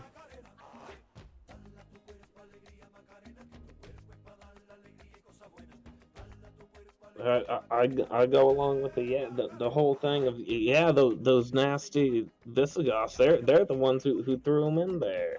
They were trying to hide him in plain sight. He busted in and was trying to pull a reverse Uno card and ransack the ransackers. They captured him. Alright. I think that sounds like a solid plan. Going down the line then, Unwin, what are you doing in the early evening to prepare for tonight? So I guess I missed my cue a little bit, but I was gonna have, while they were playing Skee-Ball, Unwin as part of comforting Ultragotha, just be like, so, I mean, we spent the whole day, like, getting chased around the mall. We didn't really get the chance to, like, meet anyone. So do you want to just, like, go to that thing together tonight? I mean, you did try to tap dance for ponies. You do still Yeah. have the ponies, I want to make that clear as well. Yeah, and you stole, like, 25 tortillas, so... There's 20 left. He holds out his hand for one. Hands out some. Just eats. Yeah. Yeah, he'll spend the early evening eating tortillas and, hanging out with Ultragotha. That sounds very nice. It's very wholesome. Also, Hem, you're absolutely right. Tap Dancing for Ponies is the name of your new ska band. Alright, so then, Onyx, what are they doing during the early evening to get ready? Onyx is calling their mom. Mm-hmm. Hi, Making sweetie. How's it going? Are you enjoying your day with your God. friends? I didn't get to play this character the whole game, but I'm finding time now. Yeah, Mom, I've actually been having a really great time. I wanted to call and let you know that I'm gonna stay like a little bit longer than I thought. Oh, something come up? Is everything okay? I can come down there for you if you want. No, everything's fine. Everything's great. You know how like Raven's been driving me? Mm-hmm. Oh, that's the Goldberg boy, right? Yeah. Oh, good, yes. Yeah, we've been hanging out with him and we just kind of decided that like we were gonna stay for this like little event thing. Oh, fun! I'm so glad that you're still getting exercise. By the way, out of character, is Onyx's birth name, or what would their mom call them? Oh God. Shit. It'd probably be something like Hunter. Like, I need like a vaguely gender neutral, like rich white person name. Hunter works, I think.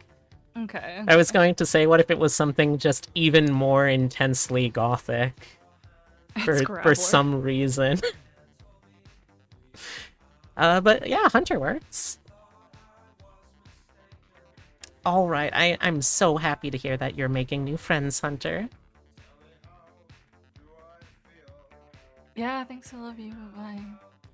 Love you too. See you at home. I can't wait for you to tell me all about. And you hang up.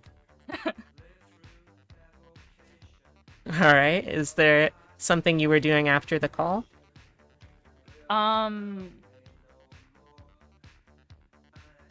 They'd probably go looking for like I don't know. Going back Thank to you, Hail Umbra. Satin and looking for a gift. Ooh. All right. Well, I look forward to seeing at the end of this what that ends up being. Speaking of that ship, what You is? did list everything that the store sells, so Well, yeah, I mean, but you're also allowed to make up anything that like is in theme too. okay. All right. So, flip side of that ship, what is Gelvira up to during this early evening phase to prep for tonight? I would like to try to find something better to wear than this tunic. Hmm. Something that would match. Like, something that is a little bit more fairy goth, Oh. but also, yeah, something that I can still wear my jacket over, because this was the first thing I bought in this time period. And then for the rest of the time, I would like to practice rollerblades so I don't embarrass myself. That is fantastic. I look forward to hearing about the outfit that she eventually finds for this. Same, I need to look something up. Then next down the chat order is myself. I don't tell anyone anything because I don't do that thing in this game. So that means next up is Ultragotha. We kind of already know a little bit of what she's doing, but how does she perceive that whole time, and if there's anything else? She's growing a stronger bond to Udwin. Because we helped ponies unionize. We stole some ponies. We stole a lot of tortillas. Mm. I noticed a really good friend. They were comforting me when I was emotionally damaged. I'm glad. We proceed to get banned from the rest of the mall. We're gonna buy the mall using the union dues from the ponies. We're gonna own the mall. We can't get kicked out of the mall we own. True. Big brain. All right. And that leaves Athena.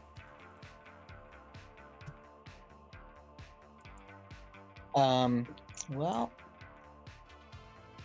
I am gonna be the absolute mad lass, I guess. Mm-hmm. I'm gonna see how much of this purity test I can manage to get done in the remaining time. So I want to see if I can find someone to make out with while tied up with going up the down escalator. Okay. Are we trying to find new people? Or are you trying to hit up one of your repeat attempts? Well, that depends. Where do we think is the best chance of finding a werewolf? Maybe the salon for humans and pets? You know what? This is actually an interesting bit of world building that we didn't really get to do. I would say that because he's actually oh, hold on. I don't want to speak for this character, so let me.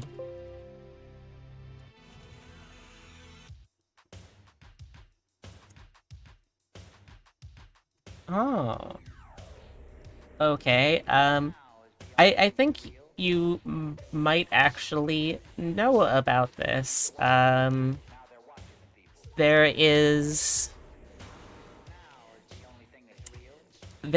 a actual werewolf that works at one of the stores.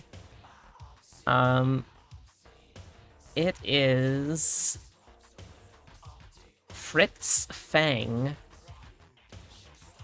He's a 17-year-old with extremely voluminous blonde chest hair and pointy ears, and he is an actual werewolf. He's also a gay cis guy, so I don't know if that will work, Aw, but fuck. you can I'm try if you glad. want. You know what? That last little extra point isn't worth it. I'm gonna. Ah, fuck. Where do we go?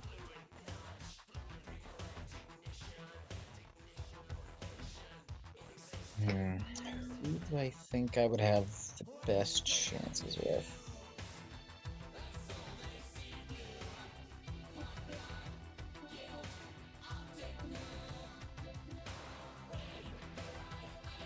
I mean,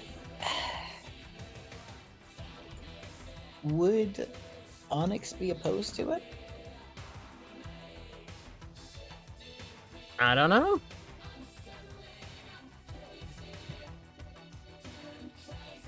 Onyx? I already have a date. You don't gotta date me. Just just quick little trip to the escalator. Bada bing, bada boom. I'm not making out with you on the escalator. Don't you mean the stairway to Valhalla?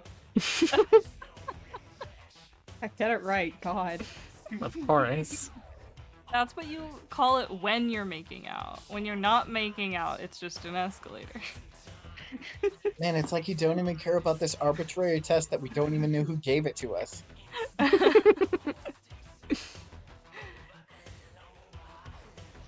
Why don't you just have the werewolf make you into a werewolf, and then a werewolf will be involved in all your makeouts?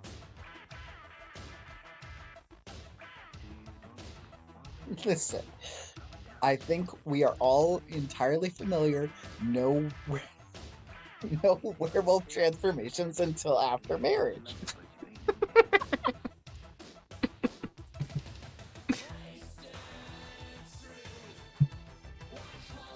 Not making out with you on the escalator. Oh fuck! It's just that meme of sex before marriage is a myth. Like I consent, and then there's just a werewolf off in the corner. I don't consent. Don't have sex. If you have sex, you will catch lycanthropy and die. Oh fuck! All right, you know what? I am gonna be daring with it. I'm gonna go for a Visigoth. I'm gonna head on over to Athelwolf's Secret and see if I can't convince Brunhilde to be daring with us. Okay. So, you head into Athelwolf's Secret, the lingerie store that specializes in fur and other animal byproduct-based lingerie. Brunhilde is a butch Visgoth wearing mail and a helmet. And she is currently attending to another customer who, when you walk in, you see that she's like, she's coming away with this piece of lingerie. I think it's like a garter belt, except it's just entirely lined with various animal fangs, which doesn't seem like it would be particularly comfortable on your, you know, legs or waist, but Yeah. it's lingerie. It's not necessarily meant to be comfortable.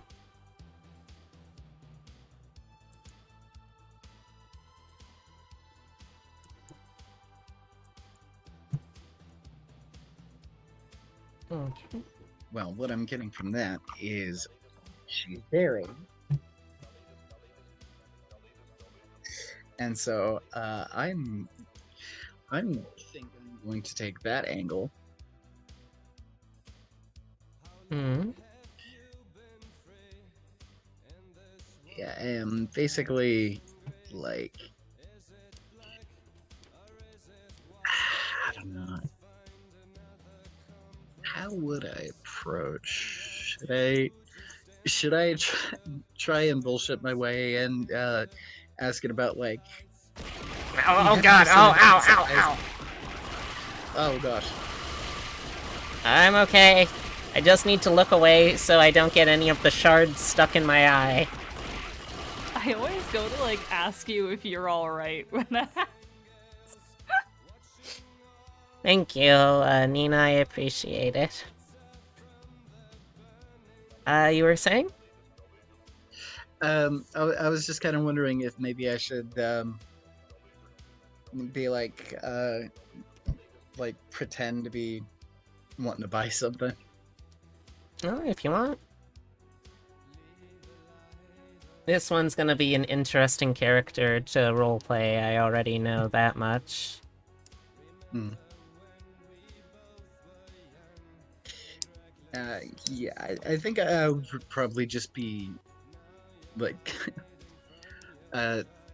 choose some piece that's not too out of left field. Just like something that I could maybe pull off and just kind of walk up. Hey, do you have maybe in a different size?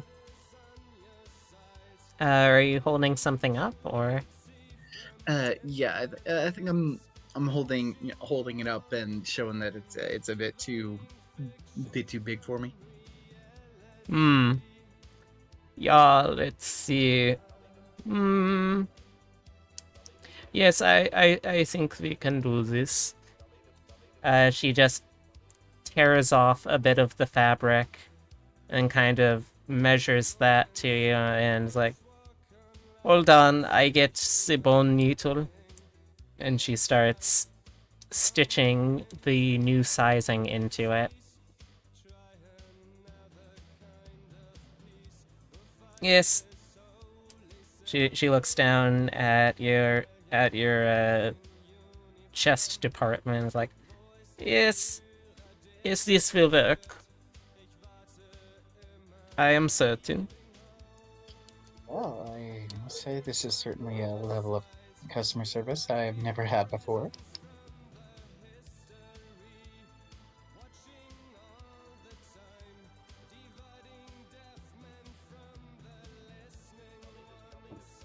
Yeah, well, I try to do good customer service. It is part of the job when I am serving customers. Was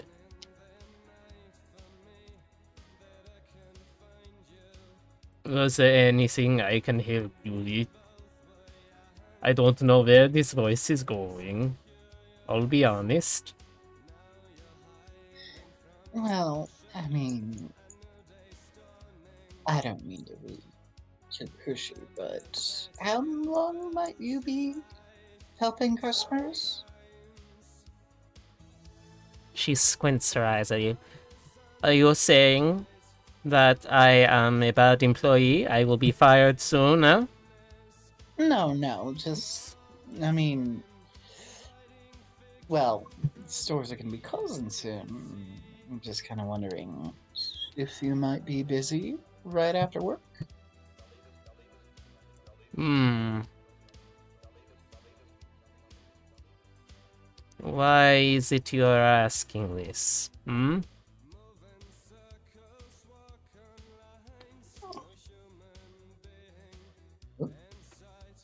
Awesome. Oh. It's alright, I accidentally went back and onto the page again, so... Lost philosopher.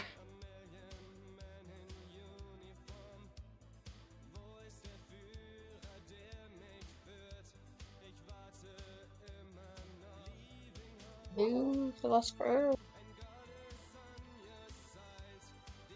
Should we wait?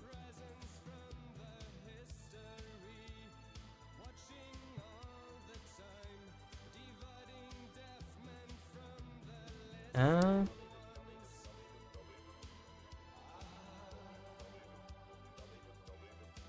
Let's see...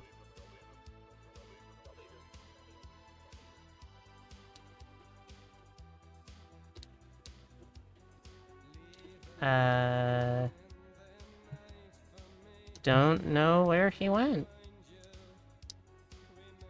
Hmm.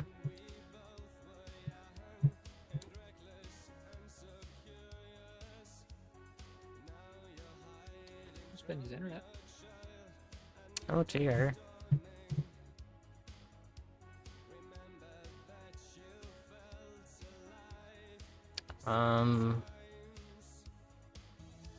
Well...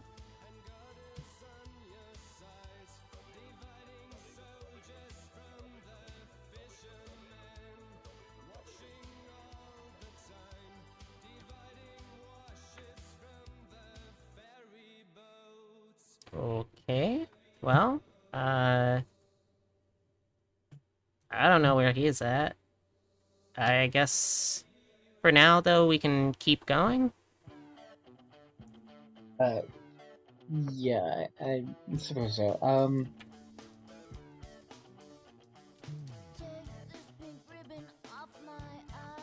Yeah, basically, I was trying to, where was I?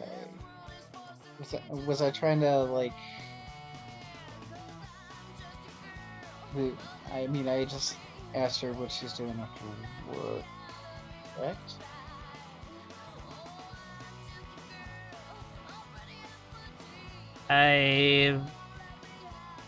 After this, I was planning to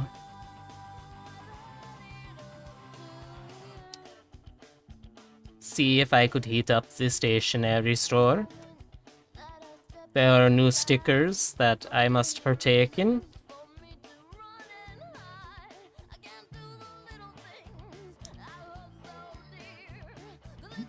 She points to an employee's like bulletin board set up, and you can see there's a bunch of stickers of Technicolor dolphins that have been applied onto that.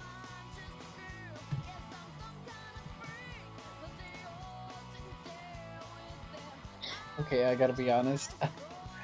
I'm feeling a little less like, hey, this is someone I could maybe knack on, and just being like, oh my gosh, I'm starting to care less and less about this purity test, and I'm honestly kind of like, just like she's being so genuine. Like, yeah, I'm just gonna got my cool stickers over here. It's like that's honestly pretty cool. And it's just suddenly making me reevaluate, like, why am I even doing this? Oh? Yeah. She's also one that just doesn't really take well to insinuation. Yeah. Fair.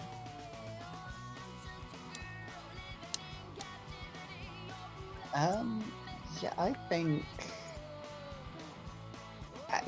think I'm actually in the position of just like I'm gonna end up more in the conversation that and kind of forget why I even started talking to her in the first place.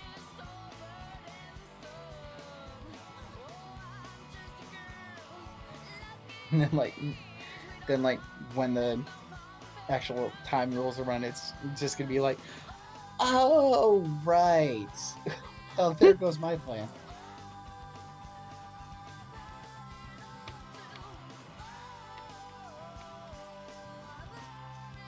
All right.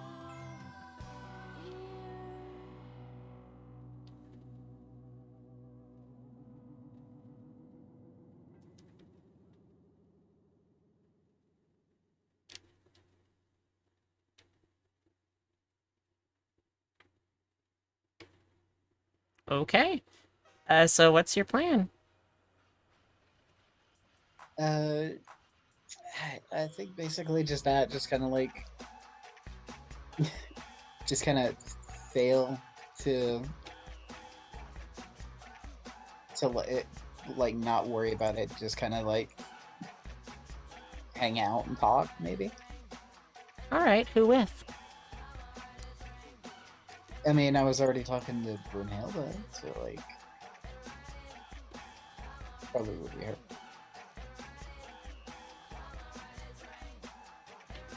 Yeah, I think you can definitely talk with her. So you're just spending the early evening, kind of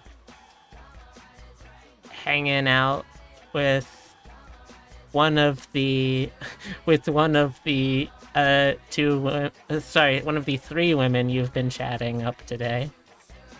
Mm-hmm. Okay, that works. Okay. So I think it's time for late evening. Means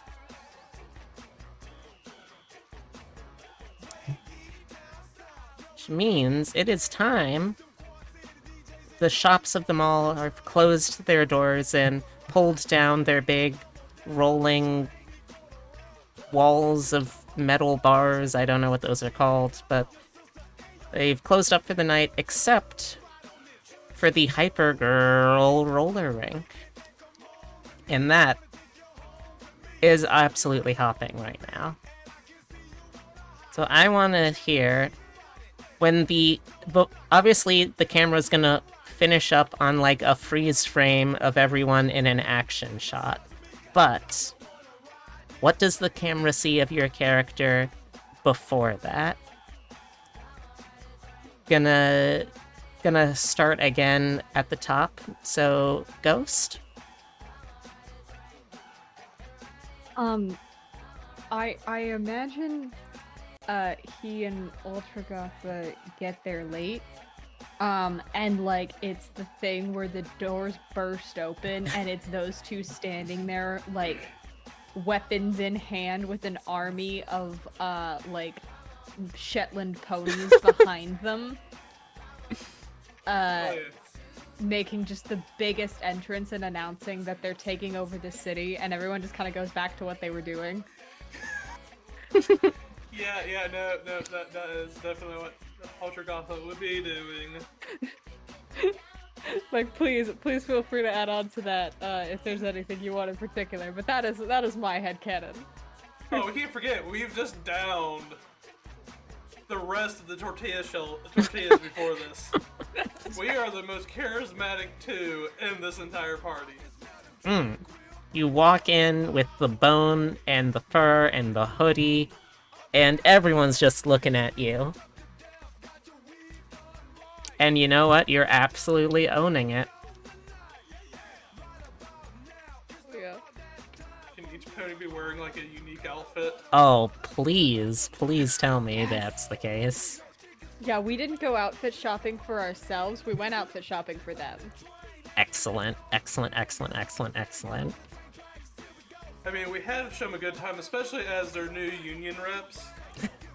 Exactly. That's true. Yeah, we like go up to someone's ESA at the party and like start talking to them about their rights. It's just like an iguana or something.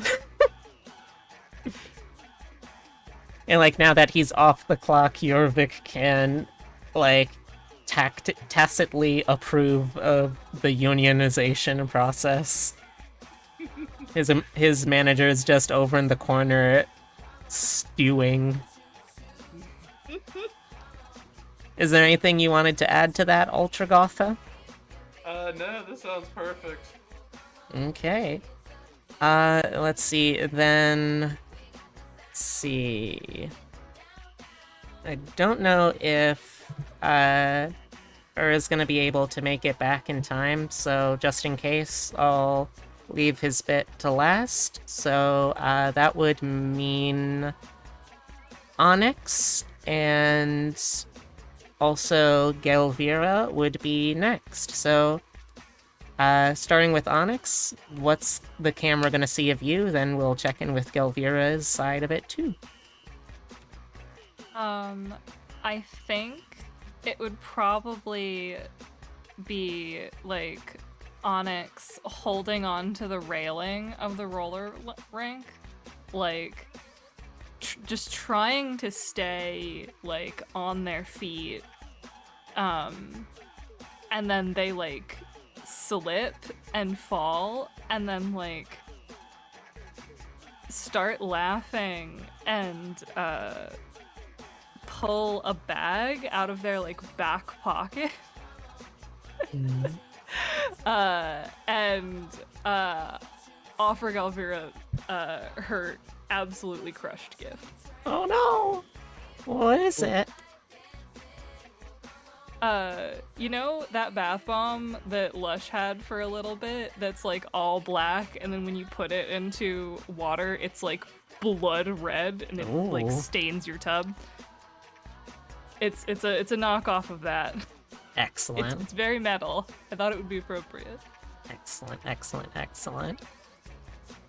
She loves it. I helped you with And it still skating because I works. spent like 3 hours learning how to skate. But in that meantime, I got a like kind of brightish pink purple corset to match more of a fairy goth thing, and also borrowed a knife from Ultra Gotha or Unwin because one of them absolutely does have one, and kind of cut the side of my tunic so that my legs can move better, and so I look a little bit Aw. sexy. Oh, And hell yeah. also some like glittery kind of makeup stuff that I just like dabbed on my face to seem more fairy-like. Nice. Which I'm still drawing. I just didn't finish it yet. That's fine, there's no rush. Alright. I think that sounds pretty good. Then that means still stalling just in case Philosopher can make it back in. So going down past him would be Athena. What does the camera see of Athena tonight?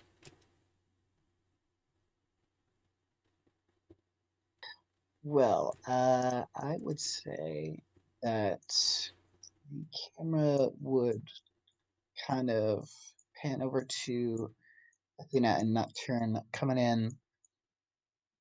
Both of us just looking extra, just extra, like witchy out the wazoo, just covered in like,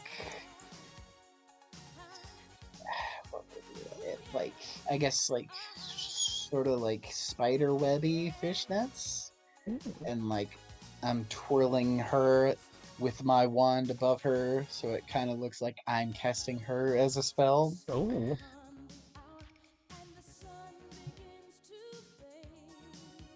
Yeah, just kind of leading around like that, just kind of like we've got a whole magic vibe going on, just kind of like that whole kind of aesthetic. I think for her part, Nocturne is absolutely thriving here. This is very much her speed, her scene, and you know what? Turns out you weren't far off. Someone's been putting a spell on her. And it's either you or, I don't know, I'm pretty sure it's you. Like 96. Nah, I'm certain it's you.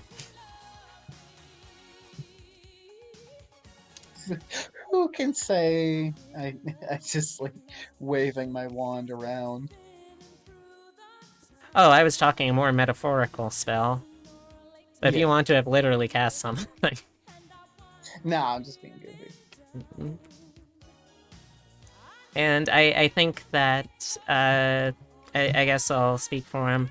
I think that Lynx was able to help convince Requiem that, yeah, Raven was totally legit. He was absolutely there fighting off a bunch of Goths. He was just totally overwhelmed, and that's why he ended up being hog-tied in the arcade, sorry, the darkade like that.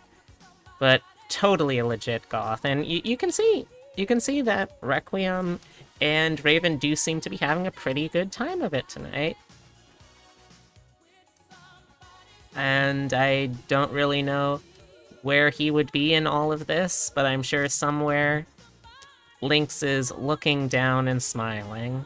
Not because he's dead, mind you, just because he's a cat and he's climbed up an area that perhaps he can't quite get down from. That's something cats do, right? So, You have a cat. Yeah. Had to check for sure.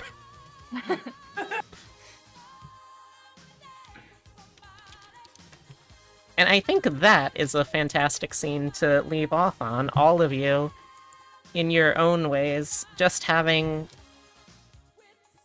a hell of a night to remember.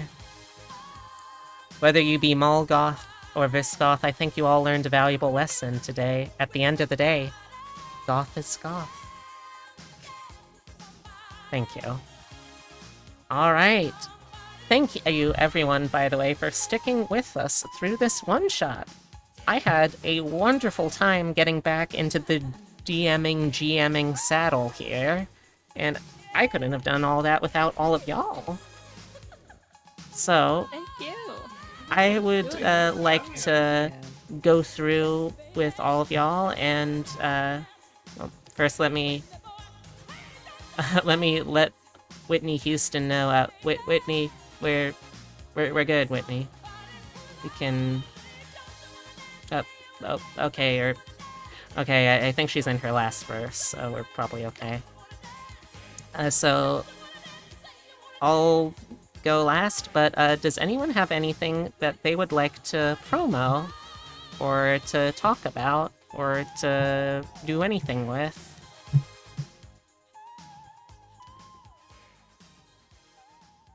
No.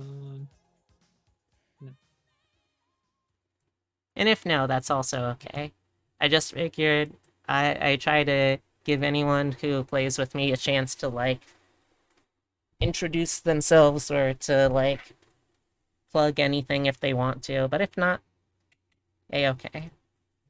Oh, if anyone wants to play other tabletop things, and they need people to play with, I am always available. Nice, nice, nice. Oh yeah. I want to recommend everyone to a particular Twitch streamer, peculiar_little_rabbit. You guys should follow and subscribe. She's really cool. I don't know if you've heard of her. Super Shower goth, her super with underground. Definitely shower her with bits. She's amazing. Oh my god. Alright, I walked into that one. I can't be upset with that. Well, anyone else? Before I start wrapping us up? If anybody needs VTuber related work, I do that, and I need tooth surgery. And where can the people find you? Hemlock Stone on Twitter Hmm. or Twinge. Hmm. Hemlock_VT on Twinge. Yeah. Right. All right, well, if everyone's good, I've been Peculiar Little Rabbit. My name's Beatrix, B Bunny, whatever you want to call me, that's fine. Just don't call me late for dinner. That's not even a joke at this point. I had a great time, and I'm gonna be hoping and planning to try and get back into running tabletops more and more frequently. So, yeah, we'll I'm see how standing well at I the can do point. that. Oh, thank you. That's very nice of you. Let's see. I guess I should do this again real quick.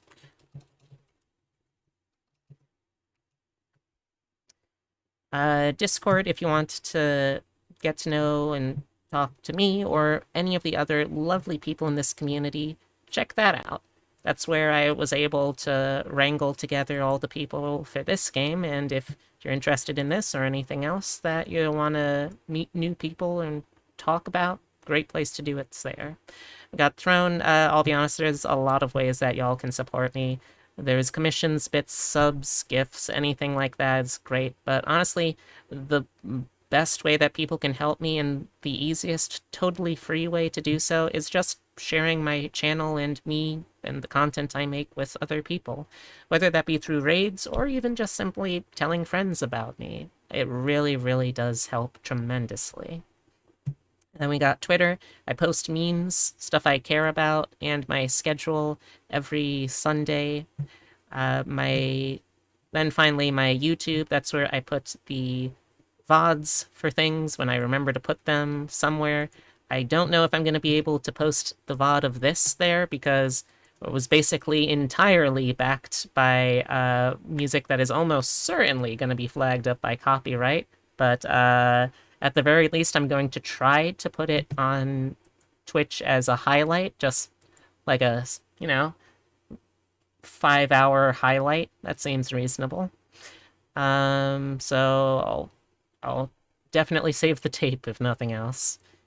And my next stream is going to be Friday, 2 p.m. EST for a flex day. I don't exactly know what I'm going to be doing.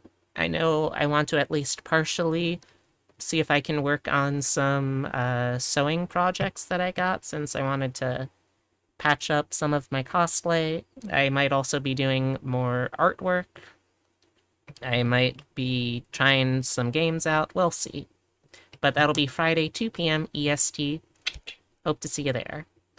And with all of that said, we need to find a raid target. So, does anyone have recommendations? My stipulations are I prefer them to be other VTubers. That's a preference, not a restriction. That's super hard. And I would ideally probably say people that are kind of comparable audience size. That way they actually will kind of like notice that, oh, hey, there's a raid. But if anyone. Obsidia's online. Hmm? Obsidia's online. Sorry, I didn't hear that. Obsidia is online. Oh, Obsidia. Let's see. Could do Obsidia. We could do Tavern Tilly. Are there any A other friend of mine suggestions? just rebranded. Oh. And he's doing a Hades stream right now. Oh, what's the I was channel? Uh, I was gonna recommend my friend Sugar Zeno. She is doing some D&D content right now.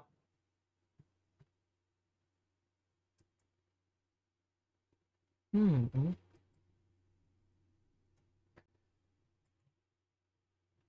All right. So. Oh, what was the channel of someone who's doing their re-debut event? oh, he's not specifically re-debuting right now, Ah. but he did a rebrand recently for a character that he feels fits him more. Retrobite VT with like underscores instead of spaces. Hmm. BYTV. All right. Let's see. The arcade Cyclops. Retro is very neat. What we feeling, chat? Do we want to watch Hades, Final Fantasy XIV, Horizon Zero Dawn? Anyone got strong feelings?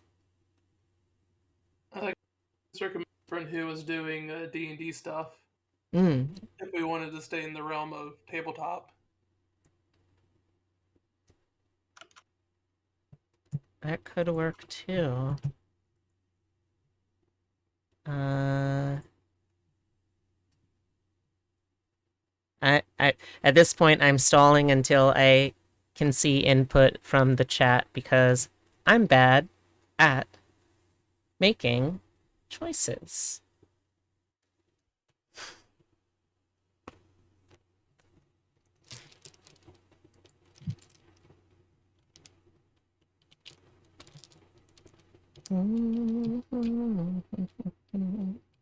Alright, you know what?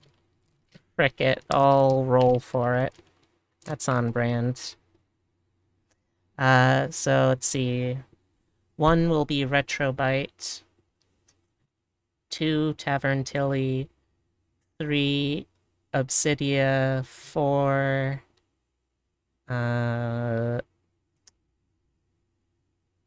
what? Oh, the question was, of the options, where did people want to raid? And what was the last person, what was the D&D person's channel name? Sugar Zeno, all one word. Okay. So I'm gonna roll a d4. 1 for Retrobite, 2 for Tilly, 3 for Obsidia, 4 for I'm sorry, can we type down the name? I keep forgetting. Sure. I'm terrible with names. I'll put it into the chat here. Okay. Emmy the Bibliophile. And Sugar Xeno. Okay. I guess I'll roll a d5 then. Then Sugar will be 4, Emmy will be 5.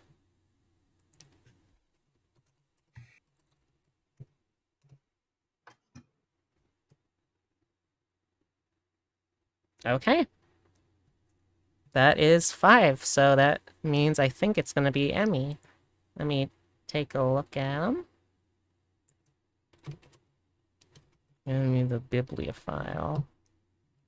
Take a look at my bibliophile. They're the only one I got. Ba-da-ba-da, ba-da-ba. Not much of a bibliophile. Never seen me get along. Ba-da-ba-da, ba-da-ba. Okay. Well, I rolled for it.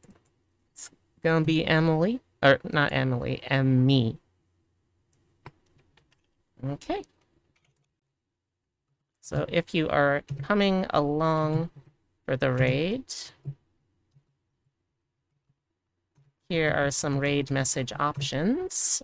And if you want to say something else or not say anything at all, go for it. I'm not the boss of you. Thank you all so much for keeping us company, though. I want to again thank the absolutely lovely cast of people that I had to work with today. Y'all were a delight playing with. I hope to play with y'all again soon. And I also want to thank you, the audience, for keeping us company. It was very lovely. Before we go, let me wrap my arms around you and squeeze you in a hug. Or if you prefer, and until I get to see you again, whether that be Friday at 2 p.m. for the next stream or whenever, make sure that you stay kind to yourself and you take care, because some bunny really cares about you, chat. It's me. I'm the bunny. Hello. All right. I love y'all. Goodbye. Goodbye. Goodbye. Goodbye. Goodbye. Goodbye. Goodbye. Goodbye. Love you. Bye.